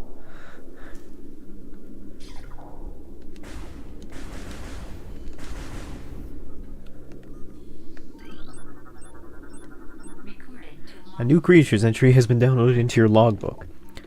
Talon Metroid, energy-based parasitic predator. The effects of Phazon have turned these Metroids, a species of alpha predator native to SR-388, into a unique subspecies found only on Talon 4. A Talon Metroid will latch onto its prey and drain energy, growing larger as it does. The only way to shake an attached Talon Metroid is to enter Morph Ball mode and lay a bomb. I see. Oh, shoot!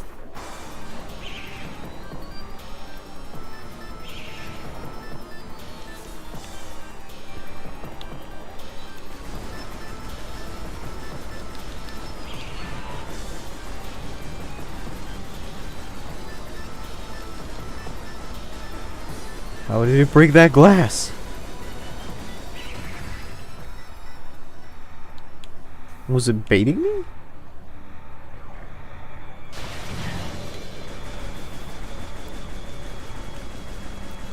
Hey, this is OSHA? I just want to talk about your standards and procedures. They're kind of lacking. I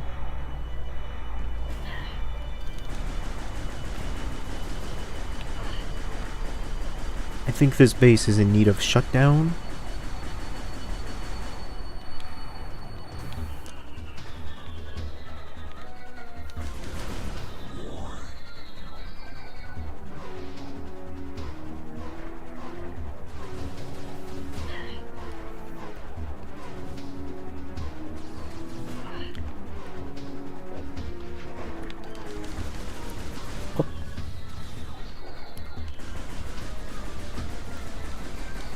You good, my dude?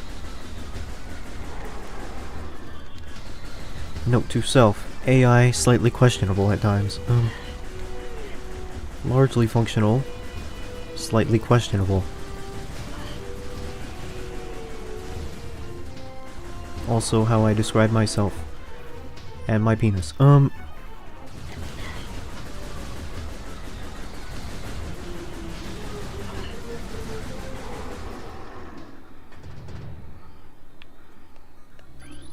Elevator operational.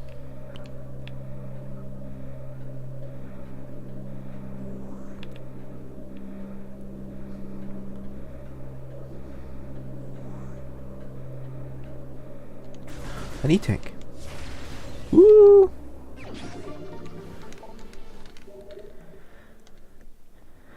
I could free the Metroid by using a missile, but is that a good idea? I don't really think so.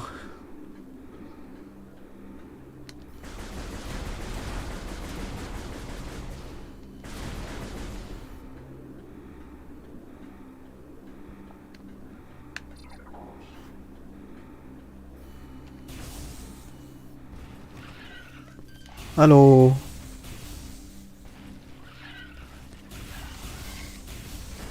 Just what I needed. The frozen variant of these guys.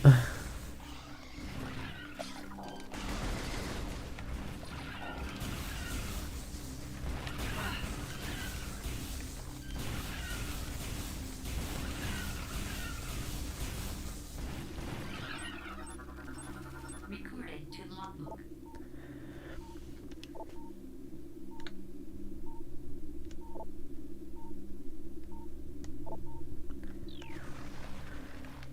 Well, that doesn't tell me much. I think I'll just walk past. All things considered, they're a little too tanky to be dealing with.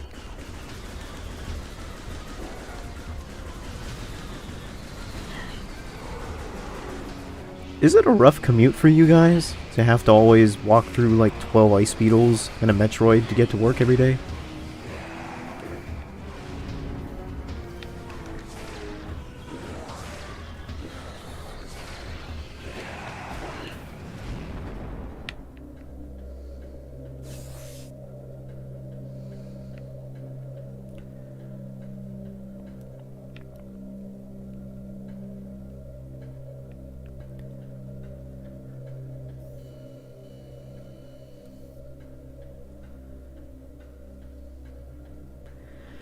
Looks like I wasn't the only one trying to attempt a resonant cascade today.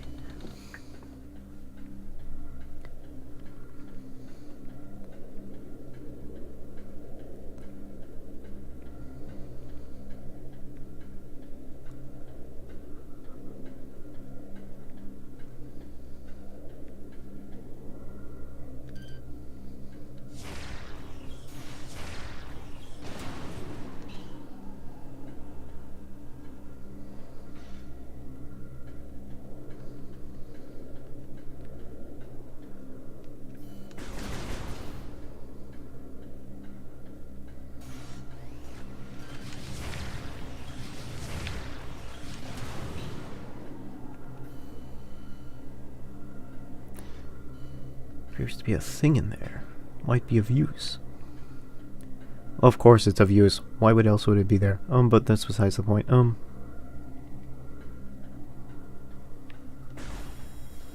cannot be opened with that weapon.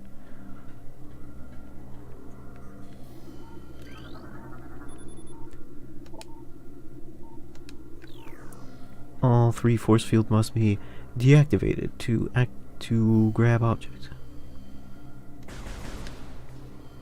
Can I shoot it? Well, I'm out of ideas.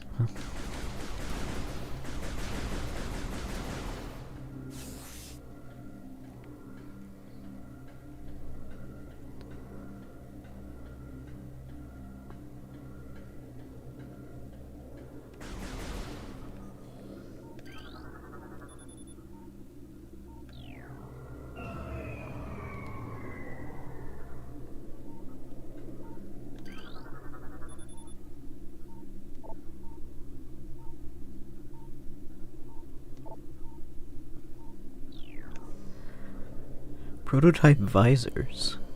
Interesting.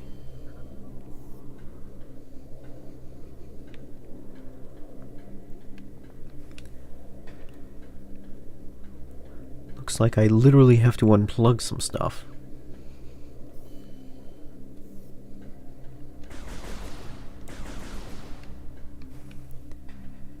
I never thought I'd see something with a jankier setup than my PC, but I guess there's a first time for everything.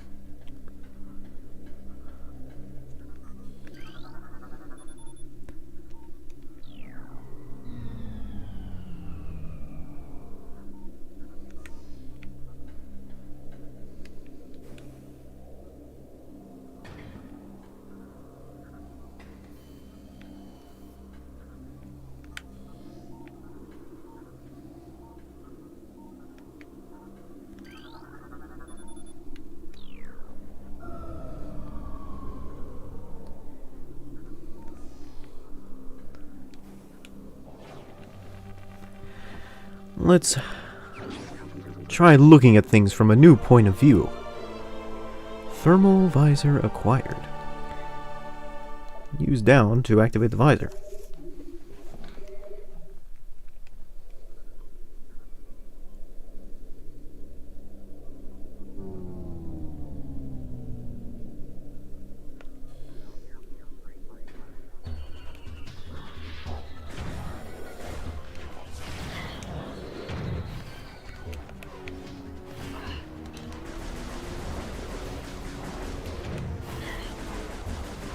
It is suddenly very dark.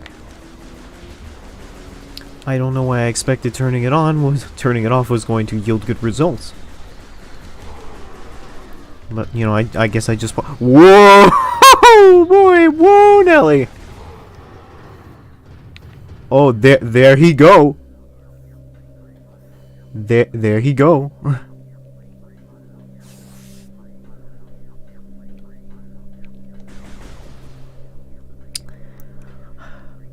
Maybe there was a reason the lights were off.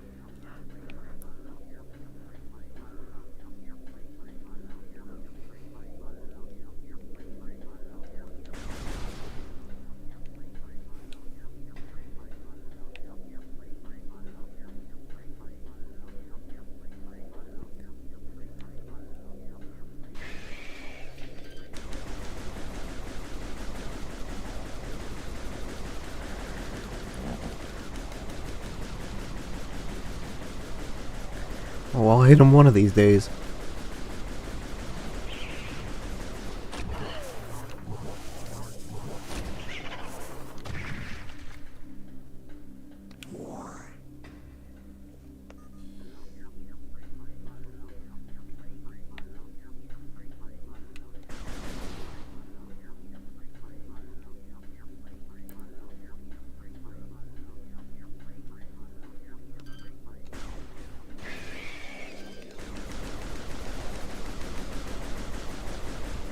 Please, no more hugs. I can't take it.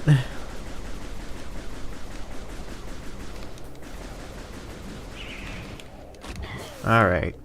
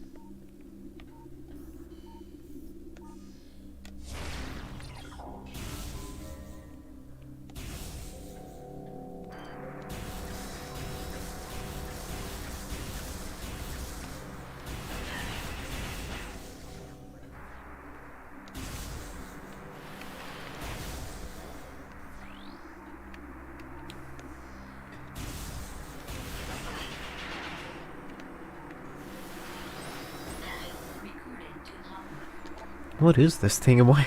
Mechanoid, sentry drum, well armed and armored security mecha. Have limited intelligence but do their assigned tasks well. Being machines, they are susceptible to electrical attacks. Noted.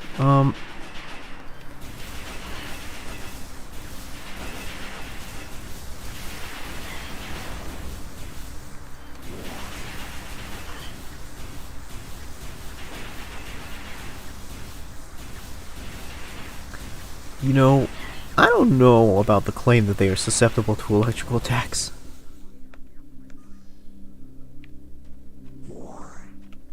They didn't seem very susceptible to me.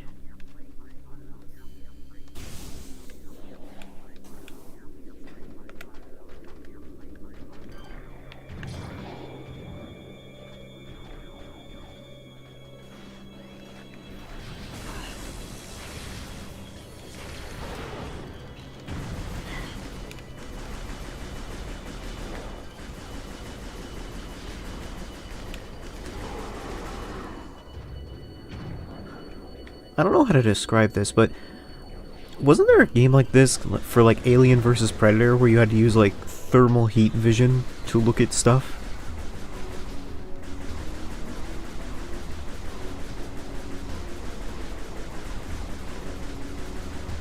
Is he just dodging all my attacks? Like, does he not get hit by this? No, he gets hit.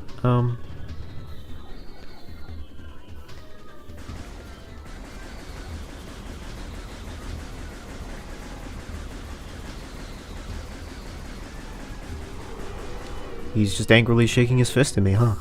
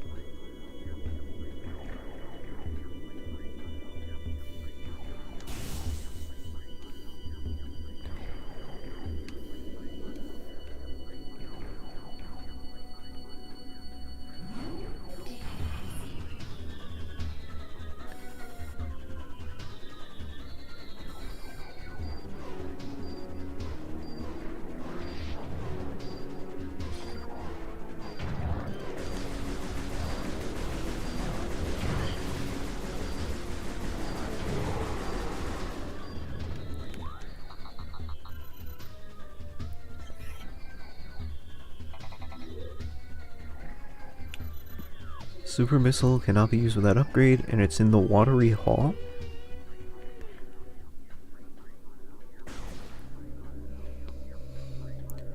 I mean, if you say so, I haven't had a reason to use it yet.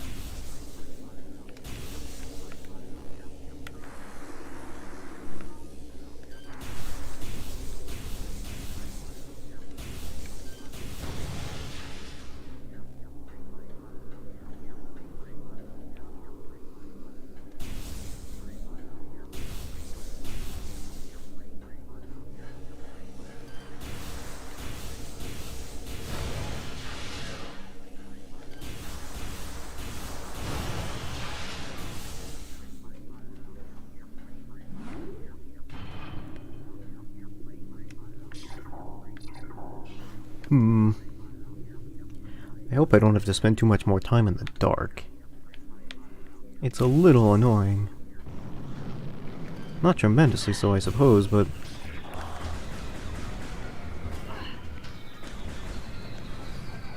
Oh. I'm outside now. That's good.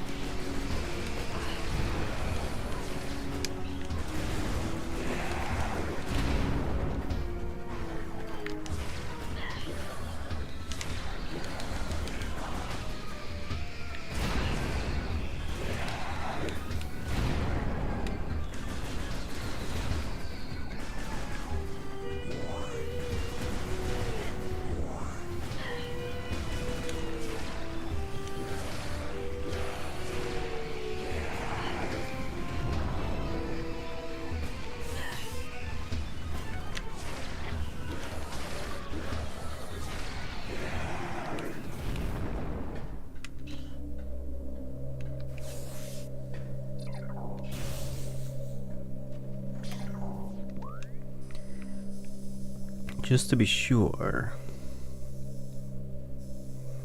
No, I don't think I missed anything. Nothing important, anyway, in this part of the map.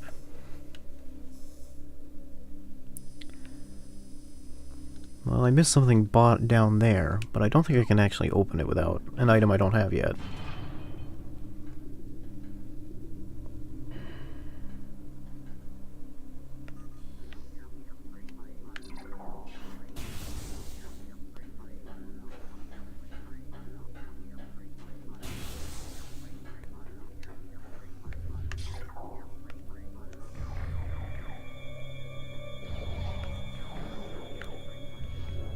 Did I just go in the way I came? I think I just went in the way I came.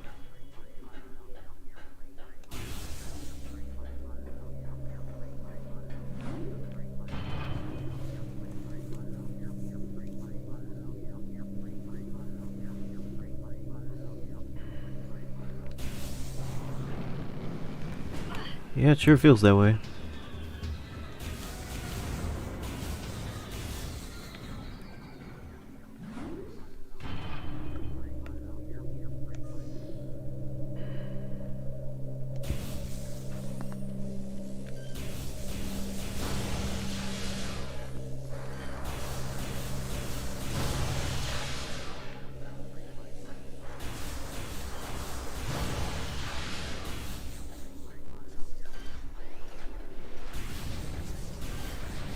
No, this was the way I came through.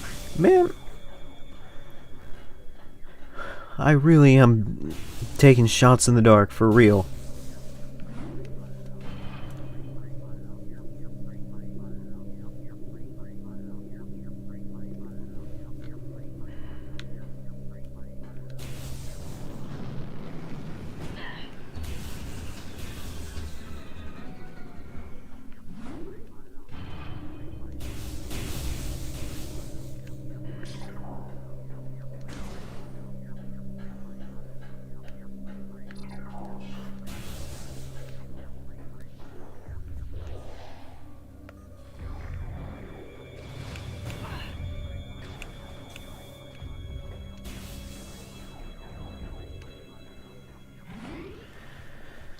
That's the save point.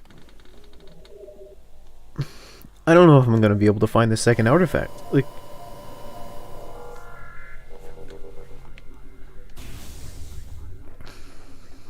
at the very least, I want to be able to leave this ice zone and get back to someplace that isn't here, because I don't like standing in the dark.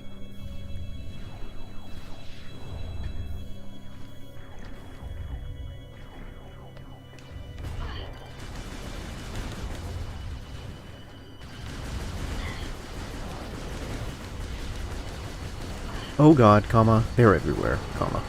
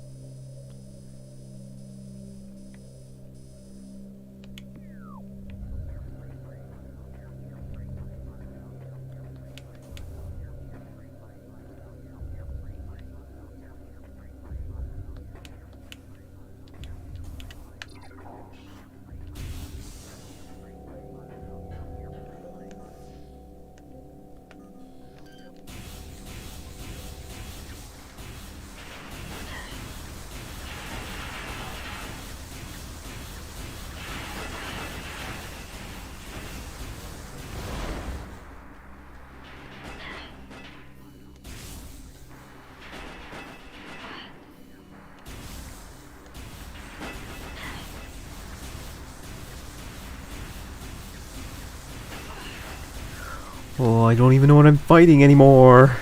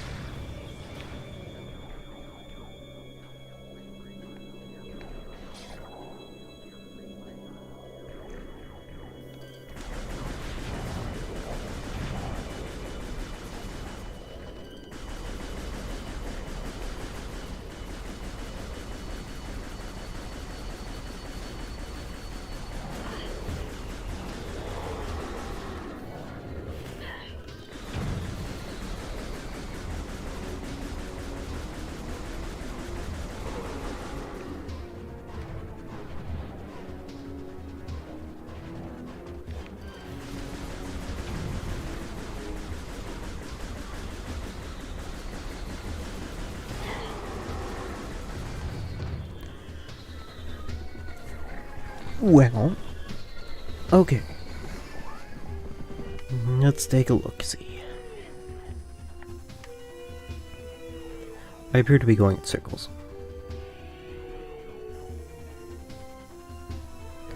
If I want to get to the caverns west, I'm gonna need to go this way.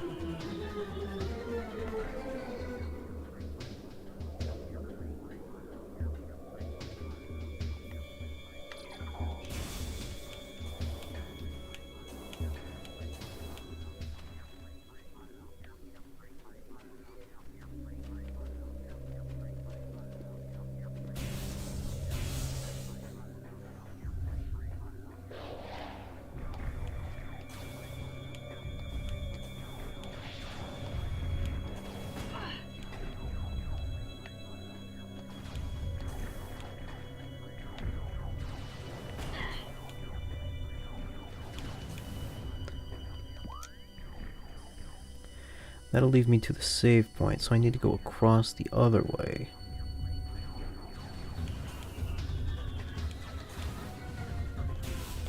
At this point, I think I just want to go home. And by home, I mean a save point that isn't here.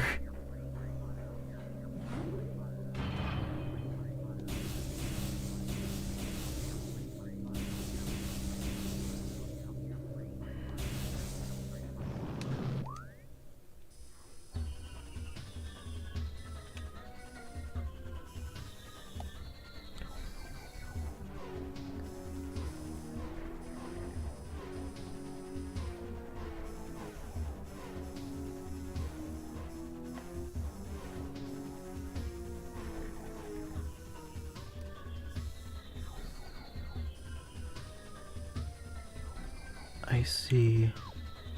That's a shame. Guess we're going back.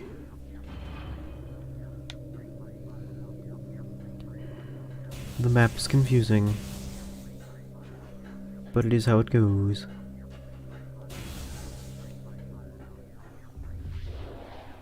So if I fall down here, and then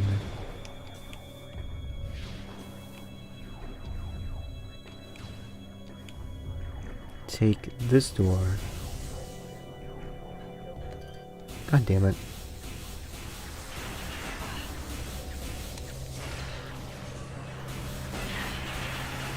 I don't know if I can live through this.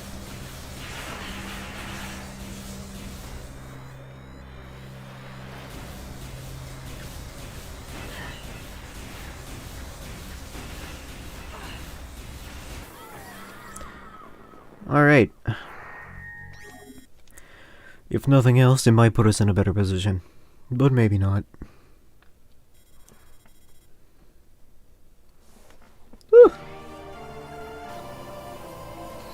I must admit, I am not super enjoying the dark segments.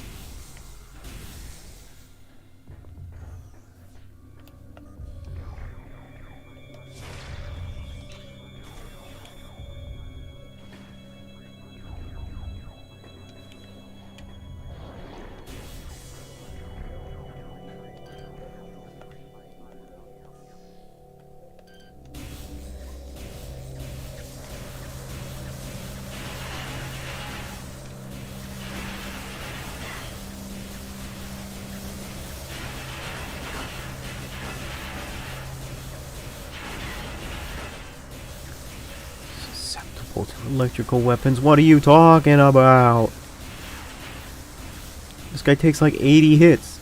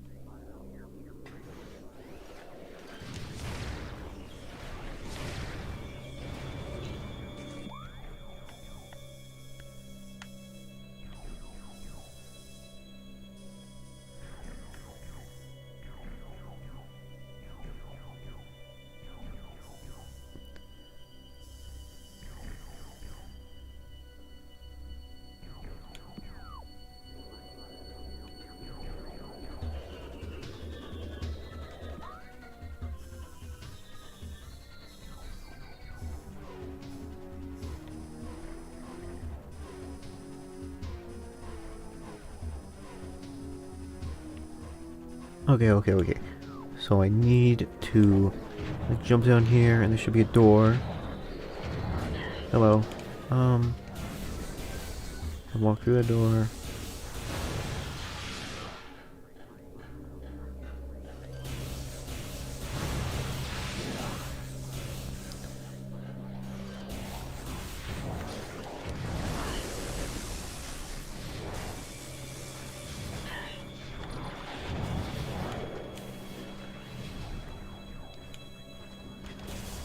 What if I just didn't?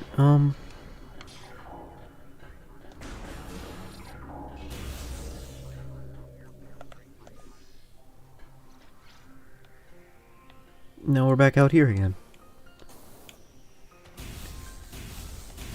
It was definitely progress. I mean, it's not...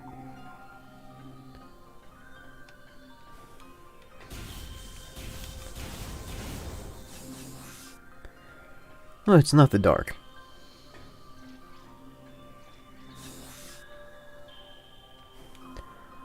Well...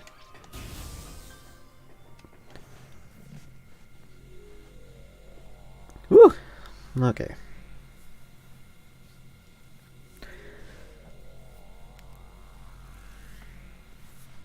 I think that's gonna be it for today. I think I'll come back and play this tomorrow. Despite my little bit of frustration at the end, I am having a lot of fun with this game. Or at least what I think is meant to be fun. It's a little hard to tell what fun is anymore. I guess you could say I didn't consider this a waste of time. Not to sound pretentious or anything like that. But I didn't feel anxious about it, is what I mean to say. But yeah, I think I'll, pick it up tomorrow and try to figure out where to go next. Here's hoping that the streams go better. I'll see you next time. In the meantime, we'll save. And such and such. See you when I see you.